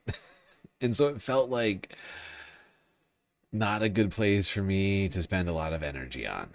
Maybe if we'd like broken into the TikTok algorithm pre-Ellison, we'd still be over there. But it just feels like a waste of time. Flexing to some extent the way the United States is going about this. Also, this issue of the nuclear program, that's been very difficult for me to wrap my head around, because the Iranians already have a fatwa, a religious edict on the books that forbids them from producing a nuclear weapon. That's something they take very seriously. And then the Iranians agreed in 2015 to the terms of the JCPOA. They abided by it. They've made further concessions in 2025 and in 2026.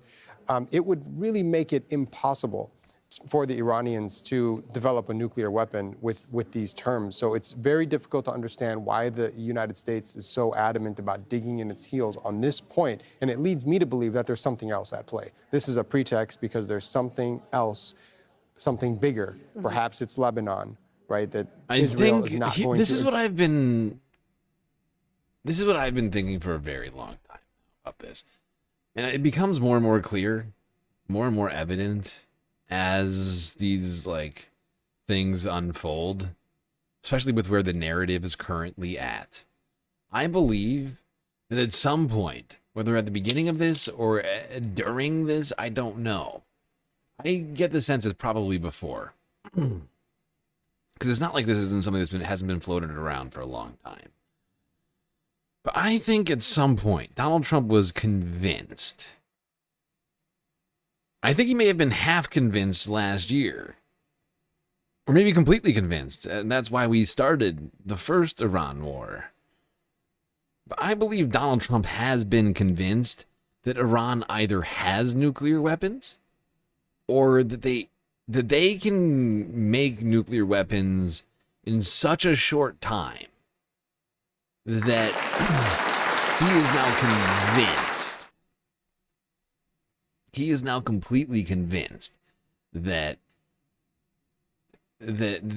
Iran having any nuclear material is in fact a necessary red line. It's a stupid red line. And it's a red line that no other country on the planet has. Right? There's no other country on the planet that's not allowed to have any uranium. Iran would be effectively the only one if they were to agree to such a thing.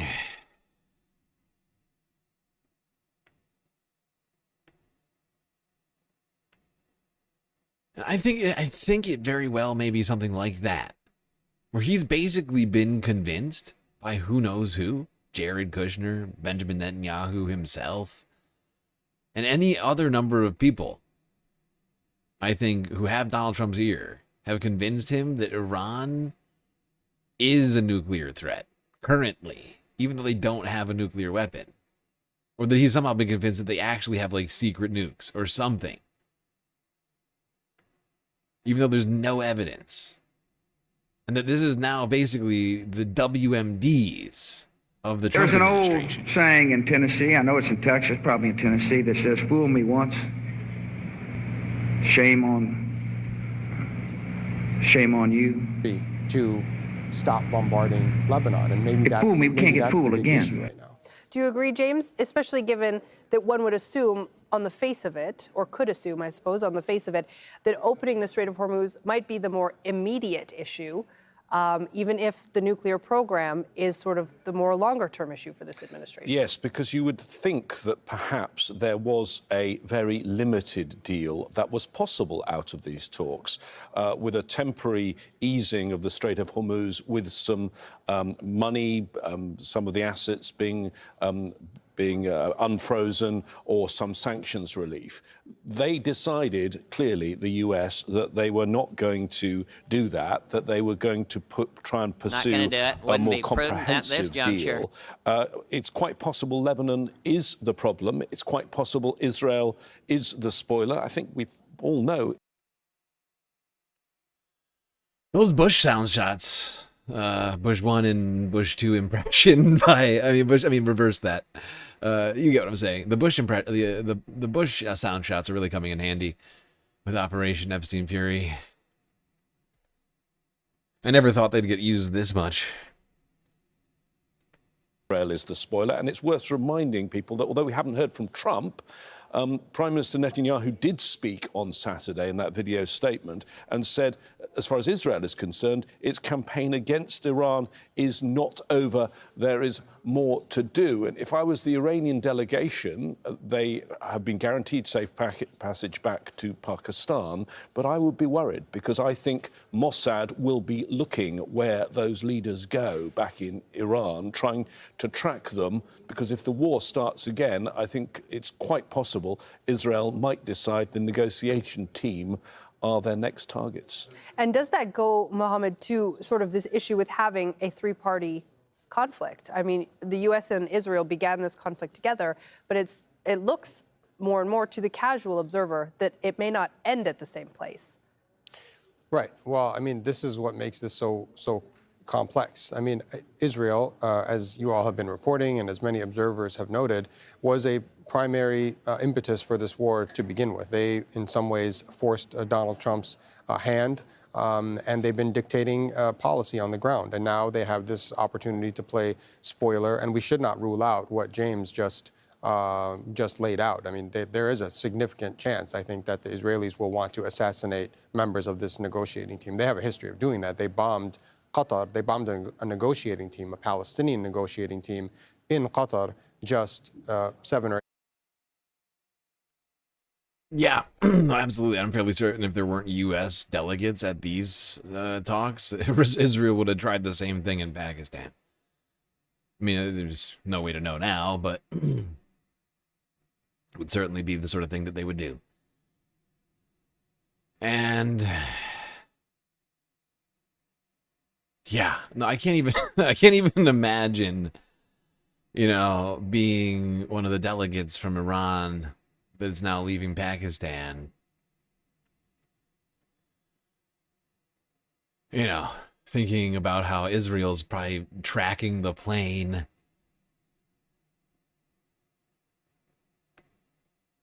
Months ago, I believe it was in September. So, and they've bombed diplomatic sites. They bombed an embassy in Syria. So they have a history of this sort of thing. Can you have the blonde? I don't know. I mean, it's kind of weird language you're using about her. I'm going to push past it real quick to just point out that, she, like, I don't know why you're asking any of us whether or not you can have her. I'd also point out that I'm going to go back to the language now.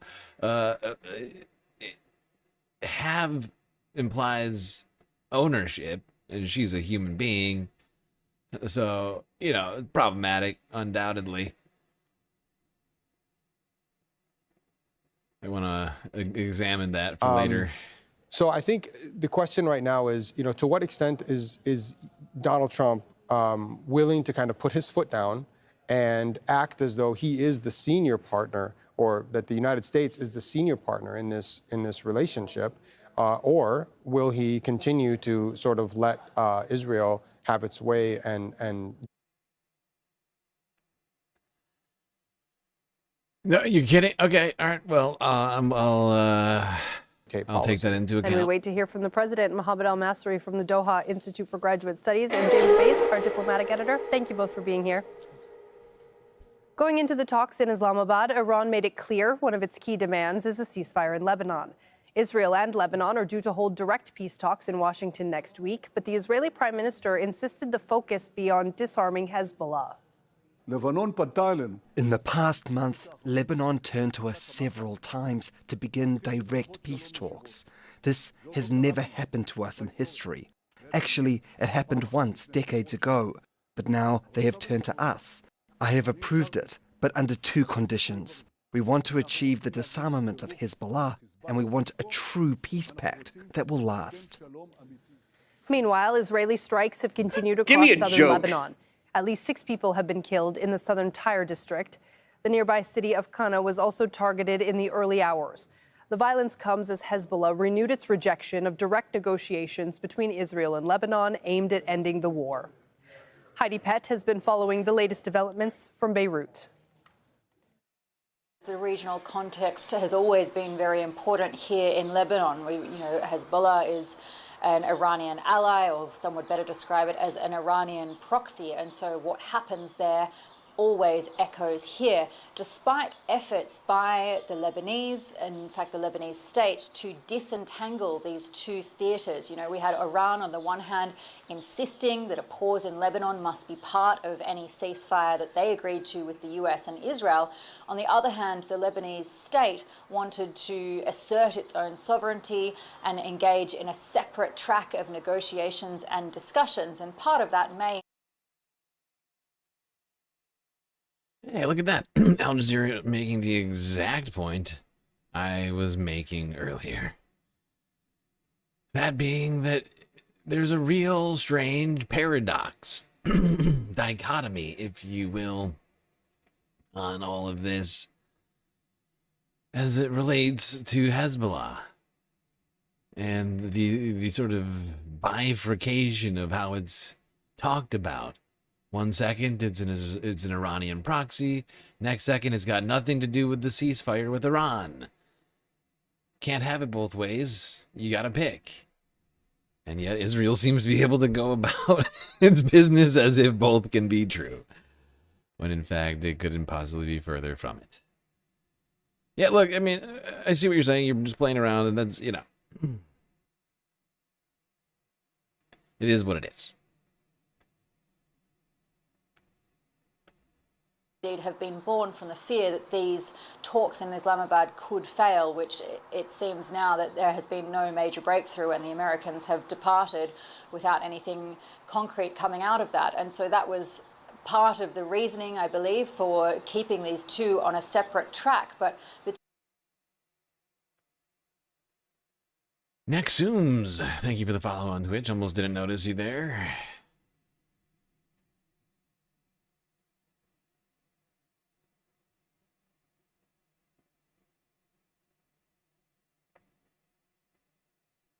You know, Twitch is technically growing faster than YouTube right now over the last week. Surprising. That has not been the case over the last couple months. Twitch turning the tides. YouTube shocks. difficulty there is that there has been significant opposition within Lebanon to the idea of engaging in direct talks with Israel. This is two countries that have been in a state of war for decades now. And in fact, Nabih Berri, who is the Speaker of the Parliament, he is the most senior Shia political leader here, has long maintained that there should be no negotiations under fire. That is, that there shouldn't be talks with Israel until Israel stops landing airstrikes on Lebanese territory. And while there had been a pause in the capital in the last day or so, that was reportedly due to American pressure on... Like, it is honestly kind of crazy to me that that Twitch is actually growing faster than YouTube right now, while we're streaming on both platforms. Because before we were terminated on YouTube for 3 months, like, I stopped multi-streaming to Twitch because the audience had grown so small, and that our followers was not like growing at all, and everybody was just watching on YouTube, like everybody was just watching on YouTube and nobody was watching on Twitch. We had like 2 or 3 dedicated Twitch viewers. I was like, guys, you're just gonna have to go over to YouTube, because like I lost my Streamlabs Ultra, which allowed me to multi-stream directly from my stream software without any like plugins or anything like that. Like, now I've figured out other ways to do it without having to pay for it. But at the time, I had been paying for multi-streaming. Like, I'd been paying for multi-streaming to Twitch and YouTube, but I was like literally making zero money, had 0 people watching the stream. Then we get terminated on YouTube. We come back to Twitch only, Twitch only for back in September. And now we have like an actual, like we have more people watching on Twitch than YouTube right now. We got more followers this week than we got subscribers on YouTube. It's crazy.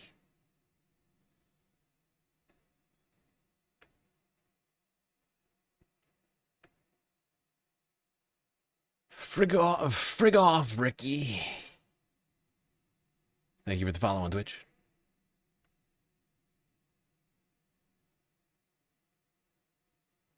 Does the term mustard tiger mean anything to you, Frigoff Ricky? Israelis to at least lighten the pressure on Beirut and its suburbs while these talks on Tuesday in Washington between Lebanon and Israel were on the horizon, and indeed during the talks in Islamabad as well. Farmers in India fear the conflict in the Middle East will lead to a shortage of fertilizers. India is the world's second largest consumer, using more than 60 million tons of fertilizer last year.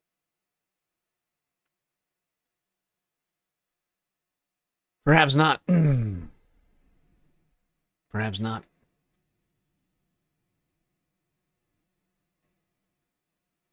I thought perhaps Frigoff Ricky was a fan of the great Trailer Park Boys.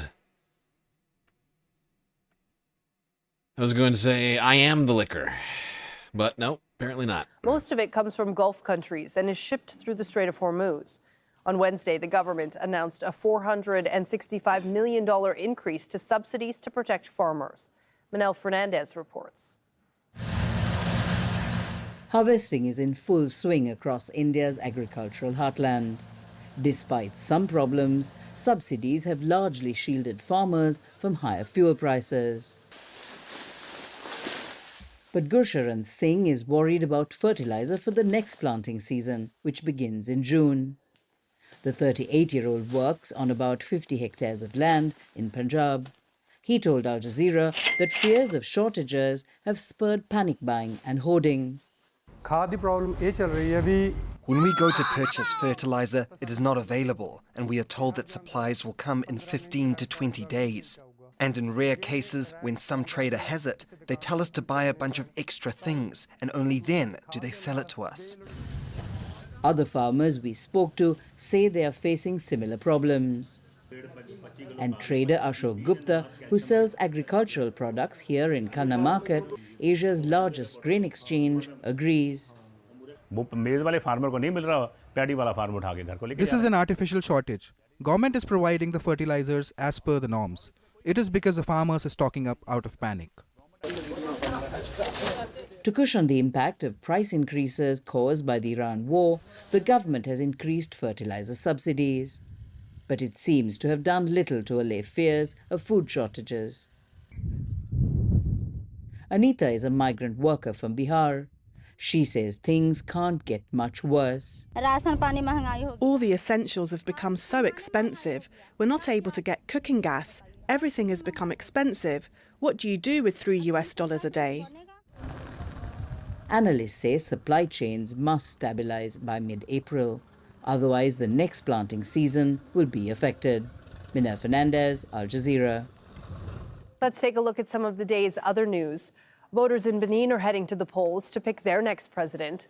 Benin's finance minister, Romuald Wadani, is expected to coast to victory with the absence of a credible opponent. He's being challenged by Paul Hunkpe, the sole opposition candidate. The election follows a failed coup attempt in December, which has raised questions about the country's political direction. Ahmed Idris is live for us now in Cotonou in Benin. One day just simply wasn't enough in this case, Ram. John, thank you very much indeed. John Hendren there, talking to us from Washington, D.C. Well, Iran's foreign ministry spokesman Ismail Baghai told Iranian media that some agreements had been reached with the U.S. This round of negotiations was actually the longest we have had with the Americans over the past year, lasting approximately 24 to 25 hours. The talks began yesterday morning with indirect negotiations and the exchange of messages between the two sides through Pakistan's mediation. And they Whoopsies. uninterrupted their Got my phone too close to the microphone. By the way, if anybody sees anything, like any sort of clips, any like news stories of anything breaking, I'm looking right now myself, but I can always use your help on these sorts of things. If you see any reports of, you know, the United States bombing bridges or power stations, invading Karg Island, or any number of other things like that, clearly breaking the ceasefire that is supposed to last until next Monday. Post it in the Discord. When it comes to technicalities and details of these behind the closed door talks, we don't know. Sorry, I'm going to go back. I didn't quite hear what was going on. Asymmetrical is joining us live from Tehran. So J.D. Vance didn't give too many details about what was going on. What are the red lines for Iran, Tahid?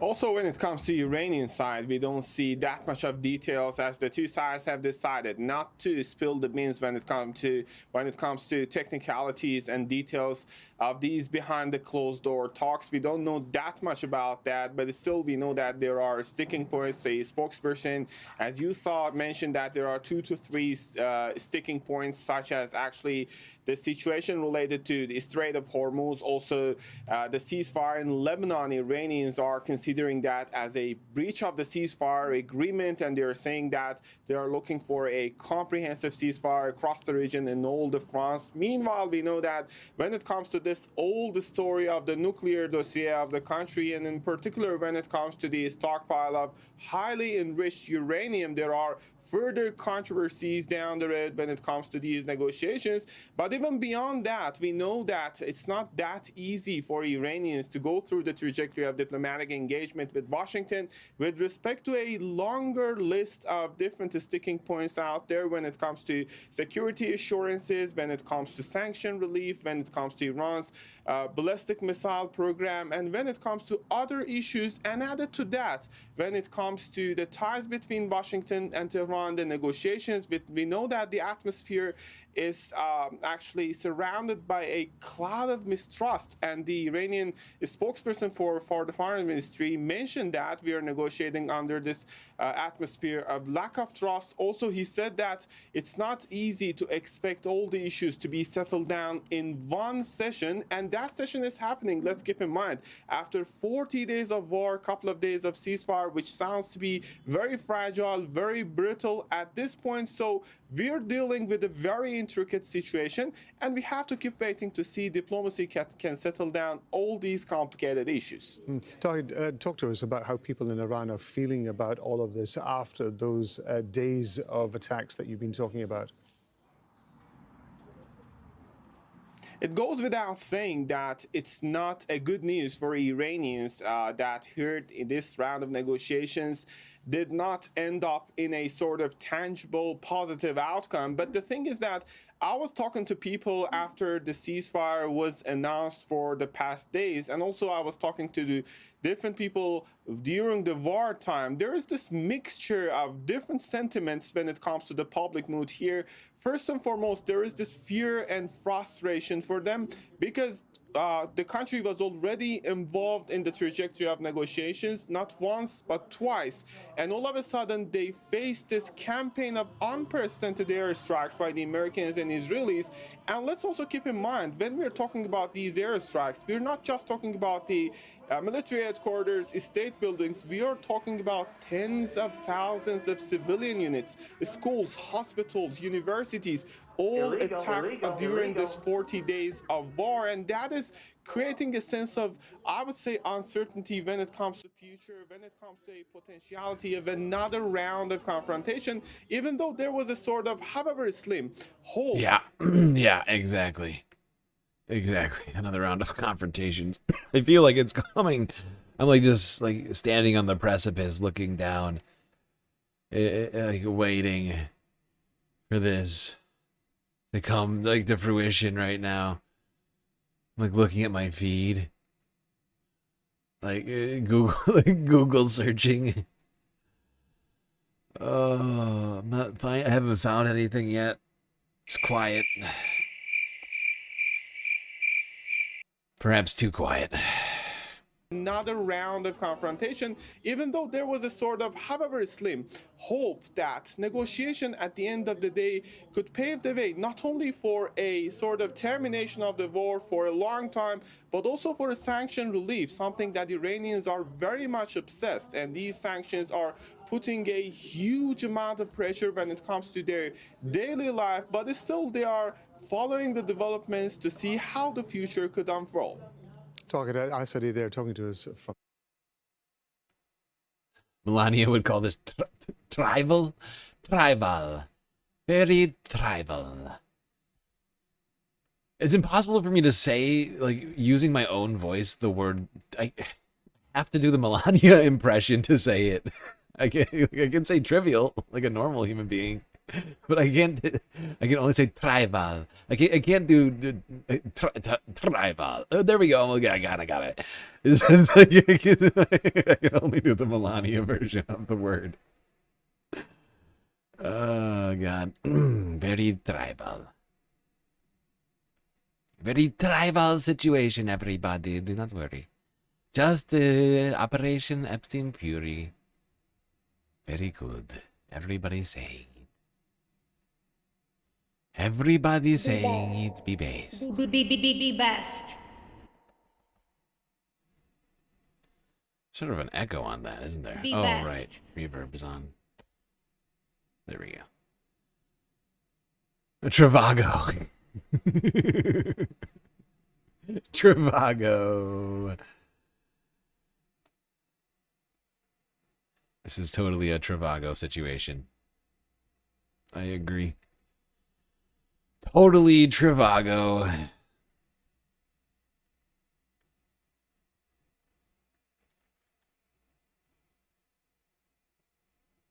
All right, we'll go back to the Al Jazeera live stream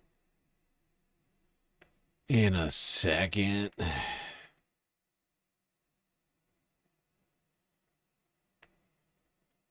I have at least one update. It's not a breaking of the ceasefire, but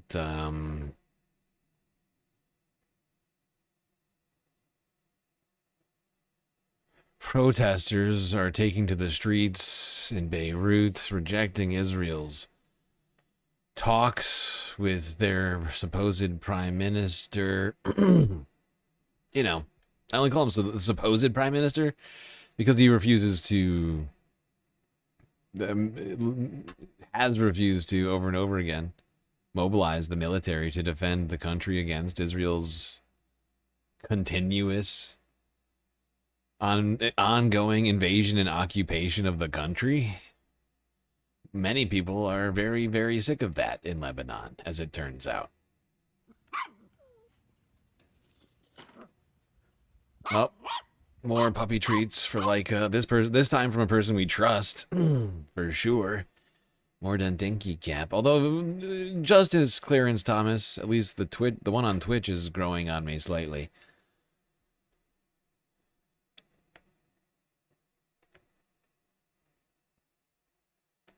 Thank you, Geode. Keeping the puppy fed. I know she likes the treats. For the third straight day, protesters have taken to the streets of Beirut, demonstrating against the government's handling of Israel's onslaught on Lebanon. In the last 2 days, criticism seemed to center around the government not protecting the Lebanese people. Today, it's more about the announcement of direct negotiations between Tel Aviv and Beirut. They are running to make peace with who's killing us, who's killing our children, our women, our men. Israel will never have peace with us because we know what Israeli wants exactly from Lebanon. They want our water, our gas, our land, our culture. The two countries don't have diplomatic relations, and Israel is officially designated an enemy to Lebanon, and some Lebanese want to keep it that way. Despite this, some other Lebanese are supportive of talks in the U.S. We have to put a condition that we have peace, no control. You cannot come anytime and bomb here and there. And we, as well as we were not allowed to go there. Somebody has to guarantee that Israel won't attack us. This is all. While the conversation is an impassioned one, particularly following a week that saw Israel's worst attacks on Beirut in decades, it's far too early to say if something like peace is even on the table. So far, the two sides can't even agree to a ceasefire, and there are questions surrounding Israel's sincerity. the American president is trying to implement some pressure.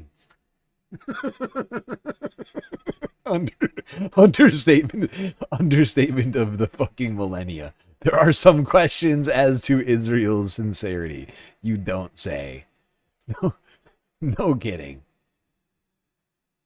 Fascinating. I gotta hear that one more time. Actually, I think I need this sound shot.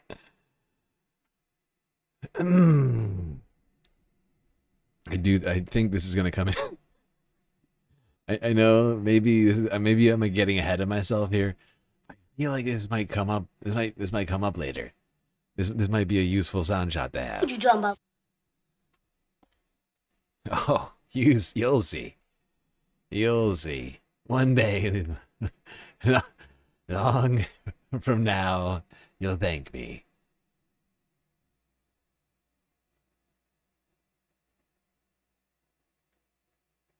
I thought this was America. Huh? Isn't this America?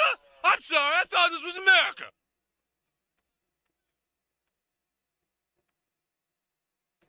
This is even on the table. So far, the two sides can't even agree to a ceasefire, and there are questions surrounding Israel's sincerity. There are questions.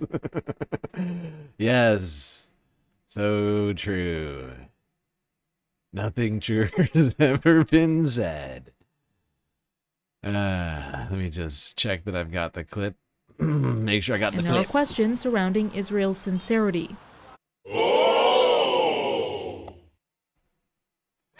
Fascinating. Questions surrounding Israel's sincerity, you don't say. No one could have ever guessed that. No, nobody could have predicted that. But of course, as Melania would say, this is totally trivago. I got 2 words for you. Loyalty program. Snagged this hotel for $250 a night. You didn't check Trivago? I got it for $155. I don't know why I needed that, but when Mo and Oab said Trivago, we were talking about Trivago.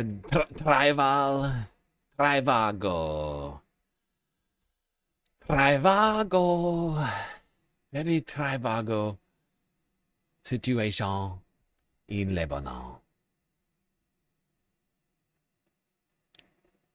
Trivago. Even 155 is insane for a single night. Exactly. This stream is not sponsored by Trivago. Trivago is not sponsored by Trivago. Totally brought to you by viewers like you. Last Trivago clip brought to you for entertainment purposes only. Back to Al Jazeera for the live stream. See what the fuck is going on here.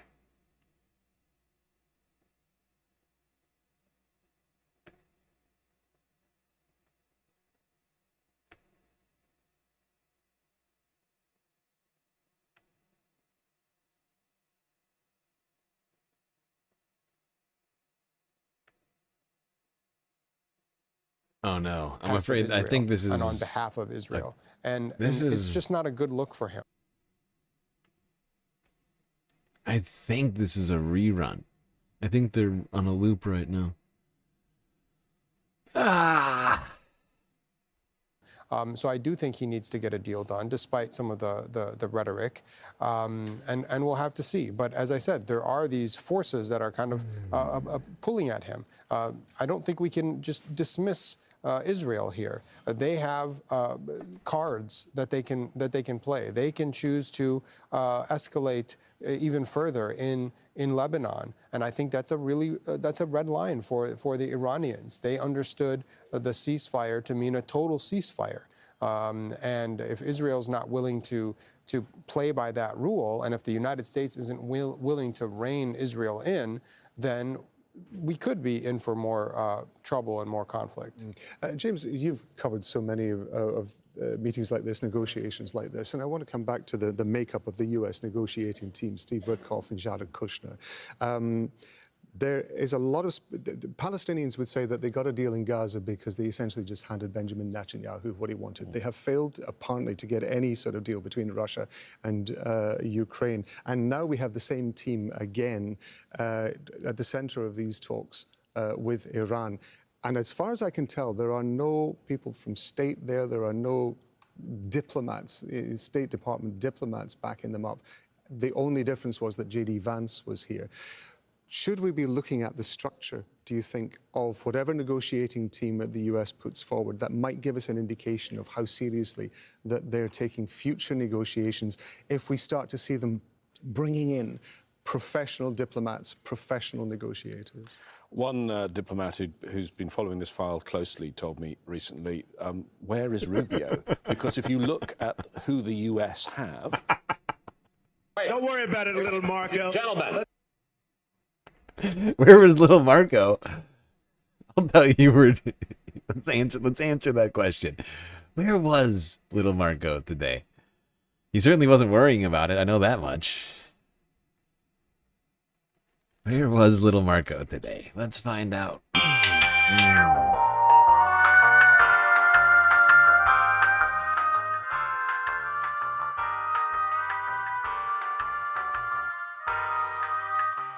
Little Marco.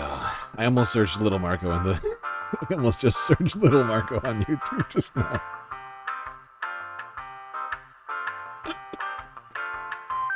That's how I think of him. Little Marco.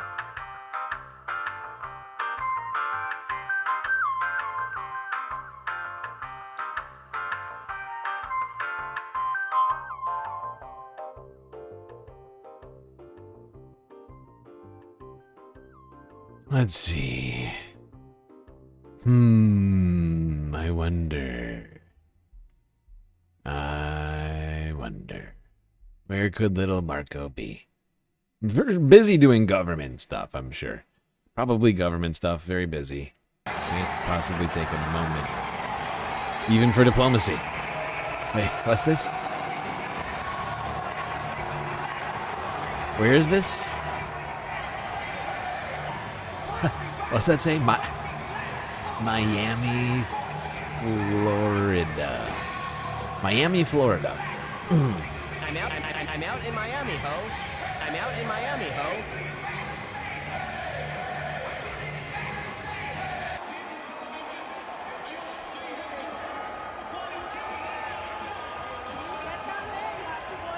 Fight, fight, fight. Keep fighting. Why is Donald Trump at the... Why is Donald... Oh, look, there's little Marco. Hey, look, it's little Marco. Not worrying about any of this. Not in Pakistan doing diplomacy. The Secretary of State. The top diplomat of the United States. No, his time's better spent hanging out at UFC with Donald Trump and Dana White. That's making America great again. That's what that's at. That's what he's doing right now. Can't you see?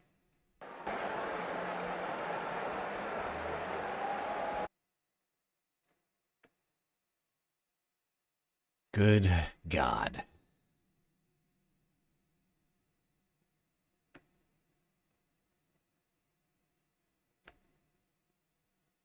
As for little Marco is... And the rest of the diplomats, well, they're not in the Trump administration. Nobody in the Trump administration is a career diplomat. They excised all of the career diplomats from the Trump administration. Like, we've been talking about it. Been talking about it for like the last year. They've been kicking out all of the career diplomats. All the ones that vary from Donald Trump and like Stephen Miller on foreign policy in any way, by like a single degree of variance, they're just getting blasted out of the Trump administration, right? So everybody who actually has any expertise in the Middle East, all gone. Because none of them agree with Donald Trump, or at least none of them are willing to change the facts from what they are to what the reality that these people, like the alternate reality that Trump is living in right now.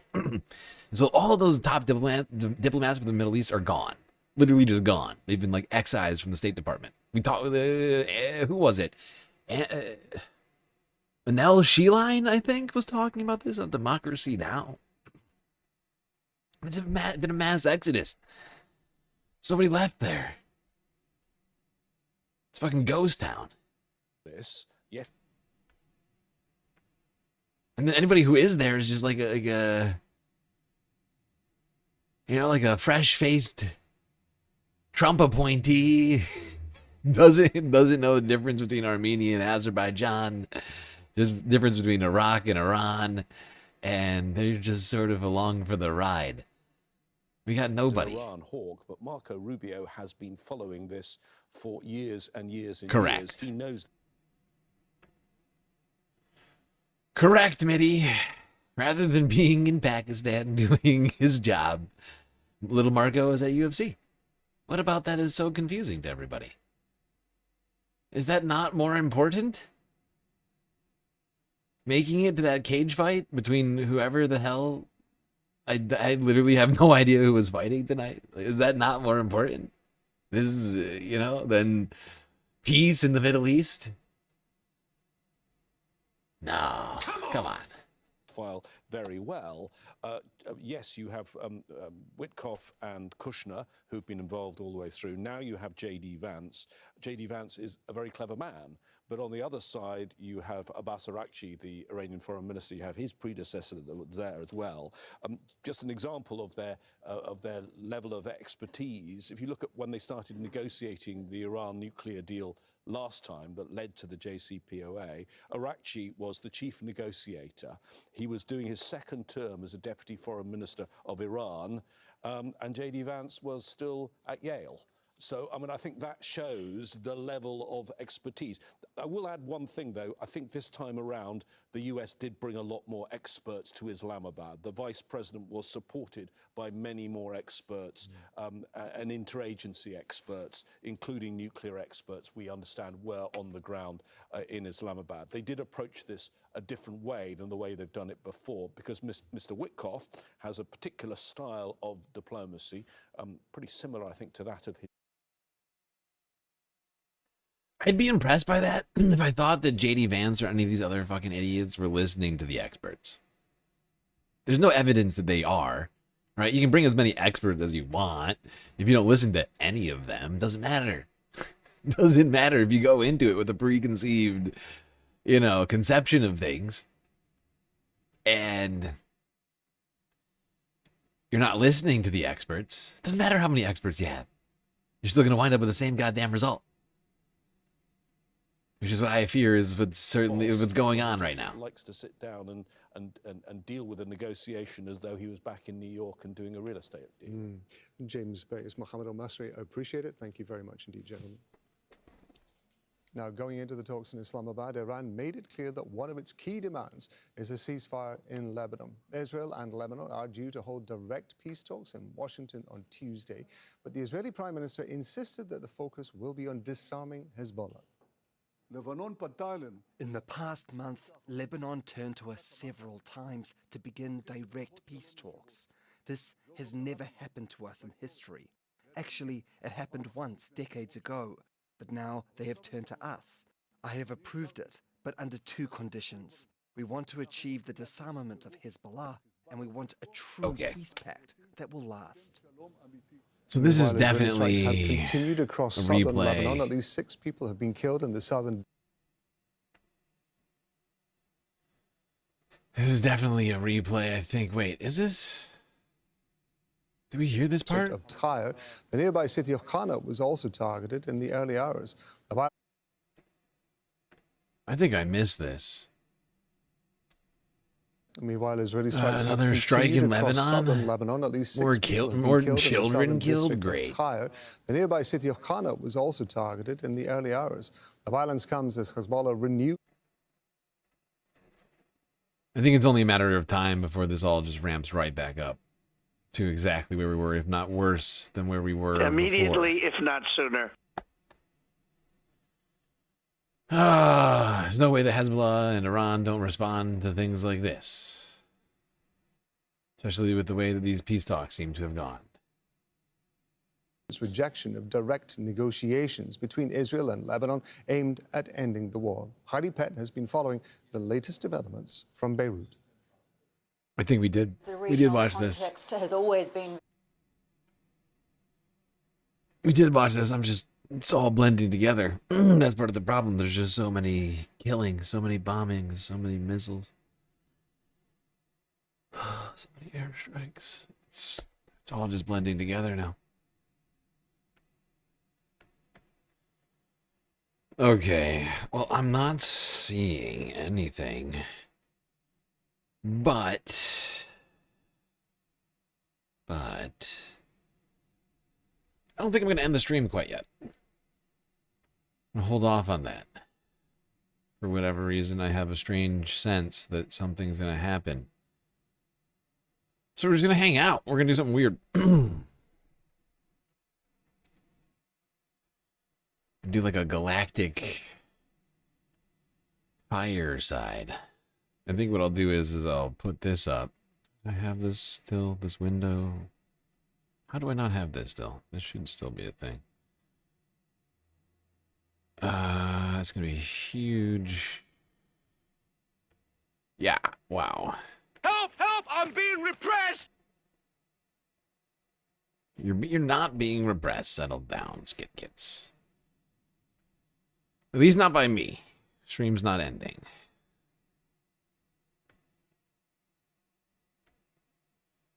I'm just going to turn the volume on the stream since it's on replay. I'm just going to hang out. Even though we didn't do a galactic content goal? Or would we have completed one? Just because of the seriousness of the moment, I'm just going to turn the volume way down, play this in the corner, watch for any breaking updates. Just gonna sort of chat for a little while.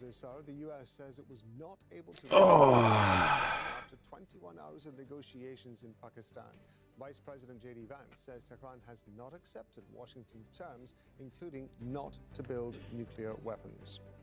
Can you believe? Can you believe the world we're living in right now? Slow motion chaos. We can all see it happening as it's happening. We know all of the ways, all the things we could do to prevent much of the chaos, and yet we're doing all the opposite things. Running away from the ceasefire talks before a full day is up. The whole sole opposition candidate. The election follows a continuing to not do enough about climate change. About the country's political direction. Ahmed Idris reports from Cotonou in Benin. StreamLord, relax, take my helmet off. In the port city of Cotonou. You want me to relax and take my helmet off? What do you mean you end the stream or something? The editor wants the can't do that. Most to voters. Yeah, you're just like not stream.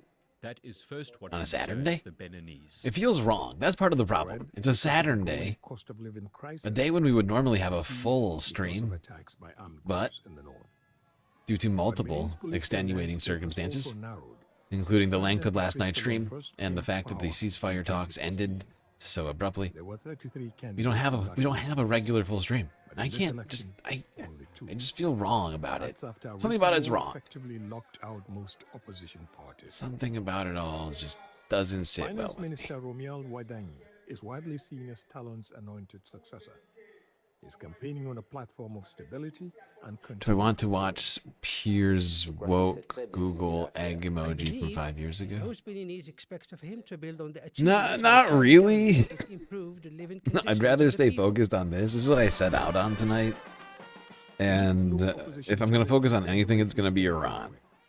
Right? If you do anything tonight, it's going to be talking about the ceasefire, the scuttled ceasefire, and the possible resumption of hostilities, honestly. It's not even possible resumption. The resumption of hostilities. When's it going to happen?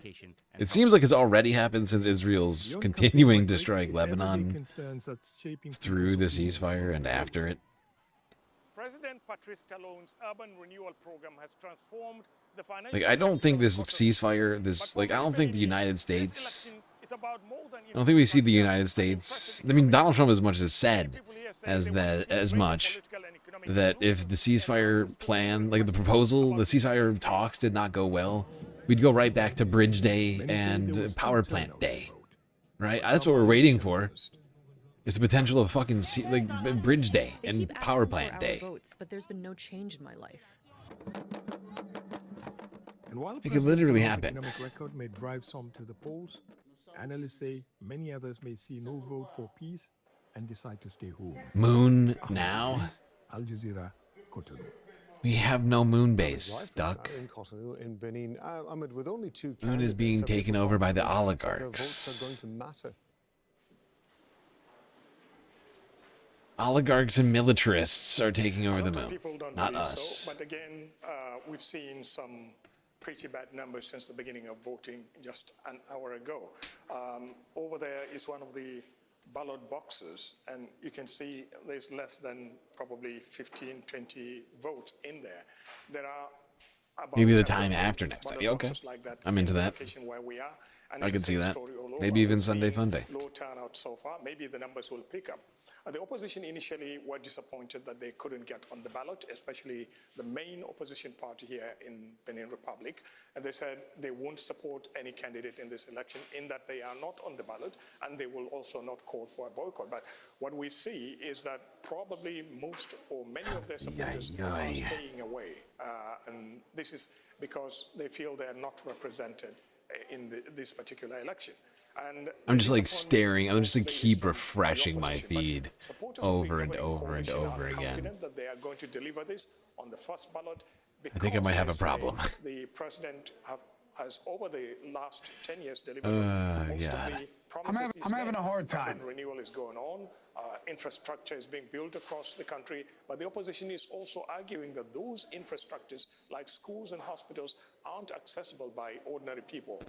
They say it's only possible for higher. One can only hope that I'm completely wrong, and that this is just a short a hiatus from the talks, and that somehow everything will turn around and the United States will show back up in Pakistan. They'll be like, oh, actually, we were just kidding. We want to do ceasefire talks. We're totally into that. And Israel will be actually like, yeah, we're not going to do the war in Lebanon. That seems completely counterintuitive to peace. I'm sure all of these things will definitely happen. But I am being a pessimist. Being a big, stupid pessimist, thinking that this is all going to devolve into World War III. In the next few hours, and probably towards closing time, which is around 15 GMT here in Cotonou and other parts of the country. What we saw the last election, the last presidential elections 5 years ago, we saw just under 51% of people turning up to vote. But with the recent political developments, the banning of political, or rather the disqualification of many opposition political parties, we probably may not see that numbers. And if indications is what we see in the morning hours of this vote is anything to go by, we probably will not get up to 50% at the end of the day. Rob? Ahmed, I know we're going to be checking in with you and the team as those votes come in over the next few hours. But for now, Ahmed Idris in Cotonou, thank you very much. And Viktor Orban's 16 years as Prime Minister hangs in the balance in Hungary as voting opens in the parliamentary elections. The vote is being closely watched across Europe and around the world following years. That's all you Space Fam's holding up right now. He's used Hungary's veto power within the EU. Everybody's stressed out right now. Financial and military aid to Ukraine and halt sanctions against Russia. Is everybody paying more on their electricity bills and for filling up their tank, like we keep hearing in the news right now? Going to take a look at who Peter Magyar is, the former ally of Viktor Orban. Now, for nearly 2 decades, Magyar operated within the inner circles of the Fidesz party. Let's be real, we were already all paying more for our electricity bills because of all the data centers. Judith Varga, Orban's then justice minister, in 2023, Magyar was pushed out of Fidesz's. Now it's just getting worse because of Operation Epstein Fury. Surrounding a presidential pardon prompted his resignation. Look at that jacket. Magyar That's quite a snazzy jacket. Revive the economy and unlock billions of euros. You see this jacket from this guy? Look at this thing. Peter Magyar, the the guy trying to. He looks like he's gonna lead a band or something. Like he's like about to do a marching band or something like that, right? Am I the only one? Am I the only one that sees it?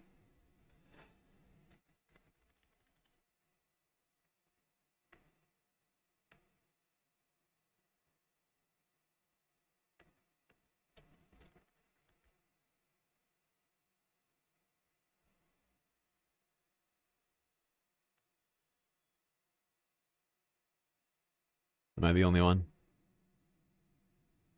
I still think it's a lovely garment.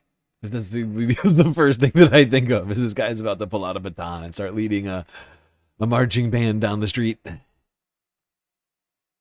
Has since pledged to tackle corruption, revive the economy, and unlock billions of euros. Sergeant in EU Pepper, funds yes. frozen Yes, largely exactly. Over concerns about Hungary's rule of law.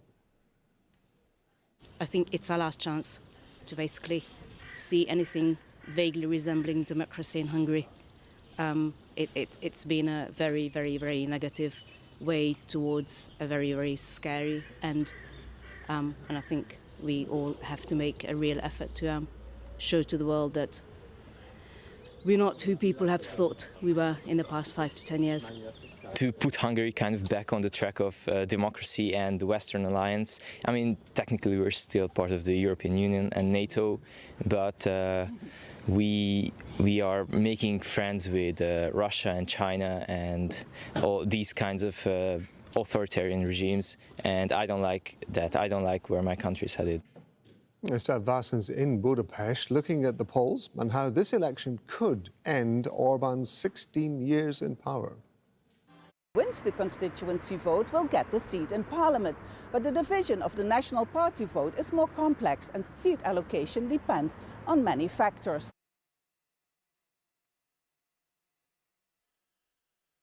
Okay, well, the Vice is saying I'm not seeing any new updates. Not seeing any new updates. I'm going back to the office again. They're back to talking about Hungary and other things that I mean, right now I'm just not prepared to talk about so much. I mean, the constituencies were redrawn, we could talk about it. the number of districts from 176 to That wasn't really the point of tonight. in the opposition's strong I had not prepared for that over here for Iran, as I've said before. Critics say this practice, known as gerrymandering, could lead to the ruling party winning more seats. So I think what I'll do is I'll do a late night hours, after hours galactic chill stream type of deal. And intimidation of But voters in poor areas of the country. They started with 600 people, and now it's clearly in the thousands. I think it's perhaps best that I end the stream now. Prepare myself for the Sunday Fun Day stream tonight. And you have 93 voters, 93%. I know some people will be very sad about that fact, From your local but you know, you can ask anything. it's really not a react stream around here. I do preparations for streams. This whole thing is just sort of evolved rapidly.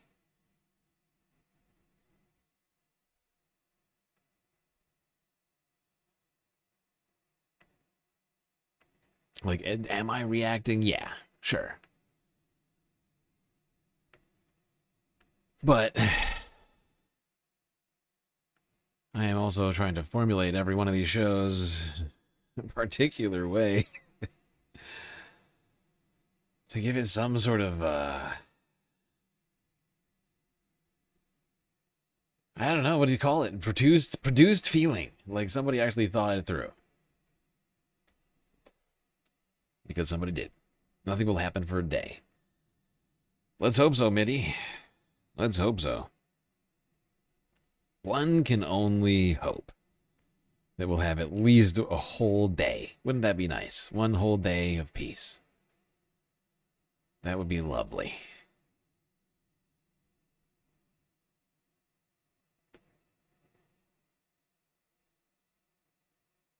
Google react to radical vegans screaming away by removing the egg from their salad emoji. So what about my rights as somebody who loves eggs? Maybe not now, maybe later.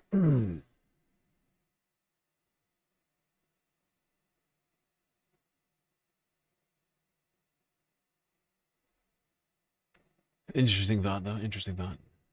Multiple suggestions regarding eggs. What is this? What is this egg conspiracy that's going on in chat?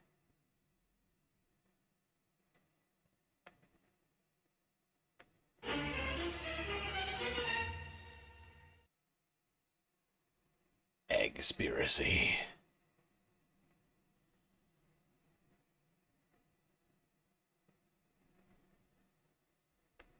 All right, Space Fans. I know this is a strange way for a stream to end, where I don't know what to say here. I guess I'll wrap it up by saying, what the fuck? What in the actual fuck? What the fuck is going on? What the fuck is going on? I don't know. None of us know. All we know is that it would seem peace has not been achieved. U.S. delegates have left Pakistan, having achieved absolutely nothing.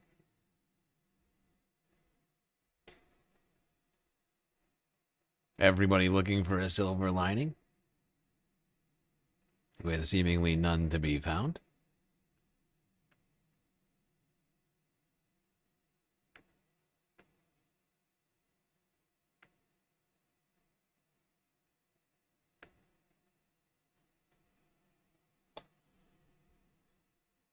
I mean, I find it hard to find a silver lining, really, because when you think about it, what have we achieved? We've achieved talking to Iran. The United States and Iran have talked. Okay. When was the last time that the United States and Iran talked? Oh, right. It was supposed to be, technically, it was about over a month ago, when instead of doing the full talks, we abruptly didn't do them to do Operation Epstein Fury, leaving us here.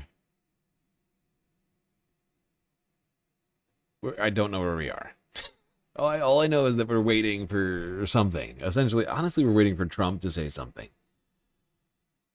That's really the thing that I think, if anything, we're waiting on right now. More than anything, is for either action from the military, but more than anything, for Trump to come out and actually fucking say something. For the U.S. president to say what the stance of the United States currently is. Because sure, JD can say things, but really, he's not running the country. He's not in charge of the military. None of this is his decision. It's all up to Cyclone fucking Cheeto.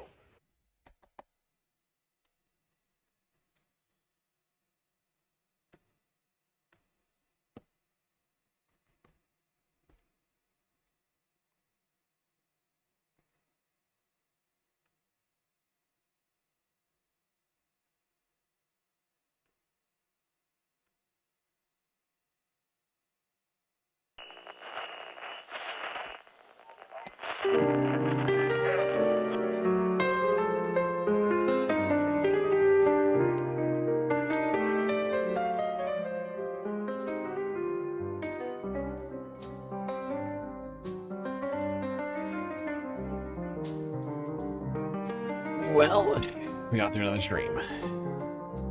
It was quite long, well, not that long. And really not that difficult. But thankfully we had each other to get through it. That is going to be it for me tonight. Till I see you next, you stay classy, Galactic Stream Nation.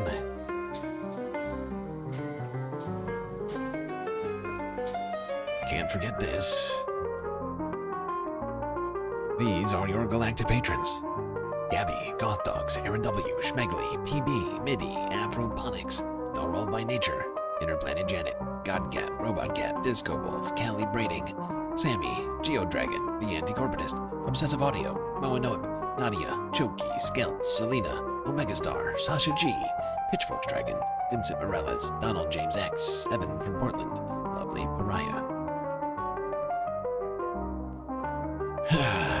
Mish, Becky, Decipher, Icebreaker, Columbia, Eureka, New York, Wheeling, Detroit, Sisyphean Desk, BC, Free Palestine, Hermit Horologist, HBX, Manda, Lori Lunchbeat, Carl, Gaslightocracy, Paige Larson, Frisla, Benihana 99, Dark Sparkles, CJ from the 6th, The Reference Frame, Glitch Master, Social Butterfly, The Anarchist, Perfect Cell, and Winnie and Robin. That's right, all these beautiful people here have helped produce the show which your eyes and ears just got done enjoying. You can do for just a few US dollars a month on Patreon.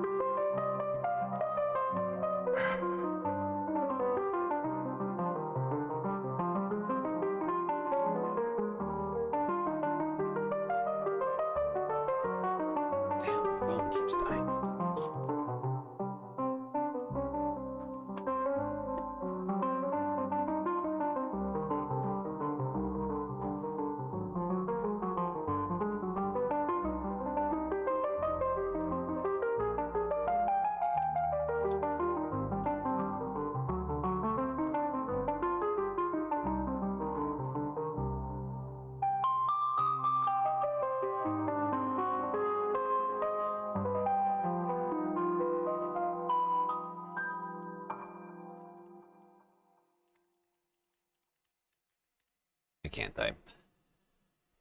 I literally can't type, Ty. Holy shit. That's the worst I've ever done. It's literally the worst I've ever done. Press 1 to engage. The super secret late night. A few hours later. Do it now. Press 1.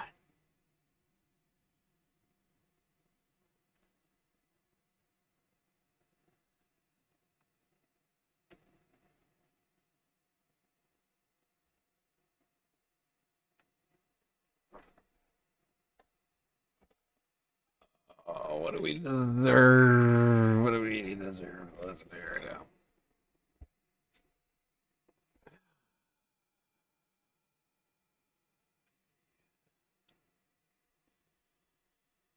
Yeah. Let's do that.